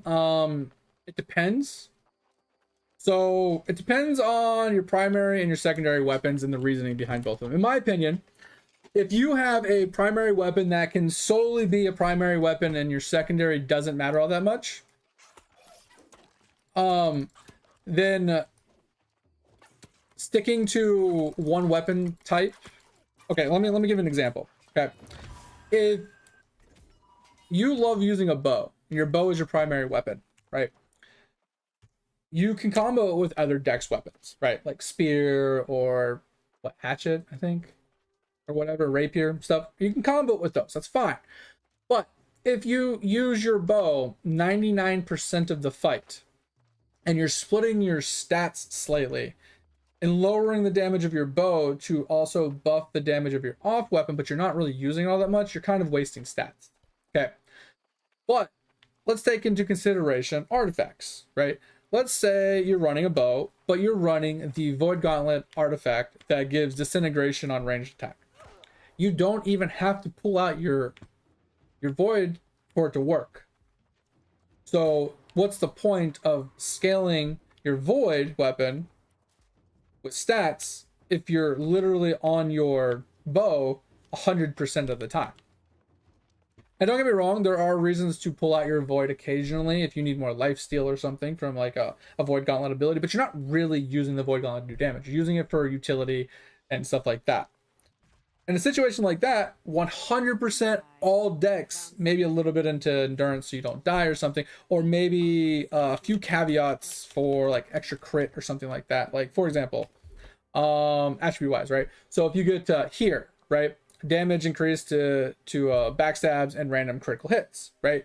So you could go to like 25 here and int instead of like a little extra in dex, because once you get to a certain point, like let's say you get to 350 and you have more points, you could put a few points into like int. You could put a little points into ability cooldown for focus, right? You could focus on something like this, maybe light attack increasements if you're light attacking a lot, which you probably aren't if you're using a bow.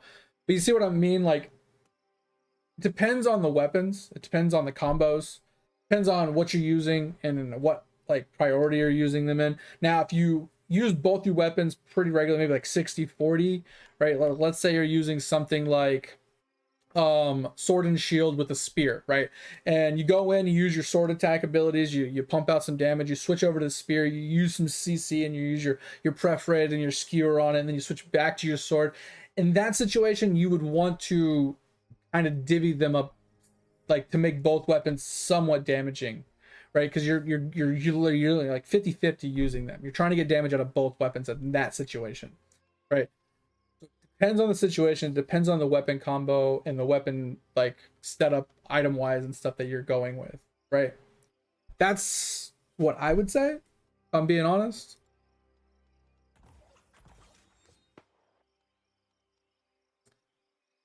Oh, let's go. See, neither one of these I actually like. But we'll go with this just because this can dash forward. So maybe take advantage of that. All right. So we got our sweep. I would like to get down to here and then we'll just head down. My favorite weapon of all time is sword and shield leadership. So I run all of these. This is my favorite weapon of all time. I don't run it as a tank, I run it as an offense. Because leadership gives 10% damage to everybody in my party. So it's basically like a utility damage buff for my whole group. Hold on, I gotta go grab a dog. Give me a second. All right, man, I appreciate you. I'll see you tomorrow. Thank you. I'll be right back in 2 minutes, guys. Give me a second.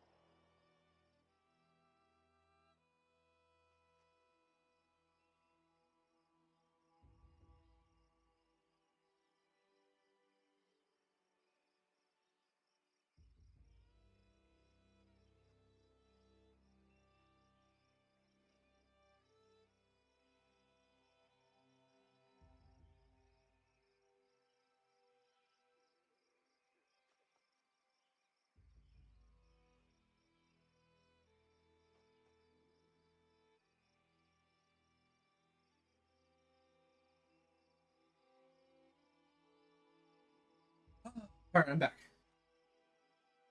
So yeah, I would say sword and shield is my absolute favorite. And then I change my weapons depending on what I'm fighting as well, King. So if I'm fighting ancients, I'll switch to a hammer. If I'm fighting whatever those ghosty guys are that I was just fighting, the Lost or whatever, I'll switch to a hammer.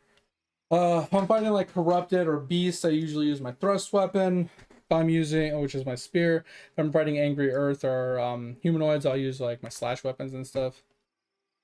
I don't know if there's new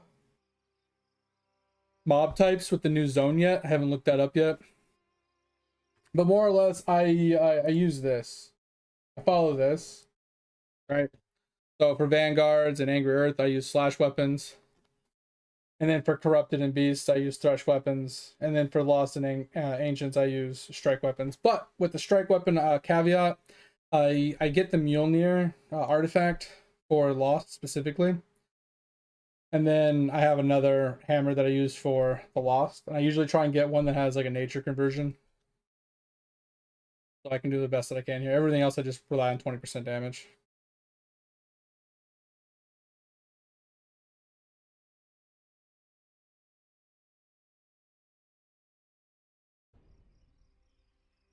Musket? So the way I look at musket is you're trying to stay at range at all times. So when it comes to something getting close range for a second weapon, you either you run Void Gauntlet. Let me pull it up really quick.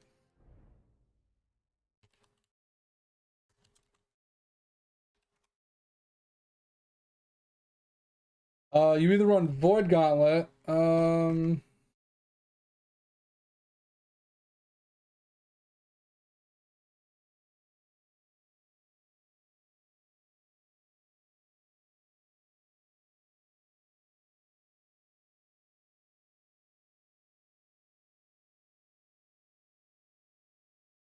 This thing. You either run this because it has the infection. This thing right here. Outgoing dots increased by blah blah blah. Hitting a target inflicted with a dot will extend the duration. Blah blah blah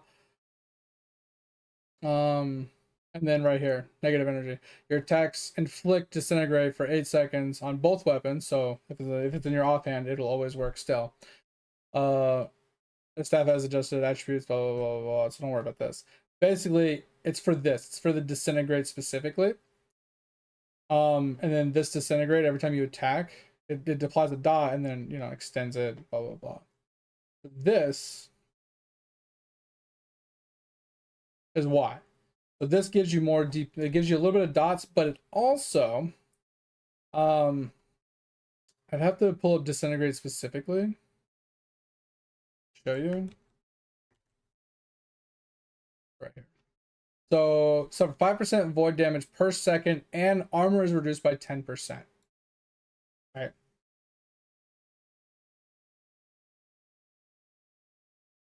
I don't know what you mean, Prog. I'd have to look. What's the item you're looking for? I can Google it on here and then tell you. So you either run this to increase your damage output of your musket, or you run a secondary that has CC capabilities, right? So you either run, say, so I was trying to weapons. So you can run a spear. So you can run things like sweep to knock them down. You can run a javelin. I think it has a knockdown or something. I might not. Yeah. So it has knockdown. You can also run vault kick. So you can run 3 CCs on it. Use them as necessary. Interchange it. Like maybe toss a javelin at him first. Then misses. Maybe hit him with a kick. If that doesn't work, hit him with the fucking sweep. Roll away, get some distance, pull out your musket, start pelting them some more. So spear's an option. You also can use sword and shield because you got shield bash, you got shield rush, right? You got leaping lunge to like dash away and stuff. It's possible. Rapier is also a really good one because they have what is it? Evade, and this, so you can like basically gain distance to get away from them. Repose to block a hit as well. This is really good. So this is an option. Basically, your secondary is designed to either A, disengage, or B, CC. That's the way I look at it. You either run a disengage / CC weapon, or you run the void for the extra damage output. Fire staff isn't a bad option either because you have the burnout, right? And then at the end of the day, you could always just swap to your flamethrower if they get too close and you can't get away from them, and you just flamethrower them to death. Or you can hit them with like things like incinerate, pillar of flame kind of stuff, kind of just trying to nuke them point blank. This is an option. Doesn't combo well with the bow because they scale off different things, so it's probably not the best option, but disengage is there. Same thing with the greatsword. You have was it charge? Yeah, you have charge right here that you can use. You also have gravity well, so you can throw that and try and slow them down. And then you have like execute that you can switch to and try and smack them in the face if they're low on HP. Like there's options there. Warhammer also has some CC as well. You have the shockwave. You have clear out. You know, you have Path of Destiny, and you have, I think it's Mighty Gavel. Could be wrong. Or is it this one? I think it's this one maybe. One of these, yeah, this one knocks down. So you have like 4 CCs to choose from here, and the Warhammer as well. You have lots and lots and lots of options for a secondary. It just depends on what you want to use it for. If it's PvE or PvP, if you're going to be able to switch weapons, if you're not going to switch weapons.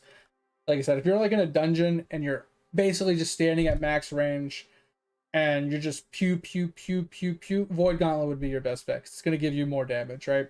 But if you're in a situation where you're constantly getting charged, you're constantly getting focused, you have either PvP players or even PvE, you're pulling aggro or whatever, you have to worry about CCing mobs or getting away, then running one of these like CC or utility disengage weapons is probably more ideal.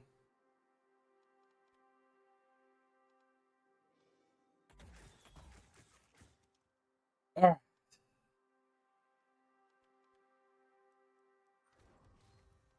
Hopefully that helped in some way, shape, or form.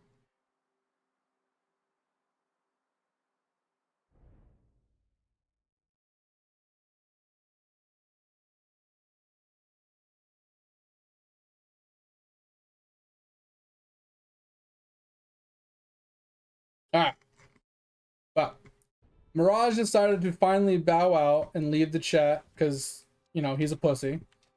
So he's now officially banned.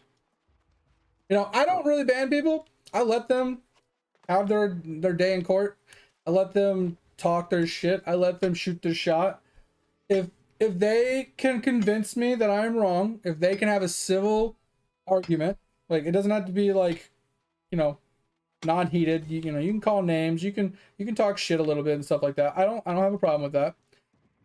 But if you can't back up what you say and you can't rebuttal and you can't actually hold an actual conversation / argument, and then you bow out and leave, like if you're gonna be a pussy, I'm just gonna ban you. I can't tell you how many times I've actually had like full-fledged, drag down, straight up screaming matches at people on this shit, and I've never banned them. And it's because they can actually hold an argument. But this motherfucker is gonna come in here and tell me I'm playing the game wrong because I'm playing Iron Man. And he's trying to tell me that you can farm all the trophies without using a trade post, and that you can just drop trophies, you don't have to craft them. He is partially correct in saying that. I'm not gonna lie, he is partially correct. And the only reason I say that is because there are some green trophies you can drop, and there are some trophies, aka like he was saying with the PvP, which I don't do. You can technically get some other trophies from events and stuff around the map, right? Whether it's PvP, whether it's doing like turkeys or whatever, you know what I mean? Like, you know, Thanksgiving or whatever. You can get some trophies doing that kind of stuff. It happens occasionally. Very rare, but it is, right? You can open up like one of the event chests and you can get really lucky. You can open up like one of your, I don't remember what it's called, but when you get this to like max level, and I want to call it paragons for some reason, but when you get those, when you open the chest, sometimes you can get some good shit out of those as well. But you're never, ever, ever, ever, ever, ever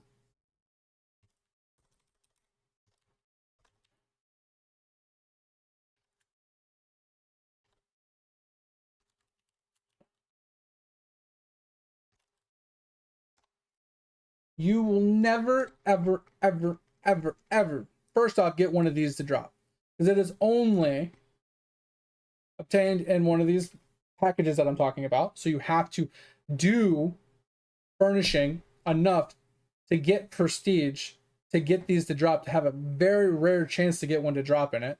This is probably more reliable than doing the other way, right? Or to get it from a chest. It's only droppable out of chests. You can look at all 39 options, but they're all chests, and they all have to be level 50 plus zones. And they have to be at large chests, unless they're like the ancient ones. But those are the tier 3s, right? Like, look, large chest, large chest, large chest, large chest, large chest, large chest, large chest, large chest. Grave offerings are kind of like large chests, but they're in a different location. Once again, grave offering, grave offering, grave offering. The grave offerings are a little different, specifically. But basically, that's all you can obtain them from. You cannot obtain this from any other source. And then it's used in crafting the armoring trophy. And this armoring trophy is only obtained from crafting, right? And here's the even crazier part about it. You actually go and look up that precision armoring tool on any server. It's normally worth 20 to 30 to 50,000 gold. And the reason for that is because it's fucking rare. And it's actually very rare to obtain. And you're going to come in here and tell me I'm an idiot and I'm stupid because I'm playing Iron Man? Bro, suck it. And like I said earlier, I kind of hit the nail on the head, I feel like, is it doesn't matter what I'm doing. It doesn't matter how I'm playing. It doesn't matter how you feel about it. As long as the person is having fun doing what they're doing, you have no right to tell them that they're wrong. That is the end all be all to the conversation. You do not come into somebody else's area. You do not come into somebody else's house and tell them that they're dumb because what they like to do is wrong. Right? Now, don't get me wrong. I guess there's caveats to that. Like, if somebody likes to murder people, I mean, you could probably tell them they're wrong. You know, probably shouldn't do that. Probably a really bad idea. But at the end of the day, they're going to do what they're going to do, right?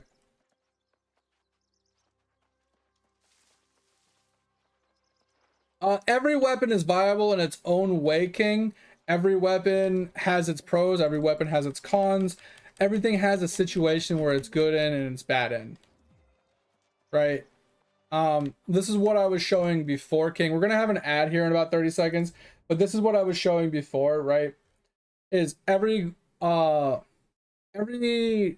type in the game has a weakness. And if you're trying to get as much damage as you can out of it to make your clears faster and more reliable, whatever, you focus on using weapons that they're weak to or elements that they're weak to increase your damage output to make things faster, more reliable, and easier. That's usually what people are forced to do when it comes to like high mutation runs and like raids and stuff like that. We're going to be in an ad. When they come back, I'll talk more about it. I don't want to like let you guys like miss out on some stuff. So what up, Topher? But anyway, yeah, like don't come into someone else's domain and tell them that they're wrong. Like I said, there are caveats to it, right? In general. But at the end of the day, like it doesn't matter if what I'm doing is inefficient. It doesn't matter what I'm doing you think is dumb. If I'm having fun doing it, unless you have a logical argument of why what I'm doing should be done differently, then shut the fuck up. Let the person have their fun. If you come into my chat and you see my title saying, oh, playing Iron Man, and you don't agree with that, you don't have to click on it. There are 1,000 other people you can go and watch play a video game. You do not have to watch me play this video game. You can watch any of the other Dick and Harrys out there, and no one's gonna care. I'm not gonna care.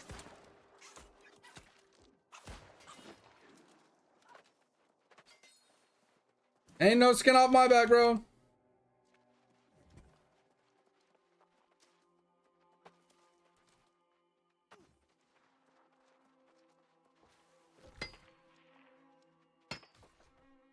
Bum, bum, bum, bum. How did that close? Weird.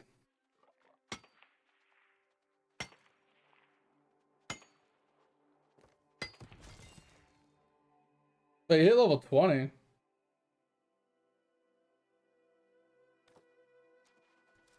Are you talking in world chat? Because I have that shit minimized. I'm not looking at that shit. That shit's fucking awful. Or did you whisper me? You whispered me. That's... I have to click on that one. Damn, okay.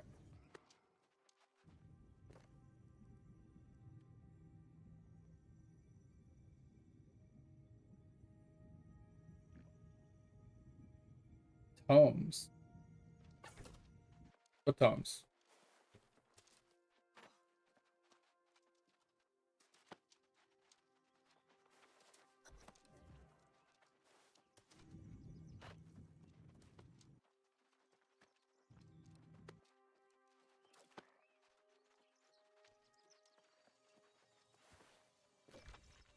Oh, you talking about back there? Yeah, I'm gonna head back that way.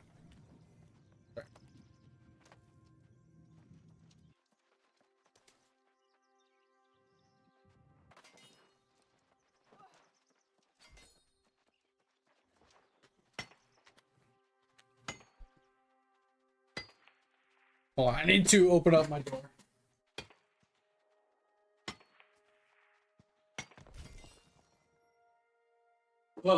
I have this thermal barrier I put on my door so my room wouldn't get so cold at all times, but now it gets really hot. So sometimes I forget I close it, and it's like, bro, it's 76 in my office now, and I'm getting hot. Rapper musket? Ugh. I'm being honest, I wouldn't play Trapper Musket. You out of an ad right now? I don't want to talk unless you're still in an ad.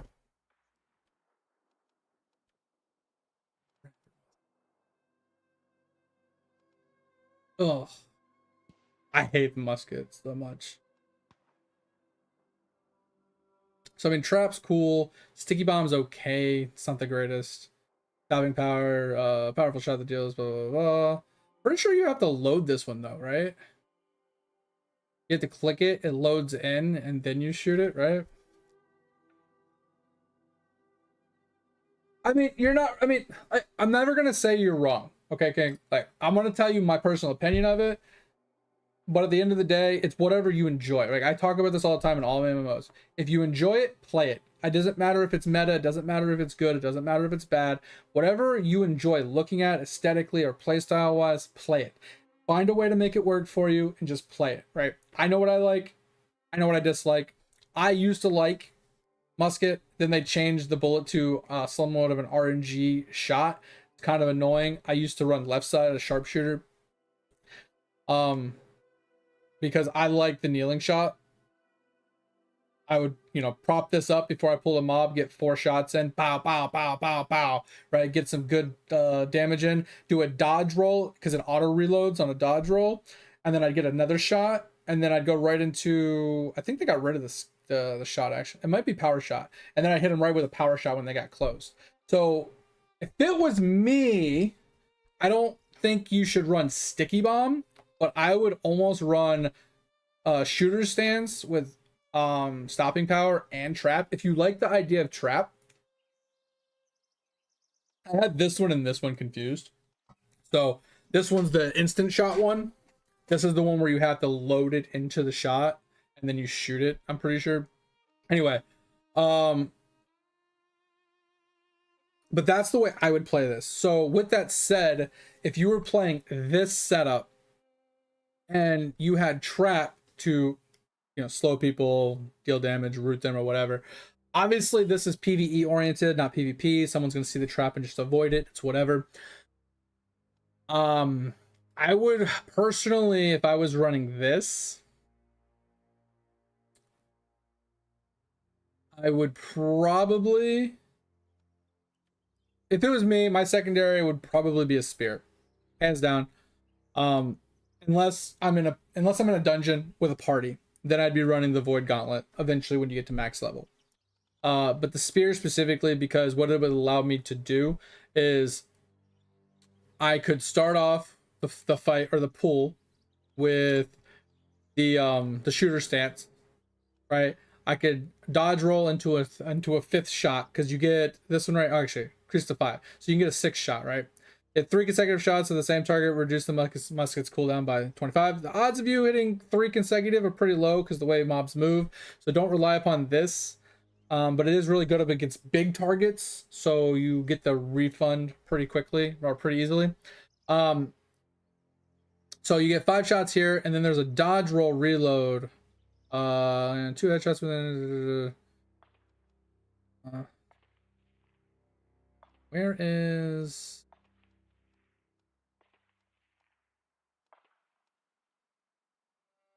I'll have to read all of these. Hold on, give me a second.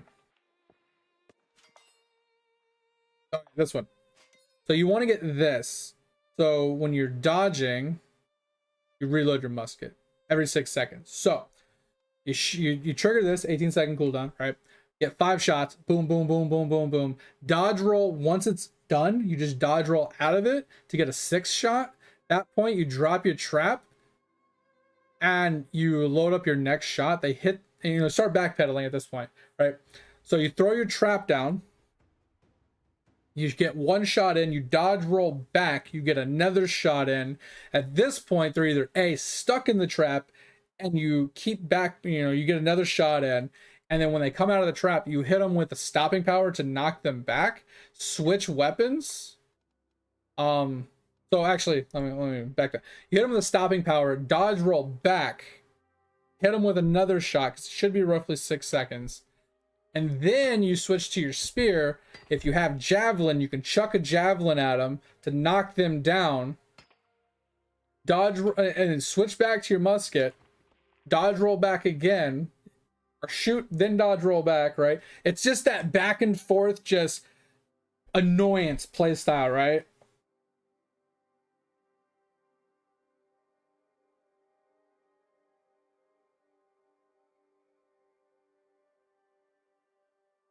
Yeah, Ice Gauntlet would be a good option. Yeah, I think Ice Gauntlet is your best. I would say Great Axe is kind of annoying as well. But Ice Gauntlet is really good for CC purposes. So you have your Ice Storm for slow. You have, I think it's, no, it's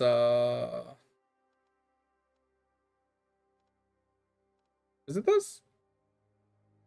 Which one puts the ice on the ground?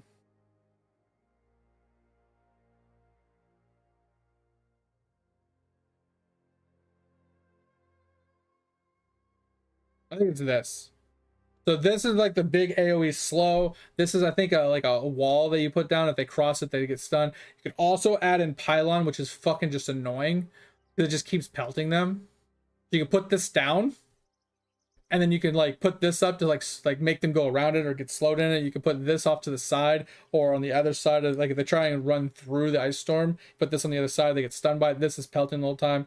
And at that time, you still have, you know, your trap, your knockback with the stopping power and whatnot. Now, if you don't want to be stationary with shooter stance, you could just get sticky bomb and toss it at them. It's whatever. That's just an annoying ass play. It wouldn't be good in my opinion, but it would be interesting for sure.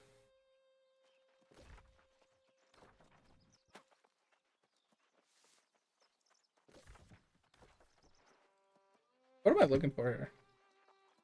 Oh yeah, I need the pumas and stuff, right? Okay.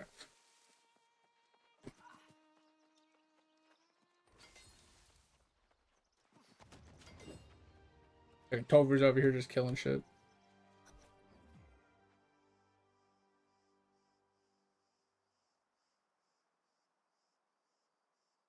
It depends on what, like I said, depends on what you're trying to use for damage. If it was me, I would go pure Dex, and then just have the Ice Gauntlet for CC purposes.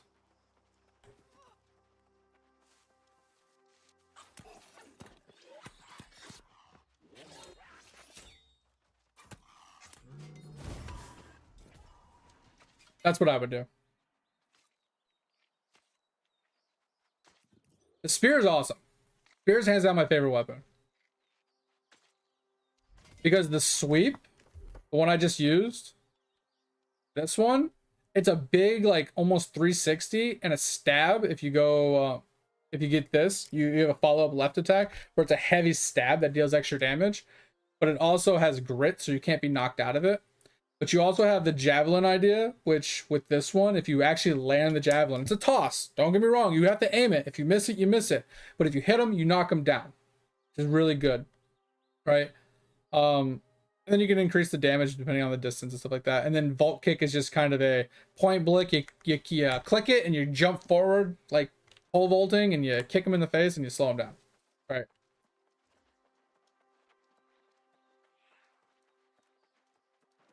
Yeah, that's what I typically run as my main primary build.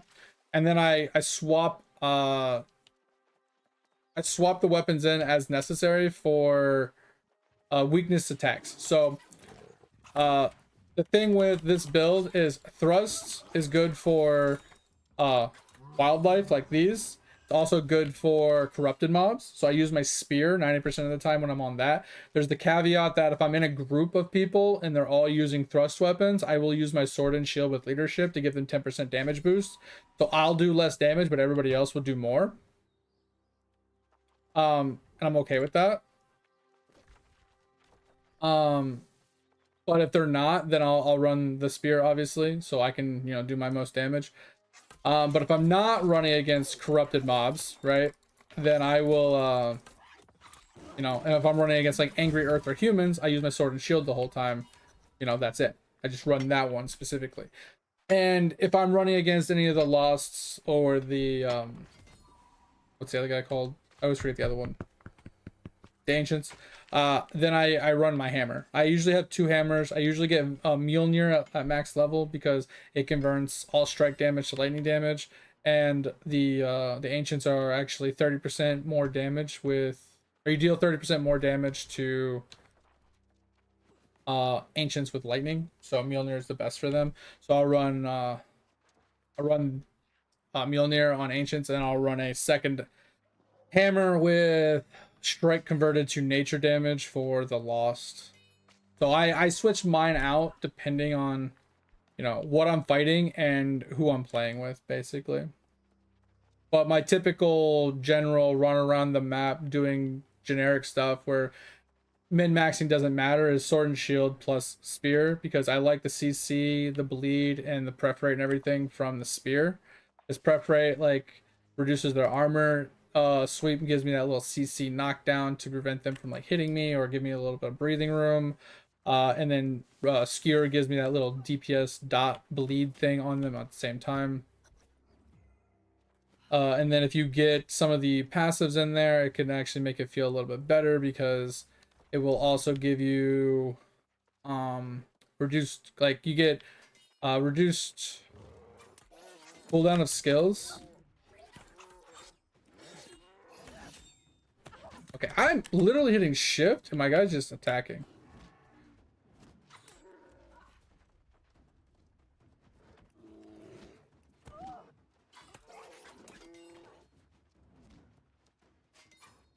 I missed.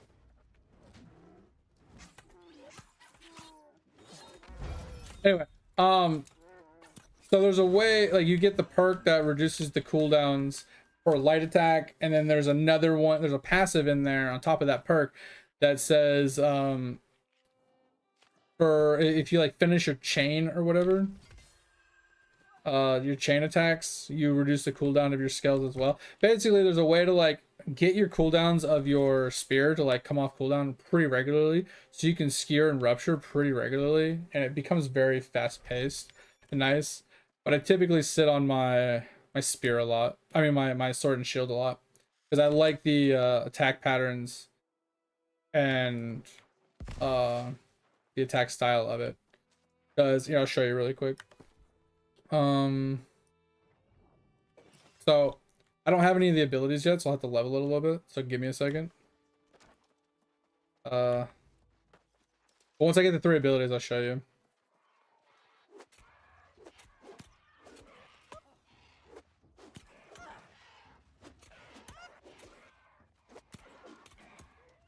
At first, it really sucks, because you don't have any abilities to combo it with. But give me a second.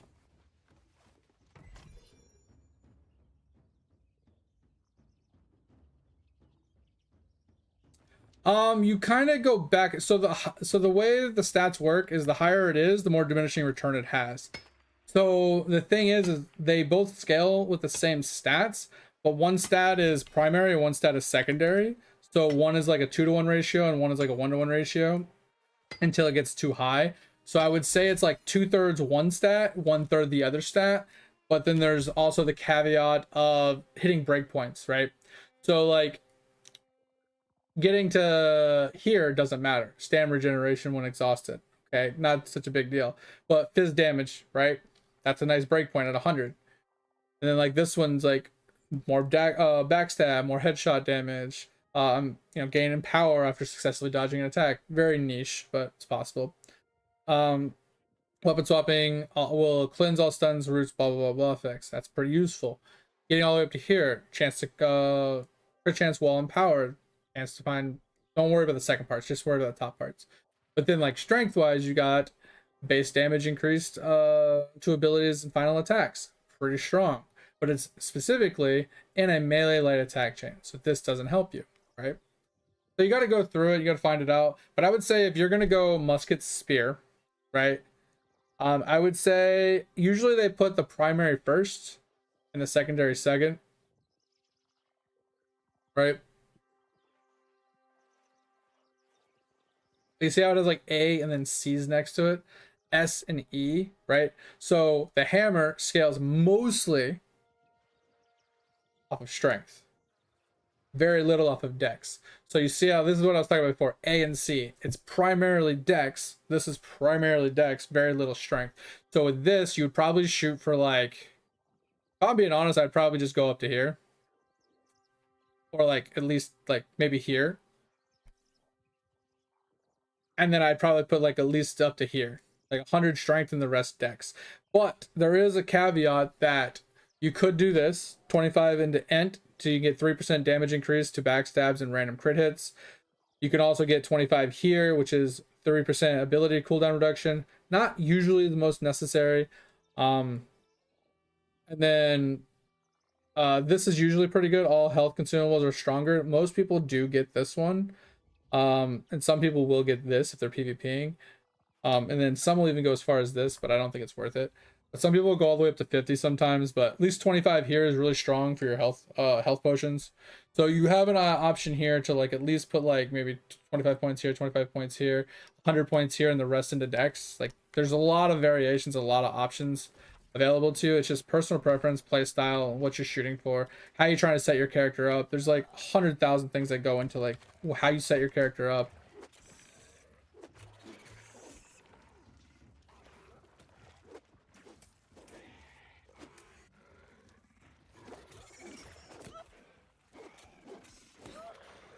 And one of the reasons why I like the sword so much is because its slashing attacks are arcing, like in an arc form. So it indirectly slashes the whole screen in front of you and arcs everything. So you can actually multi-hit a lot of mobs. Because a lot of the weapons, like the spear, only thrusts forward. So if the mob isn't directly behind the other mob or right up against it, like holding its pocket, you will only hit one mob at a time. But sword and shield swipes the whole screen, kind of like greatsword, and you can actually get a lot of arc hits.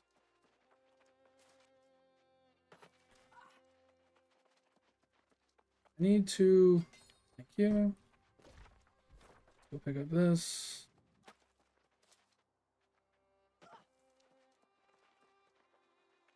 What up, Pip?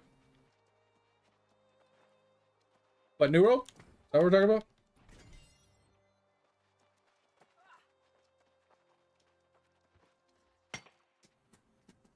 Oh man, oh man.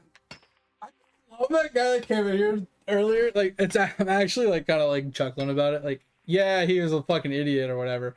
But it's like, bro, add me on Discord so we could talk this out. And I'm like, yeah, that's not happening.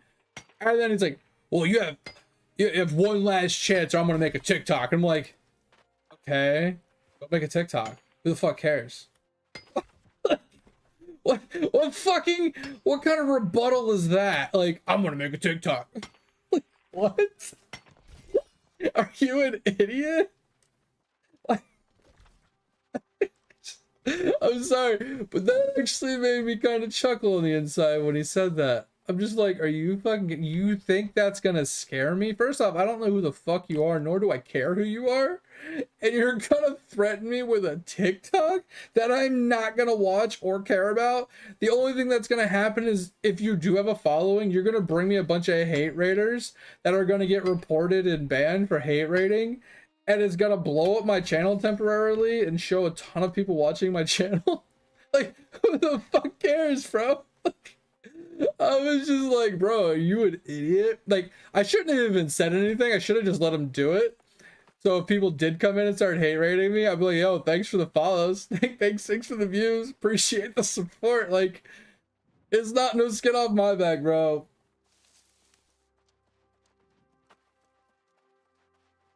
That's the thing, Prog, is like, that's why I let them talk. That's why I let them, you know, I don't just ban them right out, right?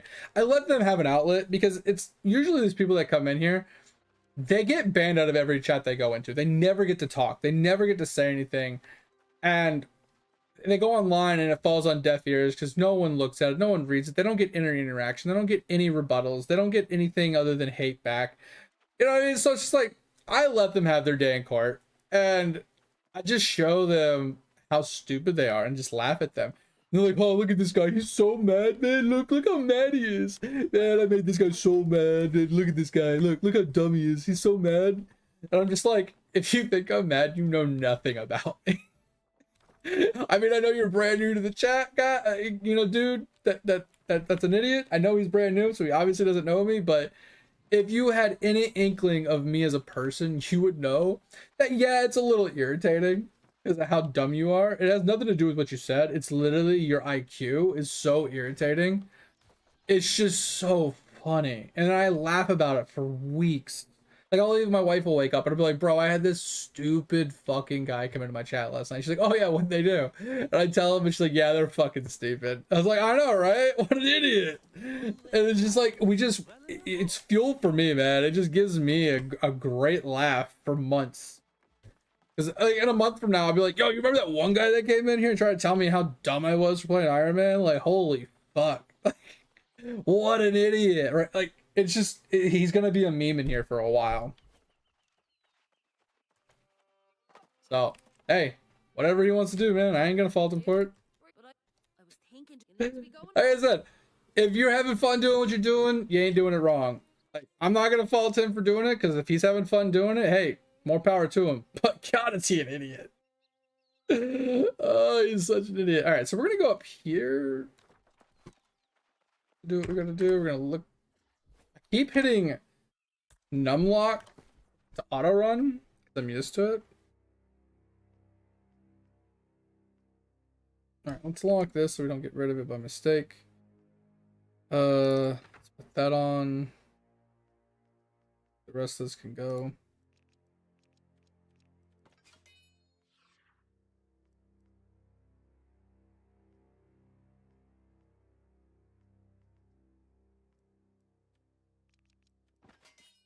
Alright.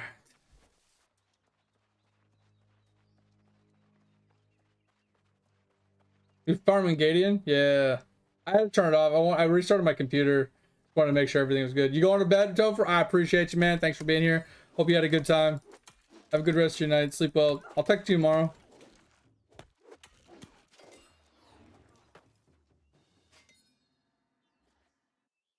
It's a mid-range strength-based yeah, shotgun basically.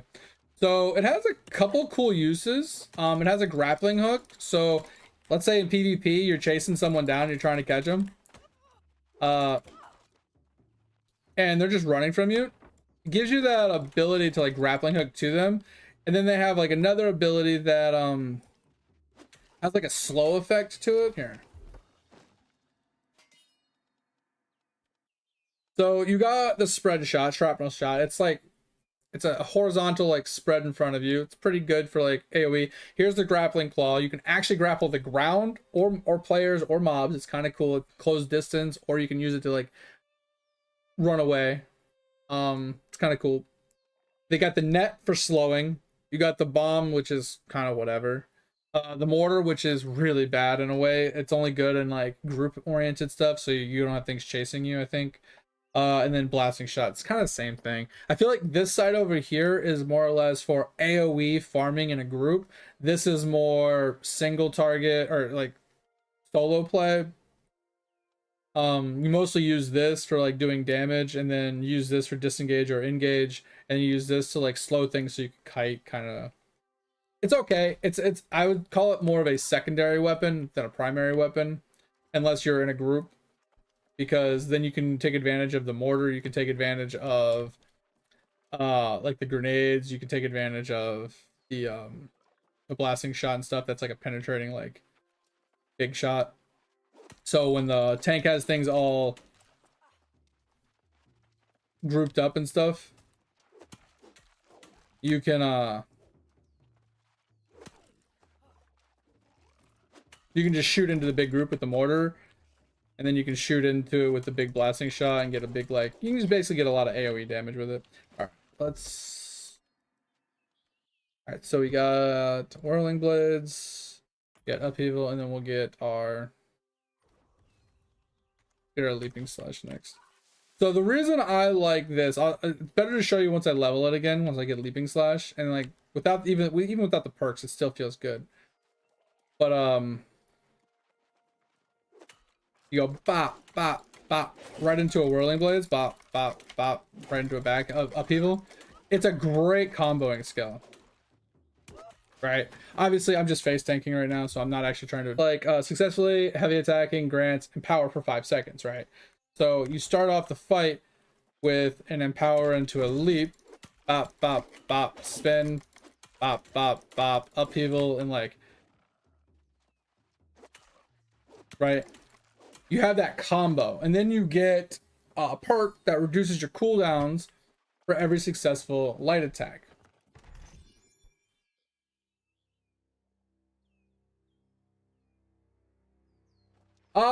Musket Blunderbuss, I wouldn't say it's weird, but it could work.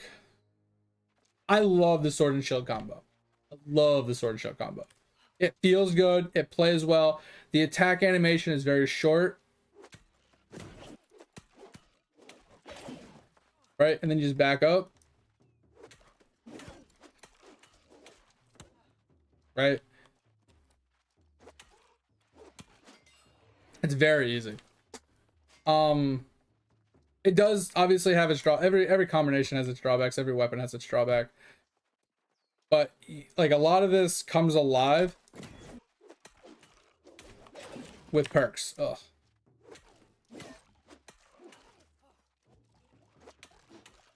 Like the perk that, like I said, reduces like cooldowns for light attacks, mastery perks on the weapon. But the reason I was gonna say that the blunderbuss musket wouldn't be bad, because the musket you would use mostly for like long range, right? So maybe start off with the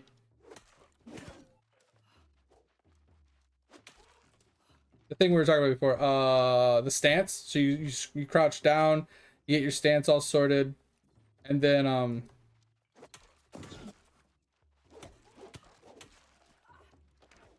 that's the wrong weapon.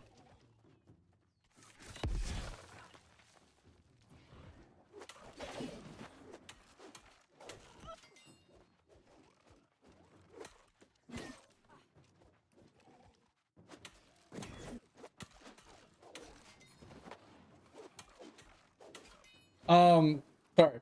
So you can start off with long range with the musket, because the musket's primarily for long range, right? As they get close, you have your knockback, you have your trap, and then you can, when they're mid range, you can switch to your blundy, and you can hit them with like the flat shot, whatever that thing's called again. You can hit them with this, right? And then you can hit them with like the net, turn around, grappling hook the ground. Possibly, I haven't done it before, but I'm pretty sure you can grapple the ground.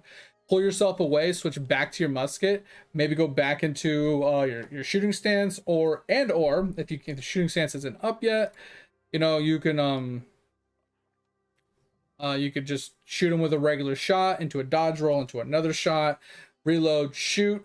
At that point, something's probably off cooldown, whether it's your trap and your power shot. If not, switch back to your blundy, rinse and repeat. Like you have options, because blundy is much better close range than the musket. The musket sucks close range.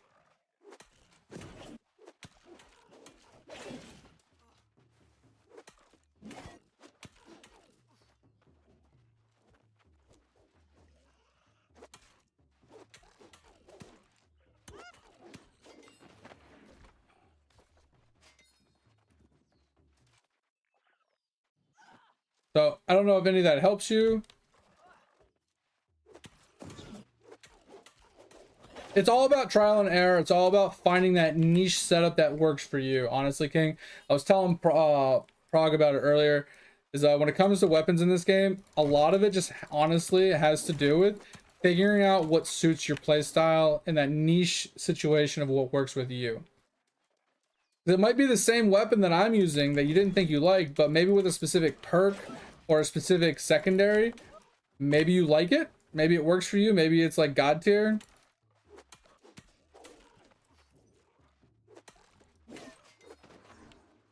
Like what about hatchet?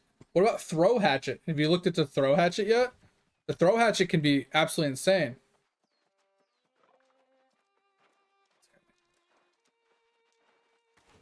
All right, so like in a situation like this,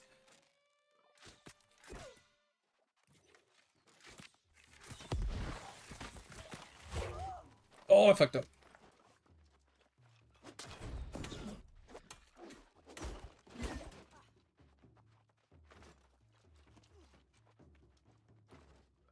Come on, bitch.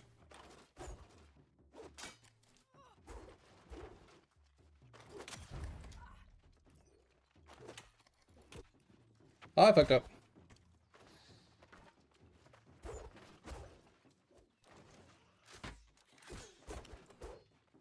This guy's annoying.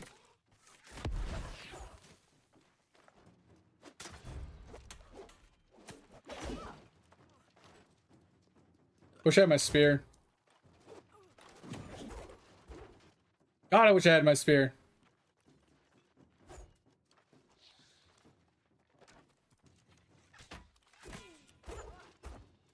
So delayed.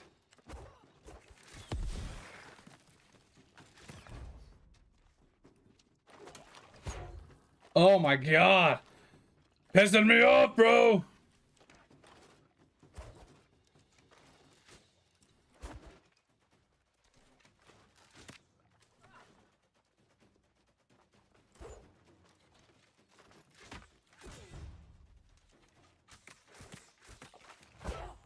God bless it. Oh, you're so annoying.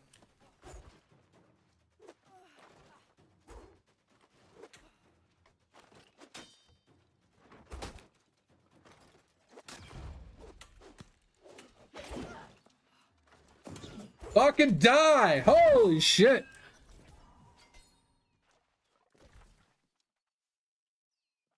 That was way harder than I thought it was gonna be.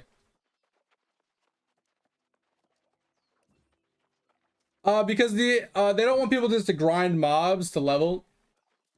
Frog. We're about to have an ad again in 40 seconds, but yeah, they don't. So what ends up happening is you can group up with people and you can go to certain zones and you can pull like 100 mobs and you can just AoE grind them down with AoE abilities and stuff. So they don't want people just to speed level, power level people by just partying them up, bringing them to a zone and just mass pulling AoE mobs and just grinding them down. So they basically give you no XP for actually killing mobs and everything comes from questing. So it forces the characters and the players to actually play through the game, the story, the zones and stuff like that.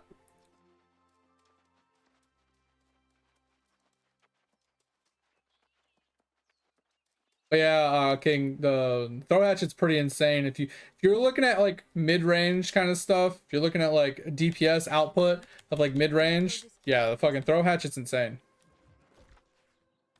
All right, so we do have our first expedition. We are gonna actually remove it for now because we don't need to run it.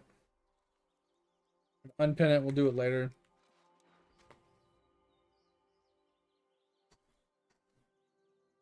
Yeah. Good old days. Yeah, so basically what ends up happening, Fip, is like people just they put on like fire staves and they put on like ice gauntlets or void gauntlets and stuff, and they just pull like 100 mobs and they just pelt an area while one person just taunts and blocks. Like there's a healing guy, he throws down a healing pool, someone stands in the middle and they just melt everything as it like runs at him.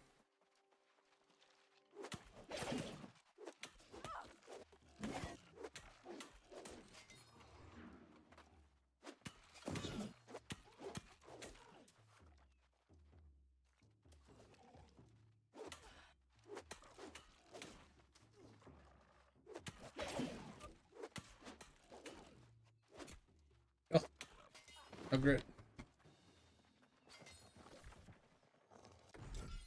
Here.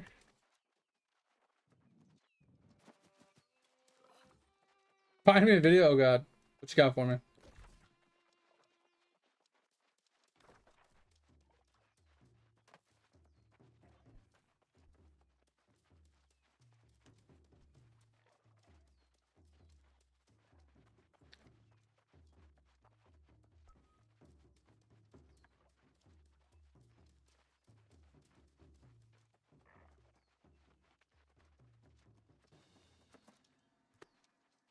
I'm gonna check something really quick.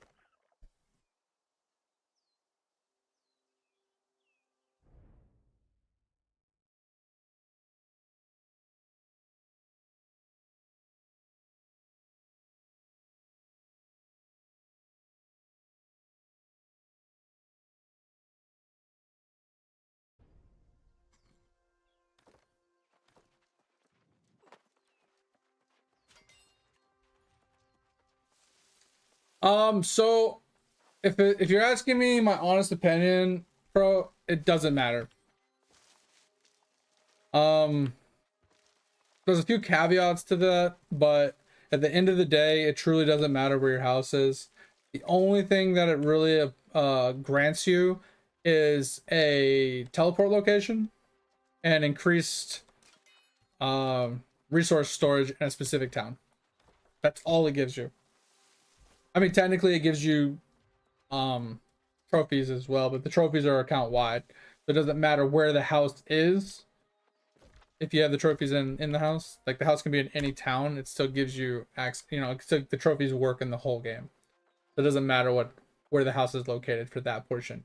The only thing the house location determines is where you can teleport to and where the increasements in the storage go to.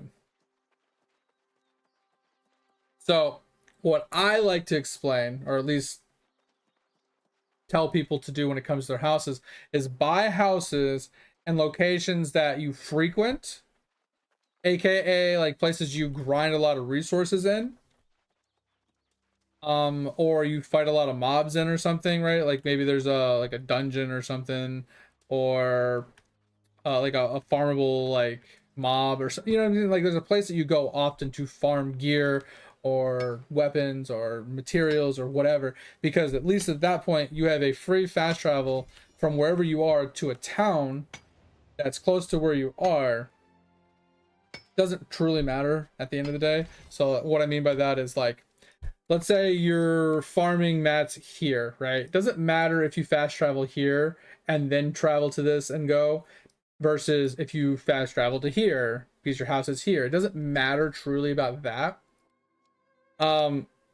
It's mostly about where you're storing your materials. Now, if you do all of your crafting, let's say in Everfall, you're going to want more storage in Everfall, right? If you do most of your craft or resource gathering in Monarch's Bluff, you probably want to fast travel here. So me personally, I get one in Everfall because I do a lot of my resource gathering in Everfall. So when I'm out running like an iron route or a moat route or something, or trees, and let's say I'm out here, instead of running over to the fast travel and fast traveling back, I just in recall, boom. Or let's say I have my inn here and I have a house, or I can put my inn somewhere else. I can put my inn, let's say like over here in Brimstone, right? And I can have my house recall over here. So I can house recall to this, and I can inn recall up there. And then I have another house over in Monarchs, and I have another house like over here. Like I can have a house wherever I want. Doesn't truly matter. It's just personal preference. At the end of the day, it really doesn't matter.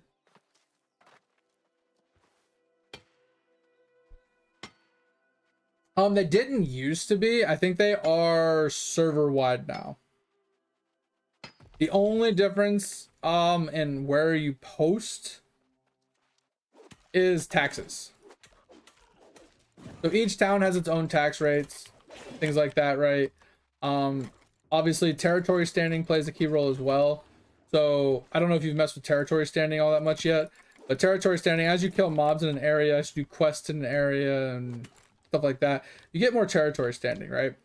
And that territory standing can be used to reduce taxes, to increase, you know, storage or whatever the fuck. There's a lot of different things that you can do, right? But what it boils down to is, do I need to be here? I don't think I need to be here. What it boils down to is, usually you pick one town to do your selling in, right? Because like I said, if you invest into tax reduction, you want to do all of your things that, you know, take a tax cut in that one town, because you don't want to pay more in taxes everywhere else you go. You want to minimize the amount of taxes you're paying, so you can, you know, make your money go further, right? So usually you specialize in one place to have less taxes and things like that.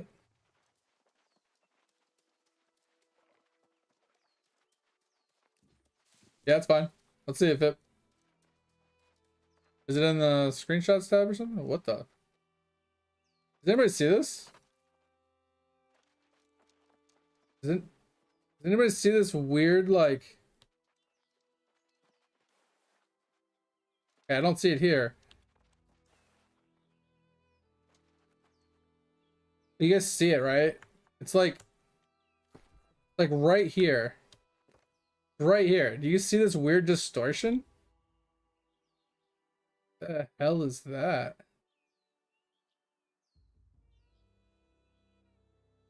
It's so weird, isn't it? That's so weird. Yeah, I was walking and it was just like right where I was staring. I was like, what the fuck is that? That was weird. Alright, what'd you post me?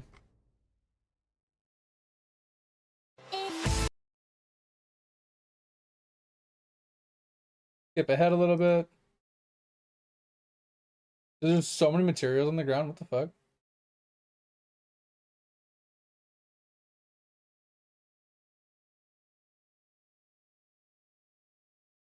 I want to see what they're gonna do. Like, all I saw was a bunch of items on the ground.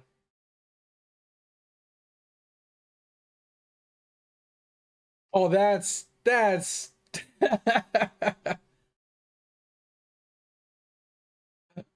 funny. Yeah, that's crazy. And then everybody sits on the hill so they can't get attacked, and they just leech while the one person's down there killing everything. That's fucked. Lineage 2, man. The good old days.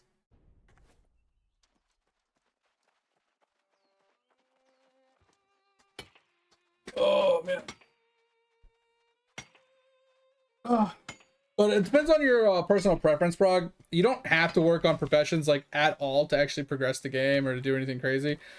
In my opinion, professions are only there for people that enjoy them, because you can get everything you could ever need or want just by running the storyline and doing dungeons.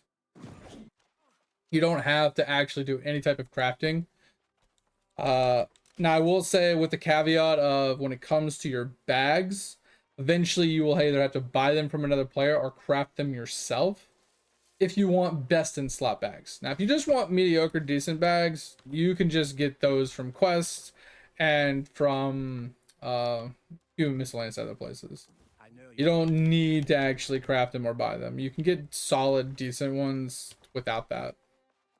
All right, what do I need to do?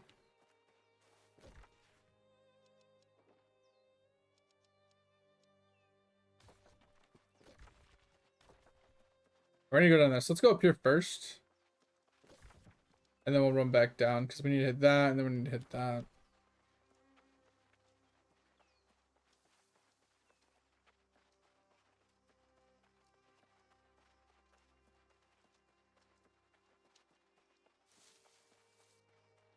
Yeah, in the older games, like, because that was like WoW back in the day. If you turned your back to a boss, you got insta crit, and it would fuck you really hard.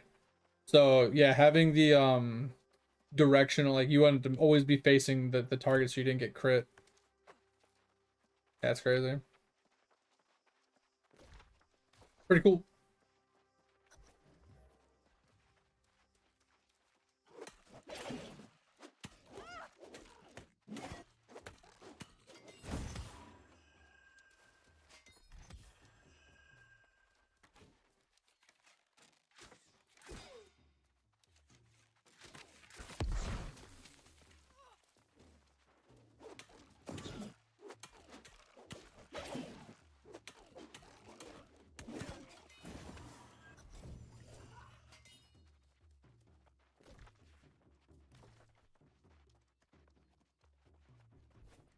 Oh.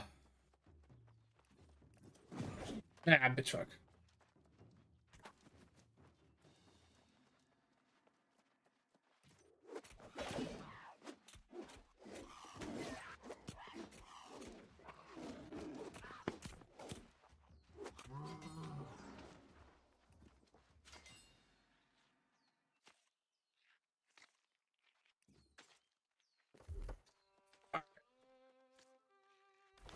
That's what the, why did it close? All right, so we need heavy attack grants 30% in power. And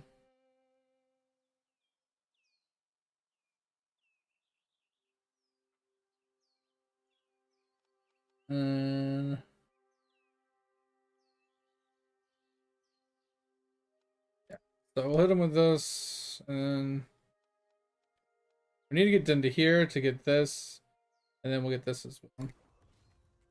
But I needed to get the Needed to get the 30% power. Sacrifice is definitely good. Depends on where you're at in the game, on your focus. But yes, 9 times out of 10, yes, you won't always sacrifice.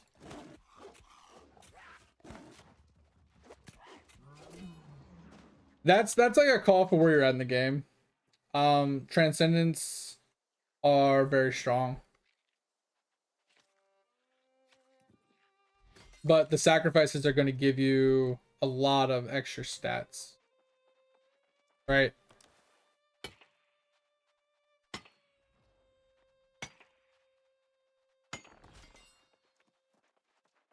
I know it's really hard to say one way or the other if you just should just spam sacrifice stuff. At a certain point, you gotta push transcendence to get the apotheoses, and then once you have those, you gotta be like, you're trying to like apotheos increase, but you also are trying to sacrifice your stuff because the sacrifices give you a ton of damage and survivability and can push the world tiers, and the world tiers are going to give you faster leveling, and it's like this balancing act. Something you should focus on though, tip that will help you level faster, is obviously EXP gains. Highest world tiers, so more damage. Obviously, it's the more damage you can do, the higher world tiers you can do, which is more damage. And then starting levels. Starting levels are actually huge. So if you can increase your overall starting level, that means you can ascend faster, because every time you ascend, your starting level will be closer to where it needs to be, you know. So it helps you with that. And then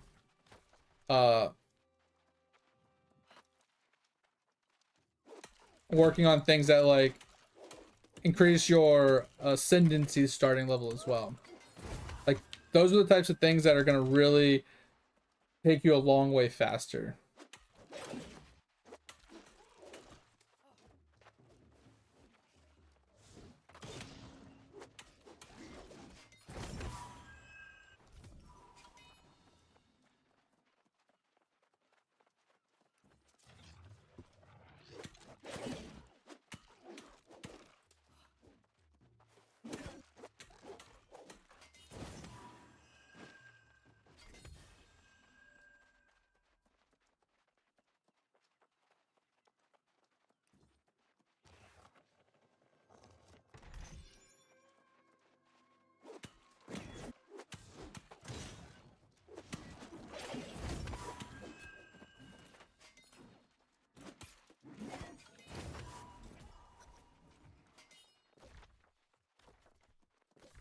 So that's taken care of. We're almost done with Windsward. I think that's where we are. I can't remember.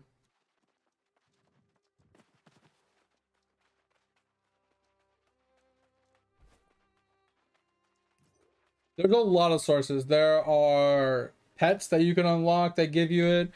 Apotheosis is later. I think there is gems which you don't get till later as well. Like there's a lot of things that you're like locked behind, because you have to unlock them. But I think there's some pets. You might not have them yet, or you're already using them.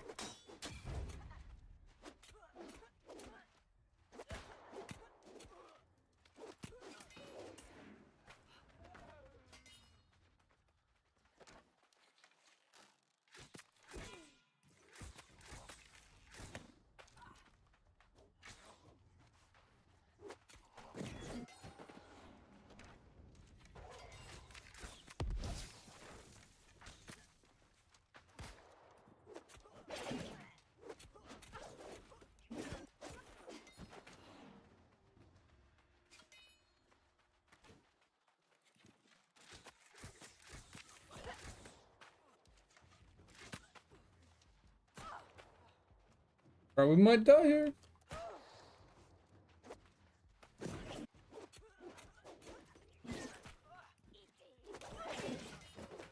These mobs hurt a bit. I really need to put some points into my stats. One of the things I tend to do a lot when I'm doing my Ironman playthroughs is I don't put points in until I die.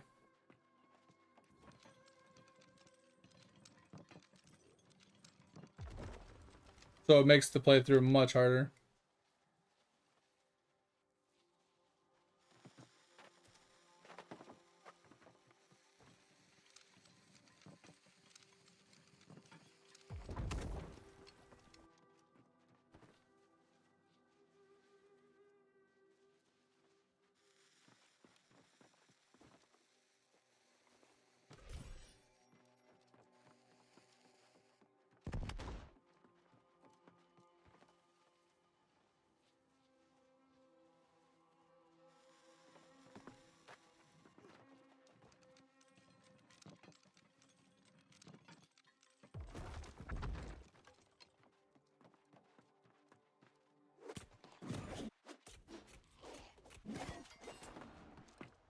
And you also gotta imagine this is damage with a sword, like the sword combo I have, without 0 points into my stats. I seriously have 5 of all stats right now.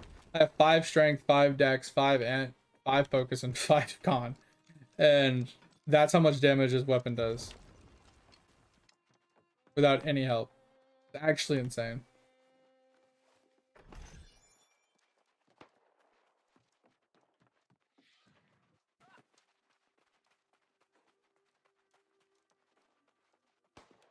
Obviously other weapons are stronger. For sure. But well, one is I usually forget until I die, and then I'm like, oh shit, why am I so weak? I'm like, oh yeah, I haven't put any points in. Second one is when I do remember, like right now, I've remembered. But at this point, I'm kind of being stubborn about it. I'm just like, oh, well, I've gotten this far without it. How far can I go? It would speed up my leveling. I would go so much faster. I'd live so much longer. It'd be much easier to do. I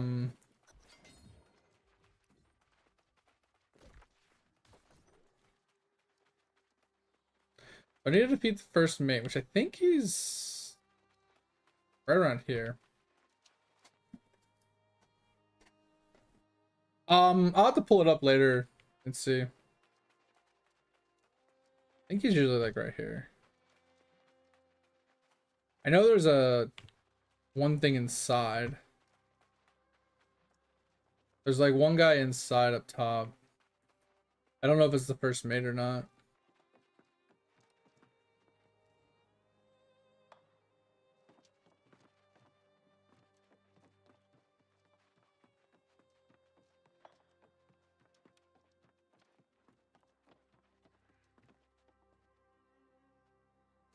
That's the captain. That's the other guy I need. This is where we might die.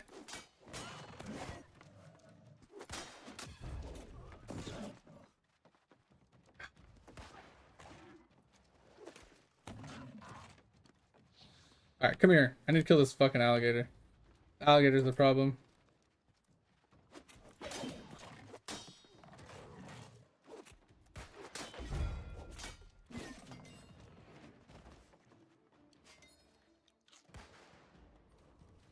Do.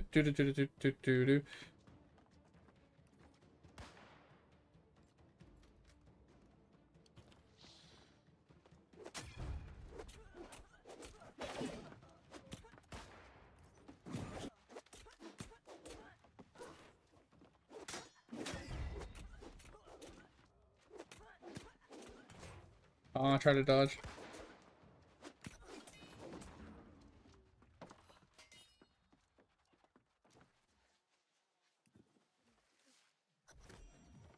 I think that alligator that I killed actually has a potential to actually drop something specific. I think it's a profession item, if I recall correctly. I think this guy here, the Susanna, I think she can drop one of the profession pieces. But I don't remember off the top of my head. But some of those uniques, yes, some of those unique mobs, usually they're higher tier mobs, but some of these mobs do have specific profession items that they can't drop.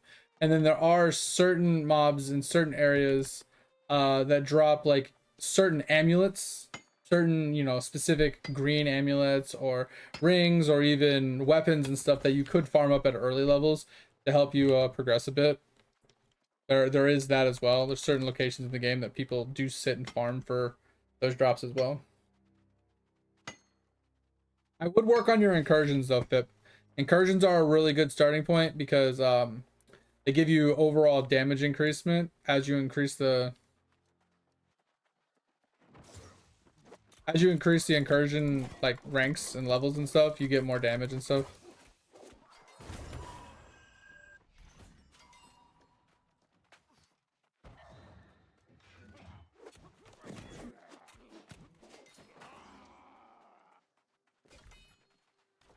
Alright, I need this first mate.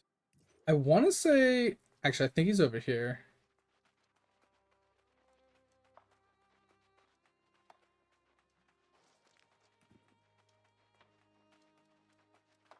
He's supposed to be here? Bro, I can't remember. It's been so long. I thought he was like right here or over there.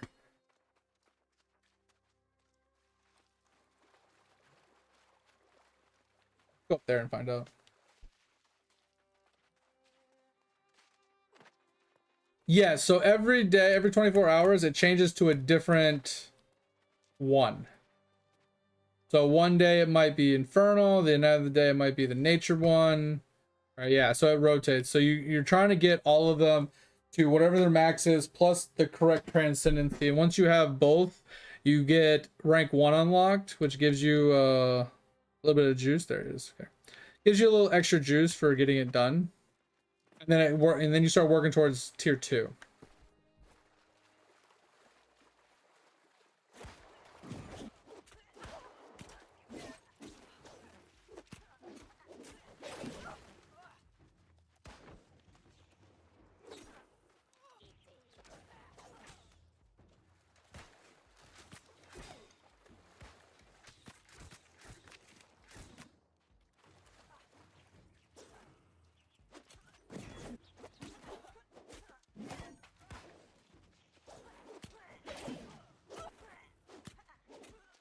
Dodge, please. Jesus.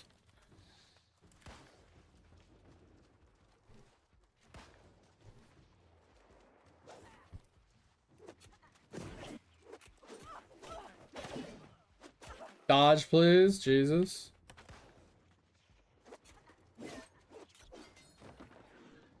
Oof. Little rough. Little rough.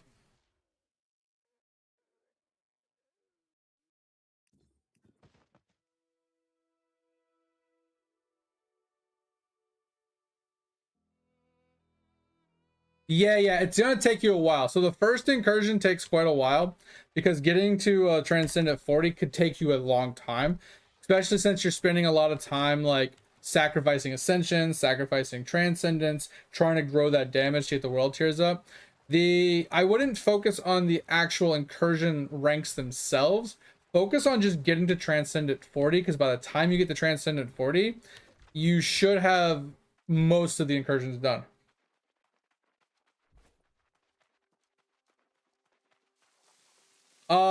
They have an hour. Okay, so there's two types of chests. There's regular chests, and then there's elite chests. Elite chests have a 24-hour respawn timer, and what I mean by 24-hour is server time. So it's not like if I get it now, I have to wait 24 hours. It's whenever the server reset is every 24 hours, that's when those chests refresh. So if I got it now and the refresh is in 40 minutes, then I would be able to pick it up in another 40 minutes, but then I'd have to wait 24 hours after that, right?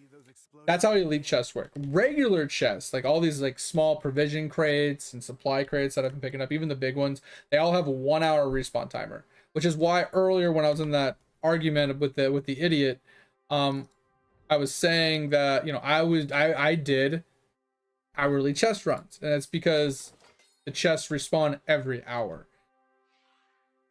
Okay. I need to remember how to right click. I need to turn that on so it's auto. All right. We won't refresh. So refresh is god tier. That's just better than what we were wearing.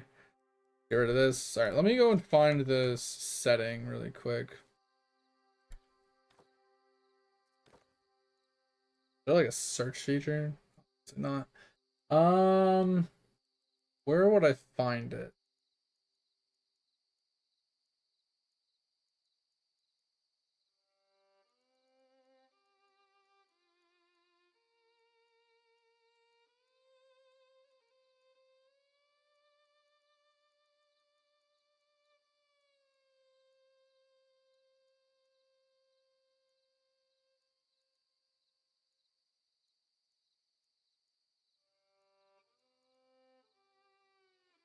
It's not here.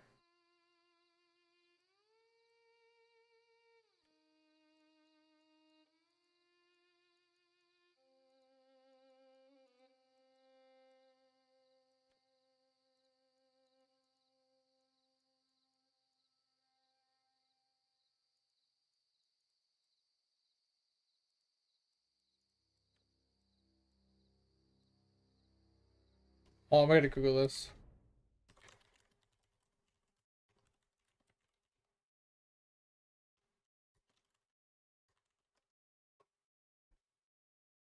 There's no auto compare anymore?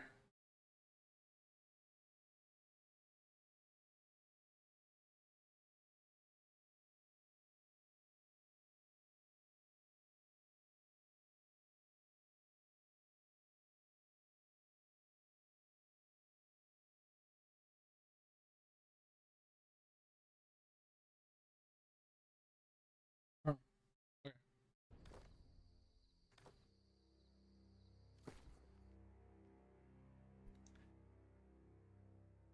Yeah, like that's dumb. Like I should be able to like whatever. Shouldn't have to hold right click for that.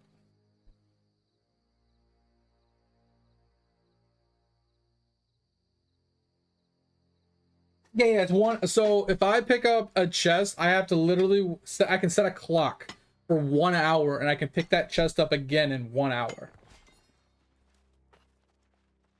So that's why I was saying before, when you're farming for those really high tier legendary items out of chests to get crafting materials and stuff for specific trophies, you have to find a loop, and I'll show you. It's kind of insane.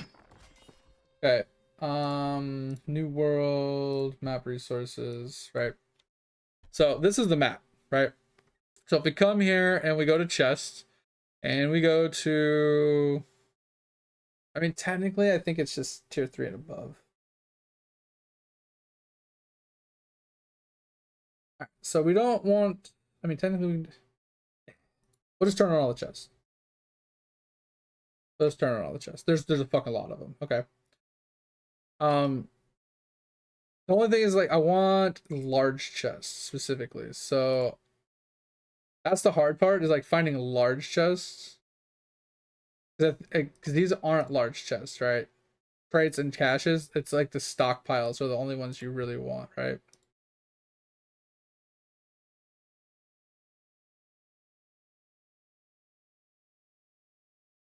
All right.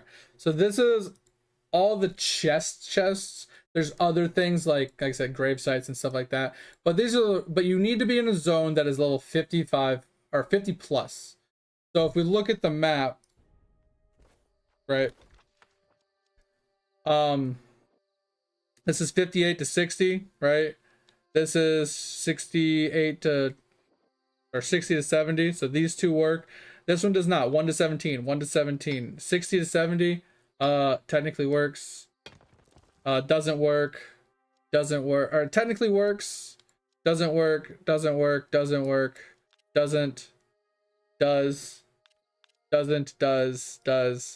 So there's a lot that don't, but you know, we'll just take a quick gander at it really quick, right?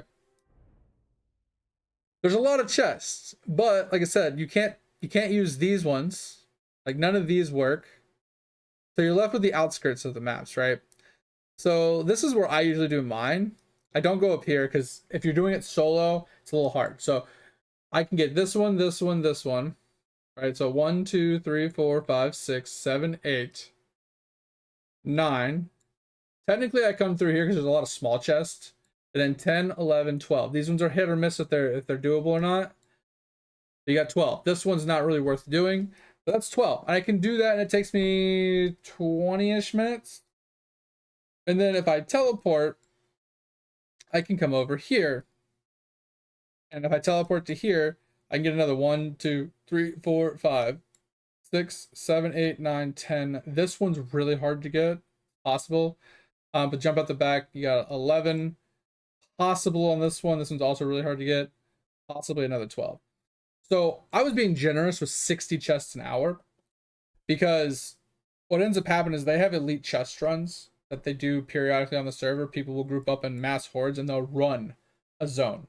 So they'll run through here for elite chests specifically. So what you can do is you can jump in on a party that starts here, and they run through and they grab every chest through the whole place, and they like bum rush everything down. So you can pick up all these large chests relatively quickly, and then they teleport from this place to this place, and they go from this place to like this place over here. Like they teleport around the map and do all the elite chests that spawn every 24 hours. They have multiple groups that do this every day. So you can get a part of those and you can get your elite chest runs and you have a chance to get your items that you're looking for out of those. And it's pretty easy. Like I said, you don't die all that much. Like I said, with like 200 people running these routes, everything dies. You don't get a whole lot of choice in it and you just grab all the loot. But if you're trying to like hourly run, there's a lot of these you can't do, right? Like, because if you look at the tier 4s and tier 5s are elite chests, right? Even some of these tier 3s are elite chests. Elite chests basically means that they're 1 day, right? So if you take those out, there's not as many, right? You have none up here. You have a very few over here. Like, you have very few. Like, there's not a lot here to run a route. There's not a lot over here to run a route, right? There's not a lot. The elite chests are really what do it. And in places like this, they're too hard of mobs to be able to solo most of the time, unless you're very nichely good at like dodging and whatever. But you see how far apart they are. It's like 2 here, 2 way over here, a few over here in a hard place. This is the new zone. I haven't been there yet. But this one, this zone is like impossible to solo. Like you can get a handful of these, and I can actually go in here and I could probably get about half of these, but some of them I can't get. Same thing up here, like that's fine. But like a lot of these are just hard to get to. That's why this zone is so good, is because you can get these 12 really easy. These ones are in a hard zone. Like a lot of these are usually found in elite zones that you can't really solo. Same thing down here. Cutlass keys, it's too low of a level, right? This is too low. This is too low. This is too low. These two are too low. Restless is too low. But you can go over to Morningdale and see how spread out they are, right? Same thing with Shattered. Like it's just, there's no good place to do it to get a lot of chests per hour. And if you're gonna sit there and tell me, oh, you don't need a trade post, like playing Iron Man is easy, what's the point of playing it? Like, are you a fucking idiot? Like, you can just drop them, they're easy. It's like forehead, just drop it. It just happens. And just like, bro, I want to punch you in the face, because you obviously don't know enough about this game to understand that there are certain trophies in this game that you have to physically get an item to craft it, or buy it from somebody else that has. Like, I'm not even gonna sit there and argue with stupid, because you're never going to win an argument with a stupid person. They're just going to try and bring you down to their level. But you're going to have an admin in here. I'm going to wait a few minutes to keep talking, so.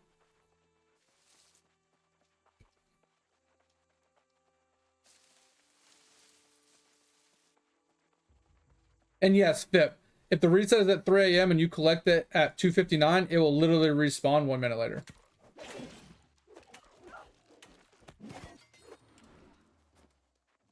100%.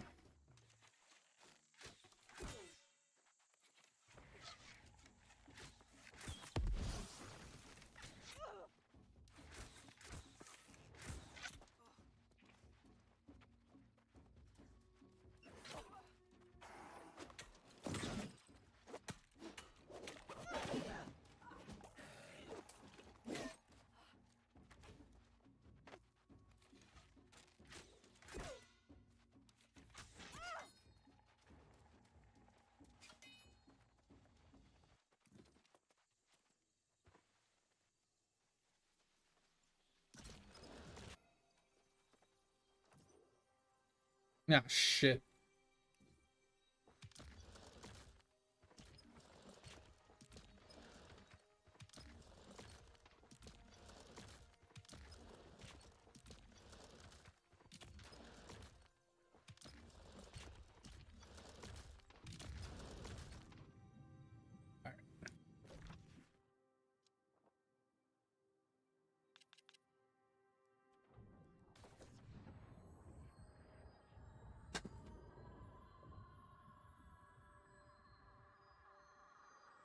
But that's but Fip, that is only for elite chests, not for regular chests specifically. You'll never have to worry about such a thing.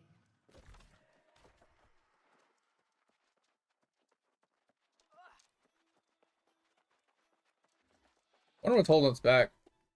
So we have, oh, medium hat, that's holding us back. Light, medium, light, light. Okay. So I need to replace the helmet and the hands in order to run the shield.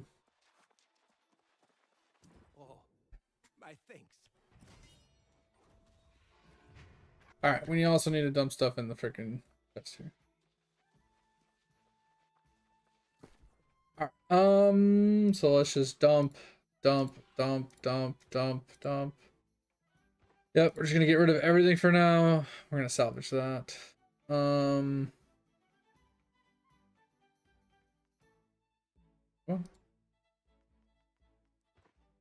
Fuck, that was so weird. The fuck? Alright, we'll leave the rest of this. Alright.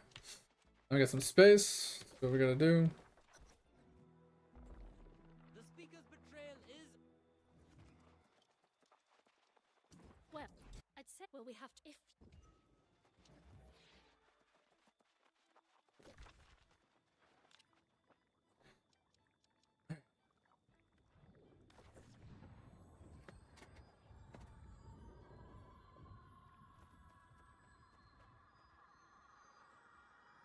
I mean, 3 hours level 20 isn't too bad. I could be going much faster. With the rants and the conversations and, you know, hideousness or whatever, like, slowing us down a bit, but I've never been one to be, like, super fast at leveling anyway. Never really cared about that.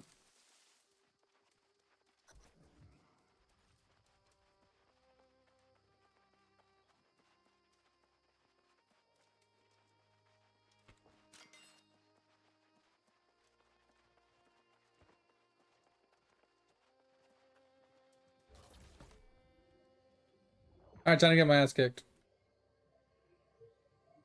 This is one of the reasons why I run a bow while leveling. It's because of these things. These things honestly suck if you're not geared for it. This is where I usually end up having to put my points in.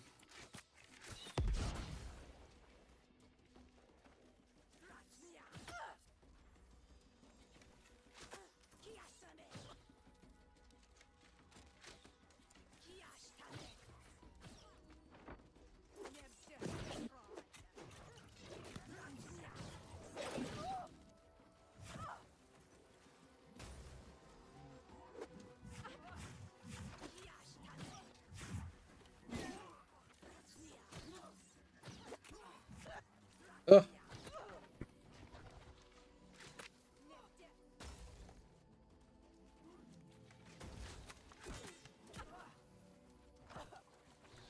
This is usually where I end up at, like, I literally have to put my points in.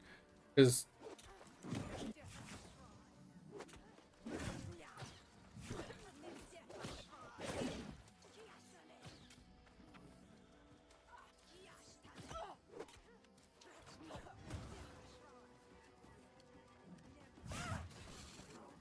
Ah, fuck me. That fucked me. These damn ads.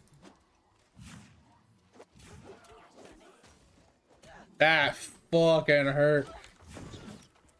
And I'm stuck. Ah!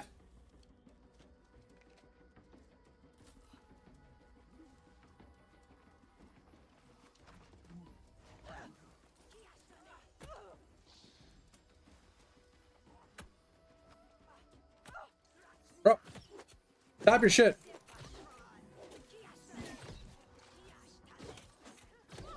Yeah! Oh, Douglas! Woof. Woof. This is why you should put your points in.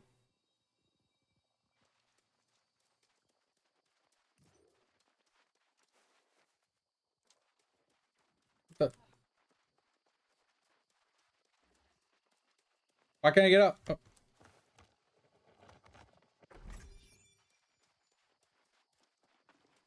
So yeah, that chest, I won't be able to get for another hour unless I, you know, obviously it's in here, so I probably won't be able to get it anyway.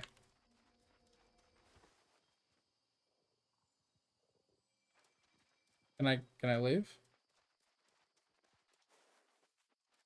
Bro, did I break it? What the fuck? Let me out. Let me out.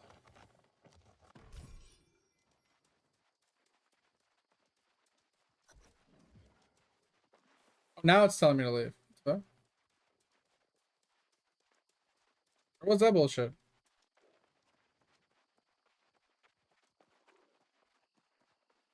Why the fuck wouldn't it let me? That's so weird.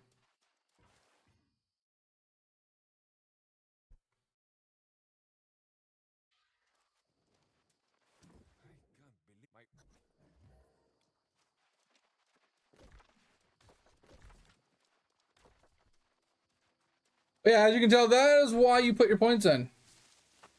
That shit is rough without it. If I am to train, I send you must. But definitely doable. Much easier if you actually have higher potions as well though. You get like a higher tier potion. You heal for a lot more, it's a lot easier. Also better food. Like I'm running tier 1 food and I got hit while I was well fed and kinda interrupted my heal.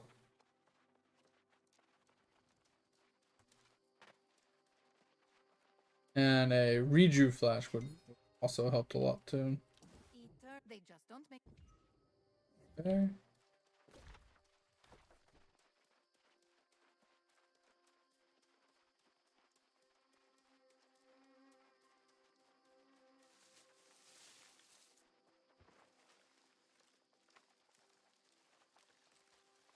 So back to what you were saying earlier, like your fishing is like really rough. Fishing is probably one of the most annoying skills to level because it puts you to sleep. But it's kind of required unless you use the trade post in order to level up your furnishing to a point. Because there's certain furnishing items like guitars and basses and flutes and stuff like that that kind of require some items from fishing. Like you need snails, you need catfish, stuff like that. Only come out of freshwater. And they're kind of a pain in the ass to catch because they're only green fish. So you typically go around to the different hotspots and fish in hotspots specifically. So like I don't have them discovered right now, but there's usually one.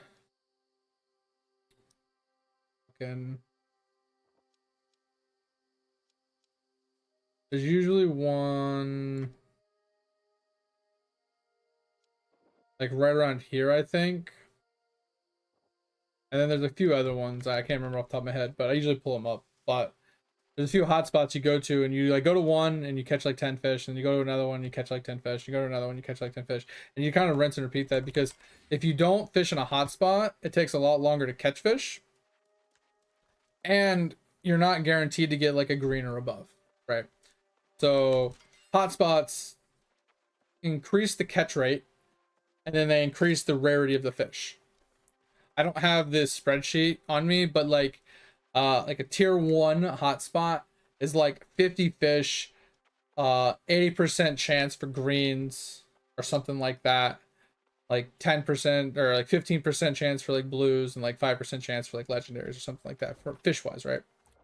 And then like a tier 2 is like only 20 fish, but it's like a 50% chance for greens, like a 40% chance for blues, and so on and so forth. So depending on what you're trying to fish, you'll shoot for tier 1s, tier 2s, or tier 3s. But the tier 3s only catch 10 fish at a time, while the tier 1s have like a shit ton more. So when you're shooting for like green fish, you want to shoot for tier 1s because it's going to last longer, and it's going to give you the best amount of greens that you're looking for. So when you're looking for like catfish, snails, those are green qualities, so you want tier 1s specifically.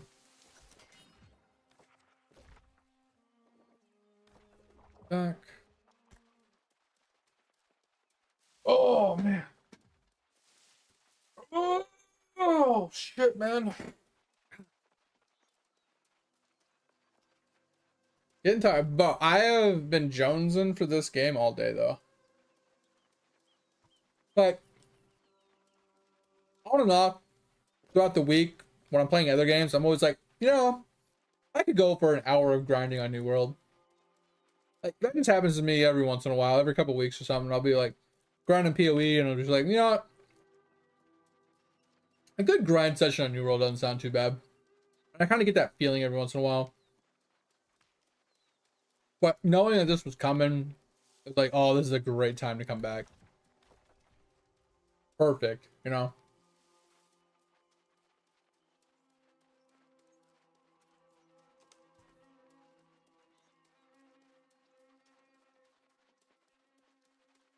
Problem is New World's like a double-edged sword for me. I love playing it, but I also hate playing it because there's certain things about it that I dislike. And the community is a coin flip. I haven't looked at it yet, if I'm being honest.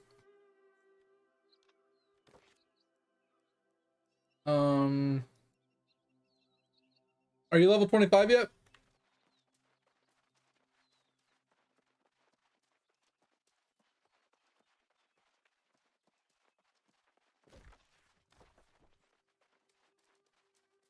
Okay. I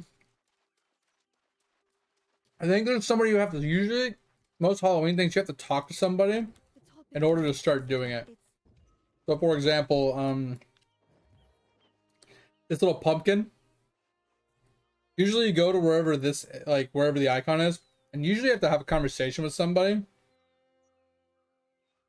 before you can actually pick up worldwide stuff. Not always, but sometimes.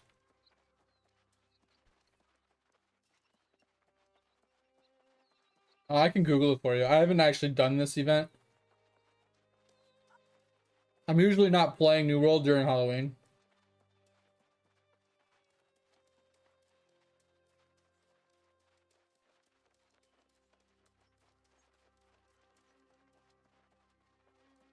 I do come back for Thanksgiving though. Thanksgiving event is actually hilarious. What faction did you join?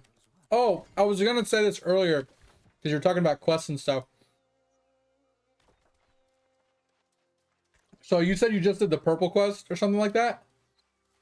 FYI, you can only join one faction at a time, but you can change factions once every, I don't know, once a month or something like that. But you can only change to a faction that is not currently dominating the map. But whatever faction holds the most territories, you cannot change to that faction. So the problem is you're going to end up with a quest that says, hey, go talk to the green guy, but you don't want to because you don't want to change to green, or you can't, right? And you're stuck with a quest because you can't get rid of it. That happened to me on my my last Ironman.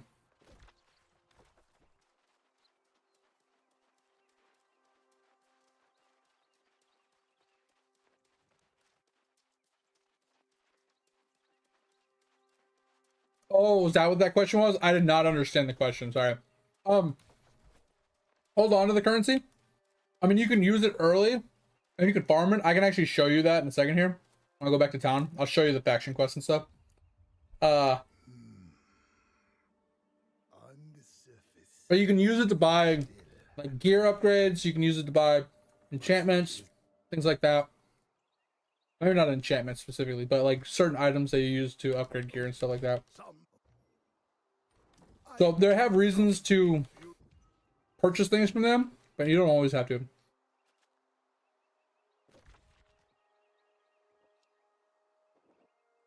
I think we're done here. All right, I'm gonna give a food for thought here, something that most people don't care about. This place I'm at right now. It is the only place in the game that you can obtain a specific music sheet. I don't remember what it's called off the top of my head. Edge was farming for it for a while, a couple years ago. This is the only location in the entire game that it drops from. So basically, right where I am. So anywhere through here, basically, anywhere through here, any of the ancients mobs in this zone can drop it. Or the chests. I do not remember what it's called, but it's the only place to obtain it. And it's one of the most rare ones to obtain. So if you want some stupid thing to grind for or whatever, this is something that you could frivolously grind level 17 mobs and get something that's worth value, but it's stupid rare. We have farmed it for so long and never found one. I don't remember the name of it off the top of my head either.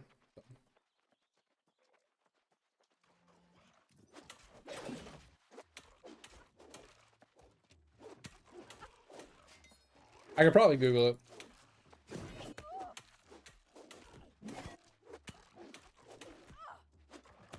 Alright, where are you? Interesting.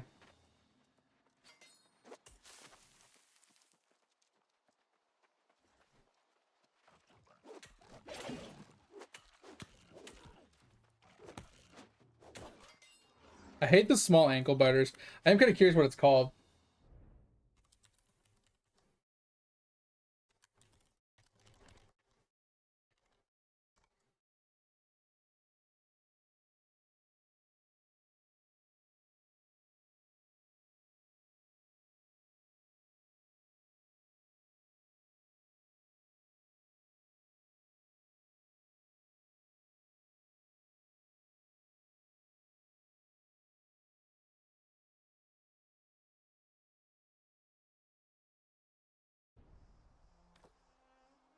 Okay, so it's this one. So there's actually a couple of them. It's called this Soul Warden's Journey guitar sheet. Location is this place that I'm at. Kill the mobs and loot in the chest in the area. It's roughly 45,000 to 60,000 gold. This one's also pretty rare. I didn't know about this one. The Canars guitar sheet, roughly the same price. 45 to 100,000. Yeah. They're expensive because they're so rare.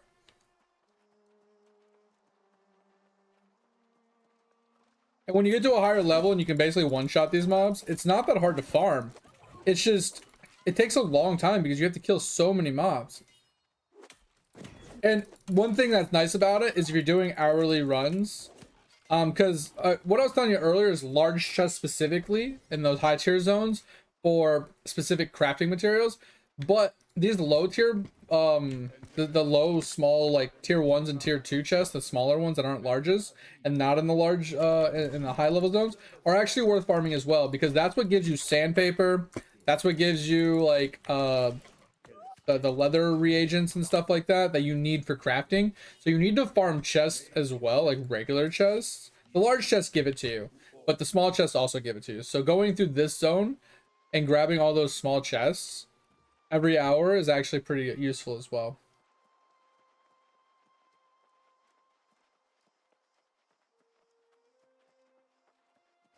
Wait, what'd you get?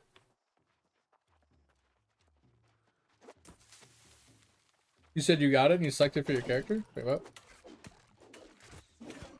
You got that music sheet? No way. That's insane.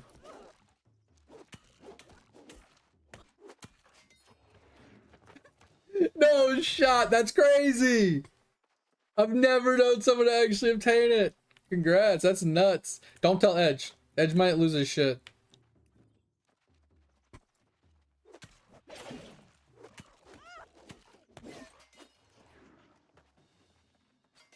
Yeah, so normally I would come here with like, when I'm a higher level, I'd come here with a bow. Because, I could just one-shot them from range. Right? I don't have to like engage them, I can literally just one-shot them.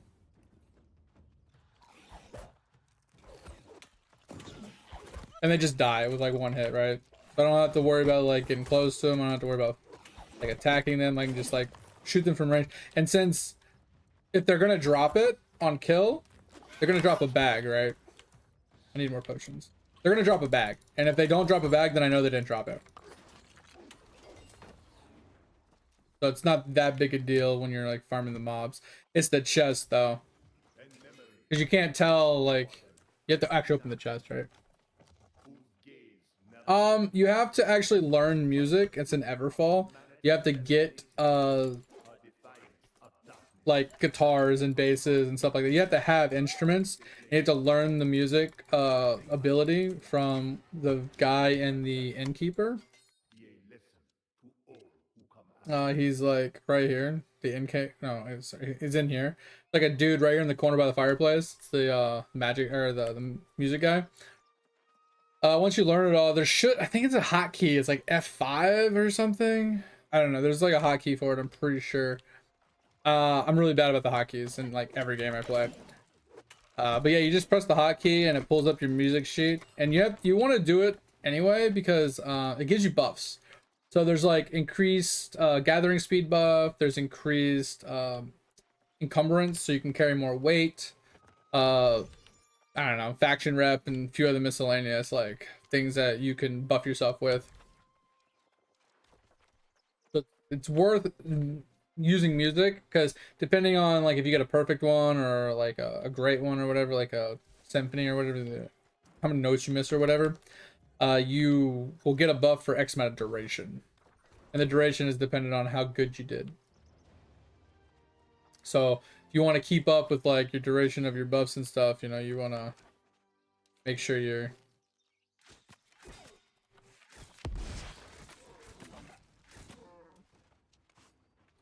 singing often or whatever.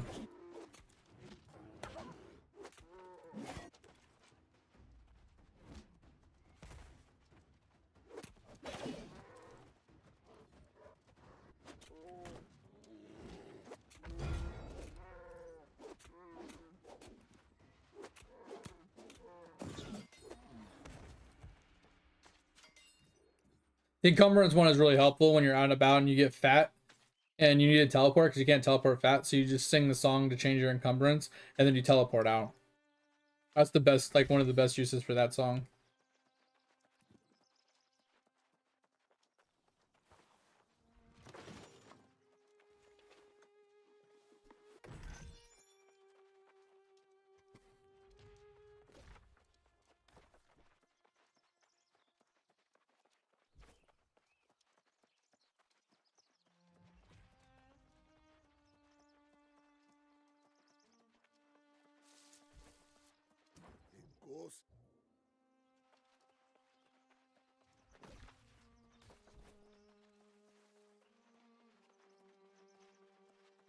But yeah, once you have the music on lock, prog, you just push the hotkey and it should pull up with like a music thing. You can click on like music sheet or whatever song you're trying to sing, and it'll give you a list of all the songs. You can see which ones you're missing, which ones you have, and stuff like that. I don't have it on lock, try to show you.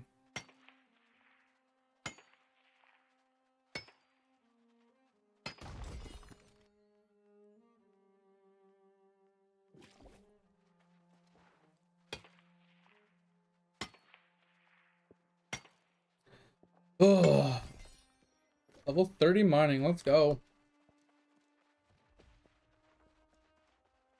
Get in there.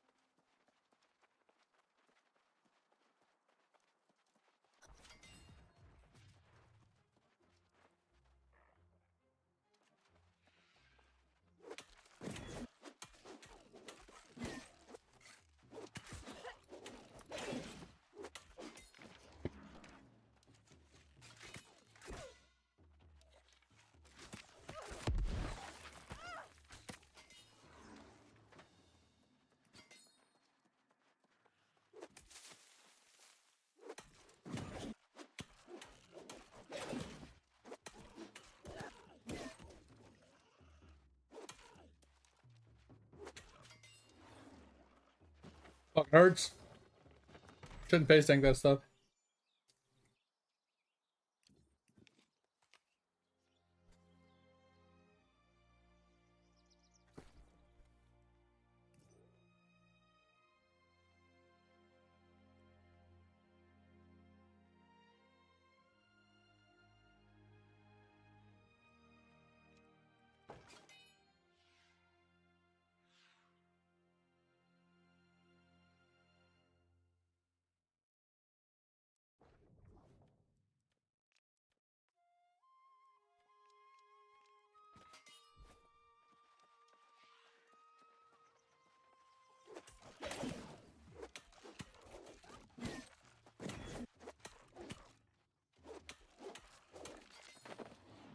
In memory of Soul Warden RageUMad, devoted servant of the Order, he took no pride no ambition in our sacred duty. All that was asked, and much that was not, he gave willingly. By his example, did others embrace our greater purpose. May his sacrifice be a lesson to all who come after.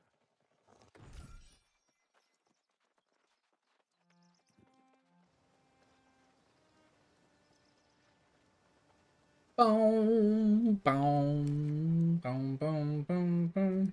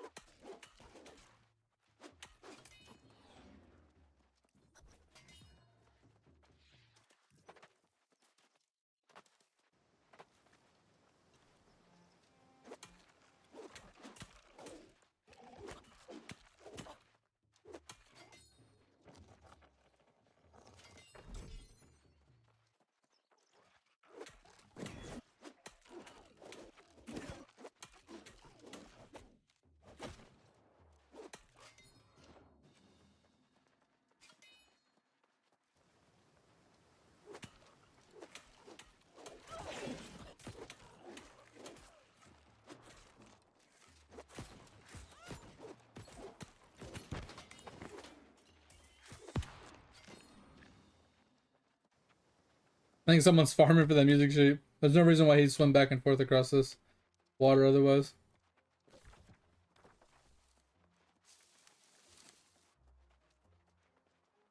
Oh.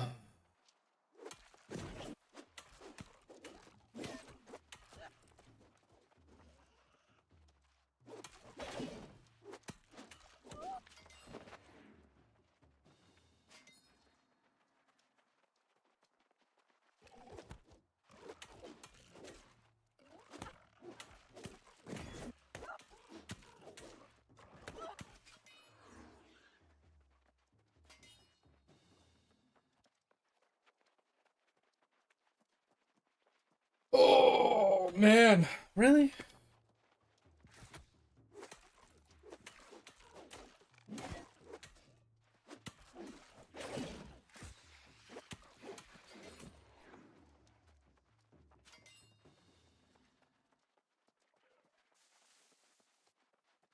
Pretty sure it's over there. Could be here too, though. In memory of Soul Warden Constanza Soberia, who gave all that was to be given. May her sacrifice be a lesson for those. All right, so where's 3 at? Oh, 3 is in town. Then we still have quests to do in Monarchs. I don't really like doing Monarchs because it's like kind of got some good quests, but it's just like a low-level zone. But maybe we'll just go and get it done. I hear my own I had, but the use there are. New spear? Let's go! Oh.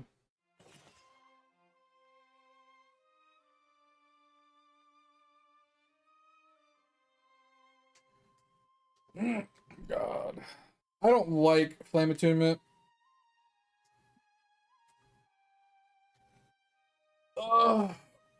But that's kind of what you're looking for. You're looking for like Nature Attunement on like a on the hammer, because the Nature Attunement gives you a percentage of your damage as nature, and that's what you want to do. Then you add in like a gem. The gem converts even more.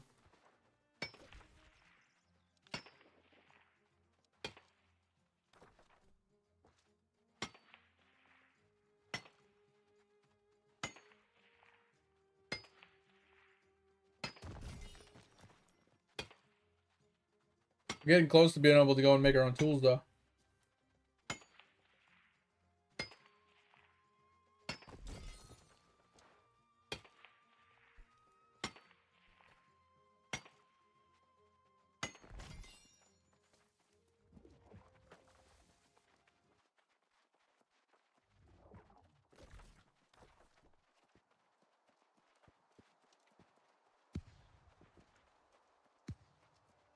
I'm also a little bit of a completionist in this game. I don't like having marks on my map, so I do every quest I can get my hands on. I don't see any marks on the map.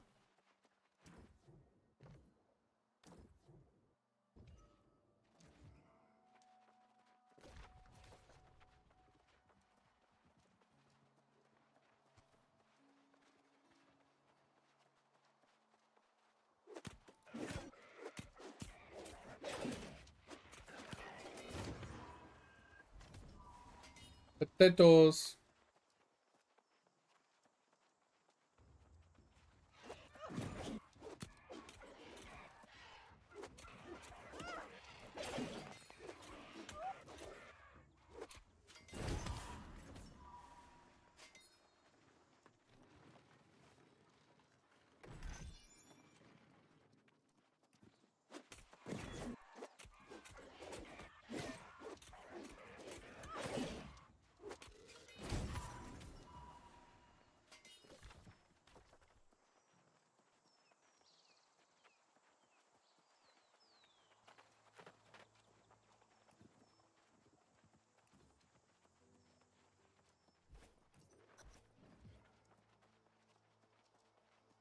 Ugh.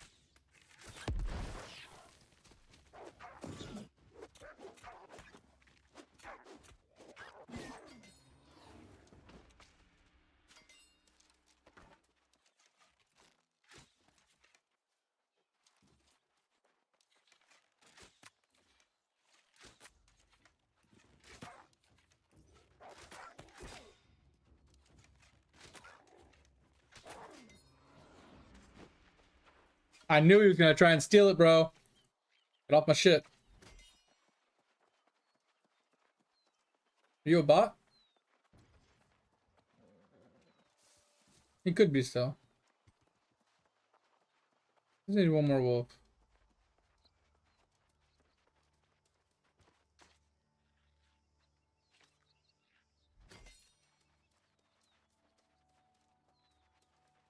Shouldn't be getting off soon though.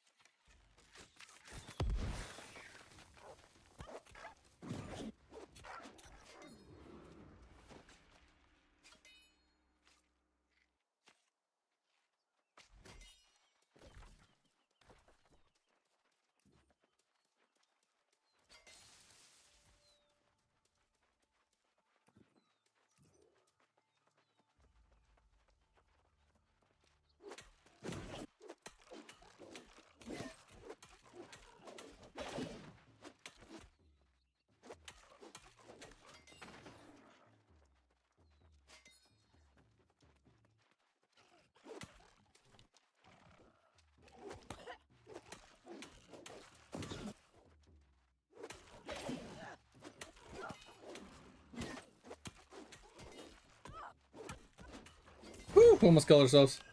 That was close.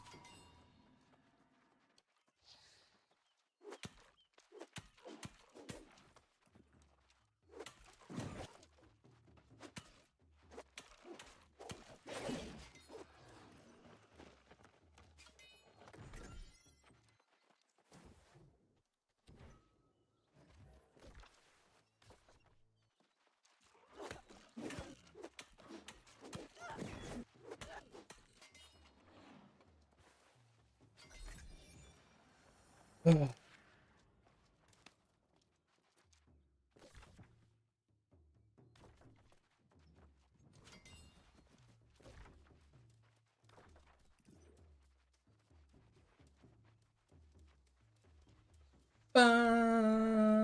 bum, bum, bum, bum, bum, bum. Yeah, I have a feeling on our next trial we're gonna have to put in our points. Because we're starting to really fall behind.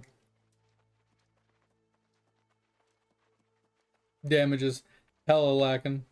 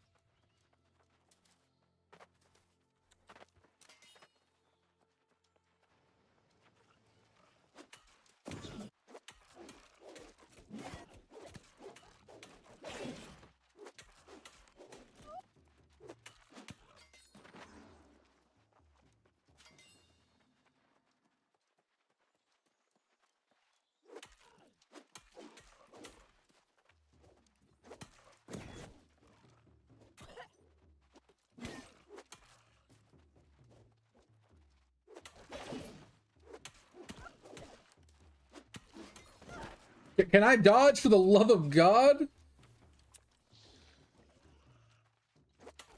Jesus. Oh, can't. I really need to add that character mapping or some shit. You guys can see how many times I'm actually trying to dodge. That shit's insane. How often I try to dodge and nothing happens. Alright. So we need to head north for this. The one quest I'm going to avoid is this one, because I'm pretty sure that's the faction quest to go to yellow. I don't know if we want to be yellow or purple this time, because I do want to get the achievement for it. So I'm going to have to ask Topher tomorrow, because Topher's the only one that's currently playing with us. See which faction we go. I'm thinking purple, but not 100% yet. Definitely do need to go over to Monarchs tomorrow as well, so we can get those quests as well. And then I think we're gonna do this quest. Basically, I'm gonna do the quest and then get ourselves to the town, and then we'll probably call it a night. Probably take us another 20 minutes.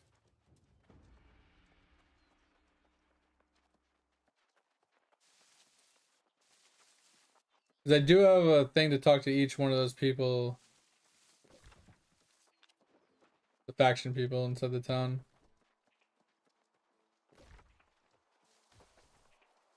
Prague, when I get to the town, do you want me to show you the faction quest stuff I was talking about? Like the faction purchasables and stuff, so it makes sense to you?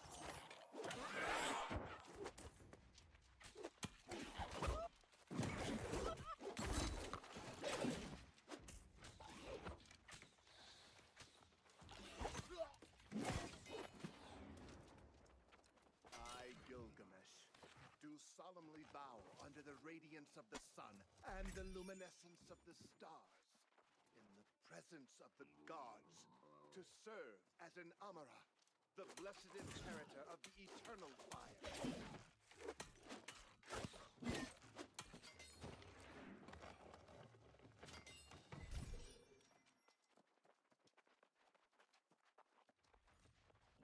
Ugh.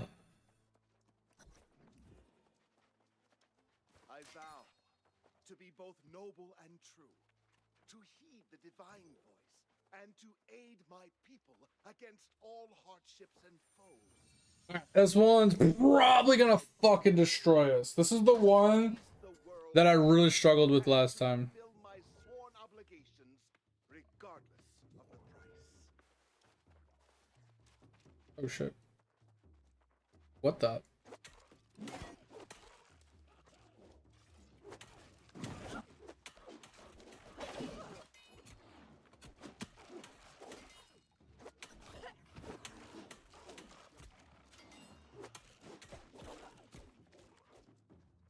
Why are there so many mobs? What? Oh, is this the trial? Oh.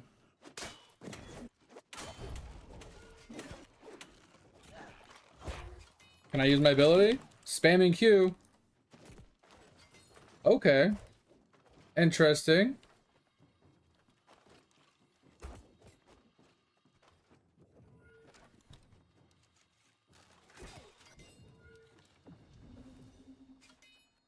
Fucking interesting, okay. That was fucking insane. Never seen that happen before.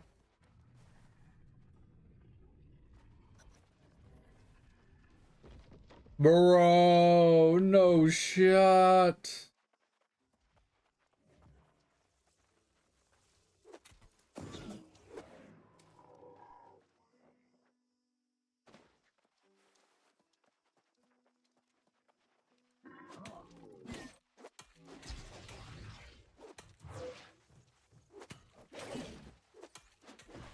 I hit the dodge button.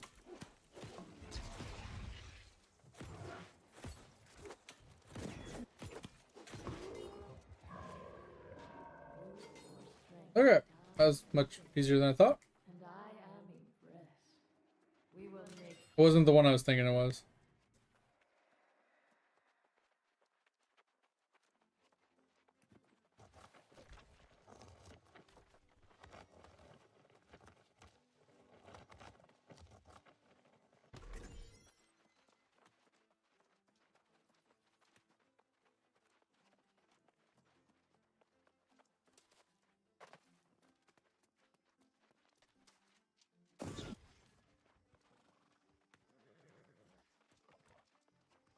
Oh.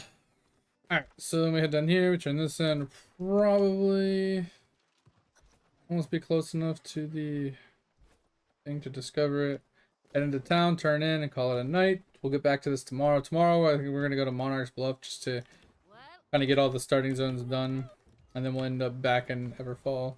Continue on. Want this close enough?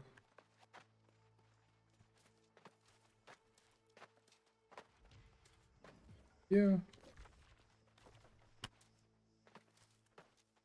Really? There it goes.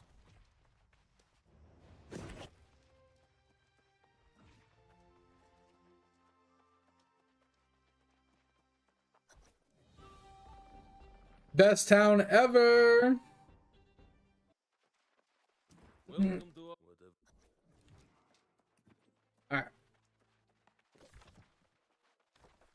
Turn in all these quests, grab what we can. Like I said, did you want me to show you, Prog? I don't know if you're still here or not, but did you want me to show you the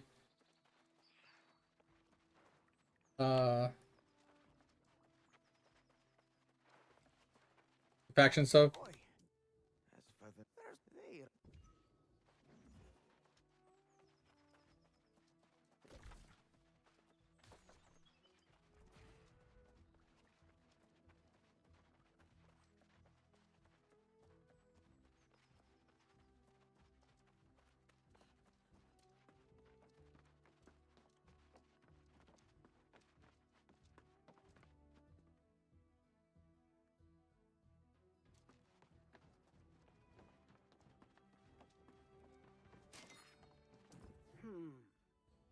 Think about and of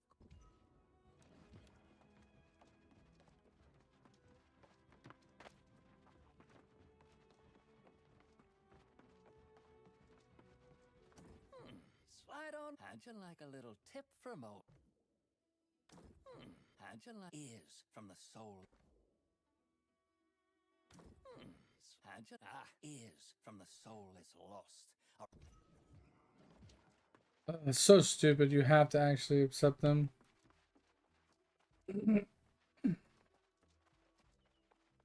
Stop! What's going on? Can you sense?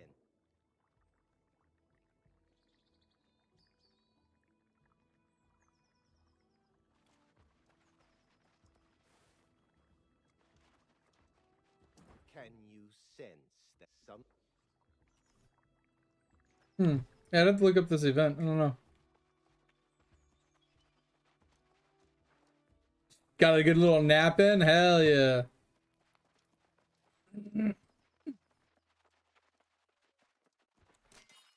Hopefully that's feeling good after the little naparoony.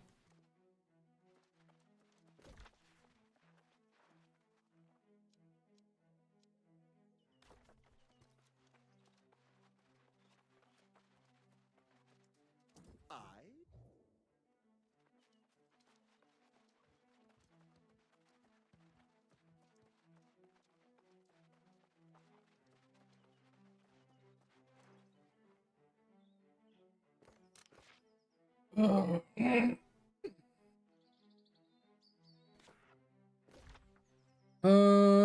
yeah, there's a question.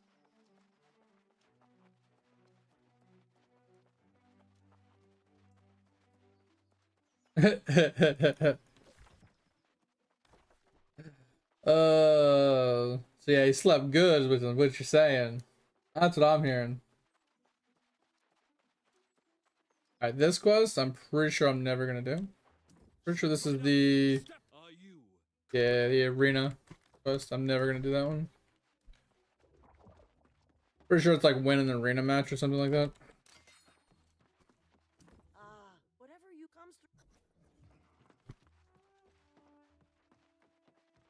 Fuck that nonsense. Not tinkering around with that shit.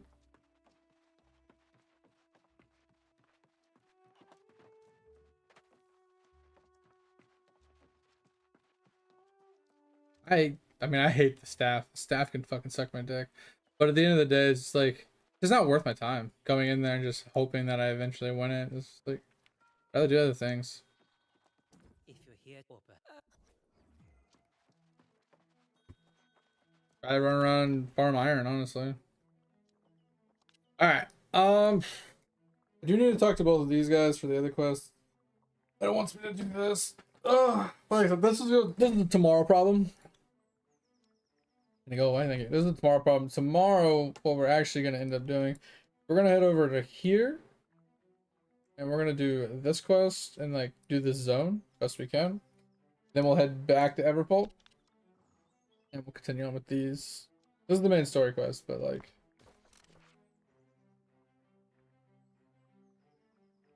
I need to go do those, but I want to go get the mount. I want to go get the mount so we can traverse a little bit better. And then we'll get into the rest of this tomorrow. But I should really put my points in. I think we're at a point where I should really put my points in. Because we're going to start really struggling.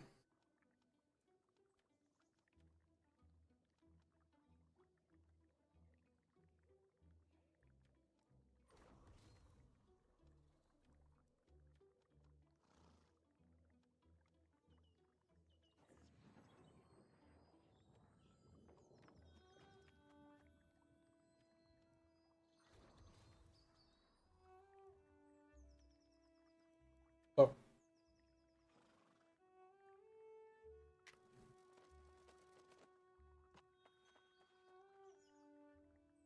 Yeah, I do, Chris.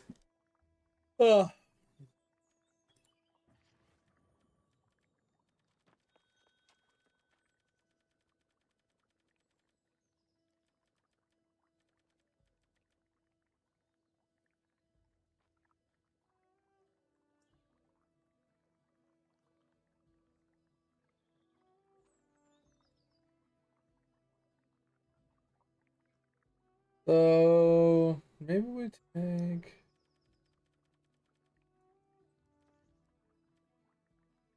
We do this. Get the light attack damage, but we're not really light attacking, so that doesn't really help either. I don't want to get to this.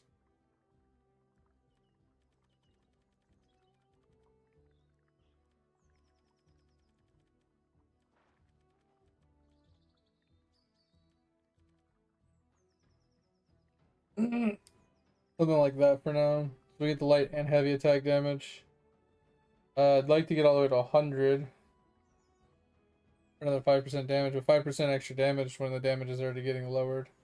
Doesn't really matter, like, we could take a couple points out of strength, put it in dex, make our bow stronger, but then our sword's not stronger. We'll just go with this. Fuck it. Nothing crazy.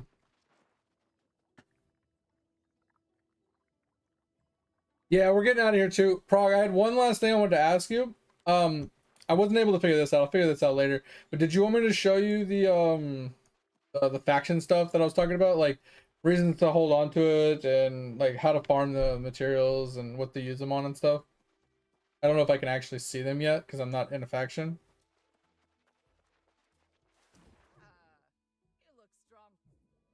Oh, okay, can't do it until I join a faction, so that'll be tomorrow. If you're around tomorrow, I'll show you tomorrow. We're gonna join purple probably, so we'll be able to show you tomorrow. But long story short, every day on the server refresh, you get the first 3 faction quests you turn in, you get 10 times rewards. So you want to pick dungeon ones, and you want to do a dungeon to complete the, you know, as many times as you need to get the 3 dailies done. And then once that's done, you get 10 times rewards. So you get a bunch of gold, you get a bunch of faction tokens, then you save the faction tokens for, you know, either A, you buy bags, or like, you know, miscellaneous upgraded gear if you're like really behind. It's useful, but usually you hold on to it for crafts and things like that. But you need to gain X amount of faction tokens to upgrade to the next faction tier, rinse and repeat till you get to the max tier. Basically that's it. But I'll show you more tomorrow once we actually log into it and get it. But I'll talk to you guys later. See you. I appreciate you. Like I said, I'm gonna get out of here as well. Thanks for hanging out as well, Chris. Thanks for coming in tonight, Prague. I have no idea who the dominant faction is, Chris. I haven't even looked yet. But if you guys haven't joined the Discord and want to join the Discord, feel free. The only thing I ask is don't be a dick. If you ever have any gaming questions, ever need any help, ever want to share something, show something off, or help somebody out, feel free to join in at any time. If you ever need to hit me up off stream, just add me in the Discord at any time. As long as I'm awake, I'll message you guys back, or somebody else will answer your question. But I have a bi-weekly work schedule, so on the days that I'm not streaming, I am working when I work from home, same time that I would be streaming. So like I said, if I'm not streaming, but it's the same time I would be streaming, just message me in Discord if you need me. But if you guys haven't checked out the VODs channel as well, go check it out. If you ever need to catch up on a VOD you missed, or a stream you missed, or a clip, or a situation, or an explanation, or something that I showed or did or whatever, feel free to go and check that out. I'd appreciate any help you can give me there. But I appreciate you guys. Hope you had a good time. Hope you had a good rest of your day. Sleep well. Talk to you guys tonight. We'll be back on running this again. Appreciate you. See you. Bye.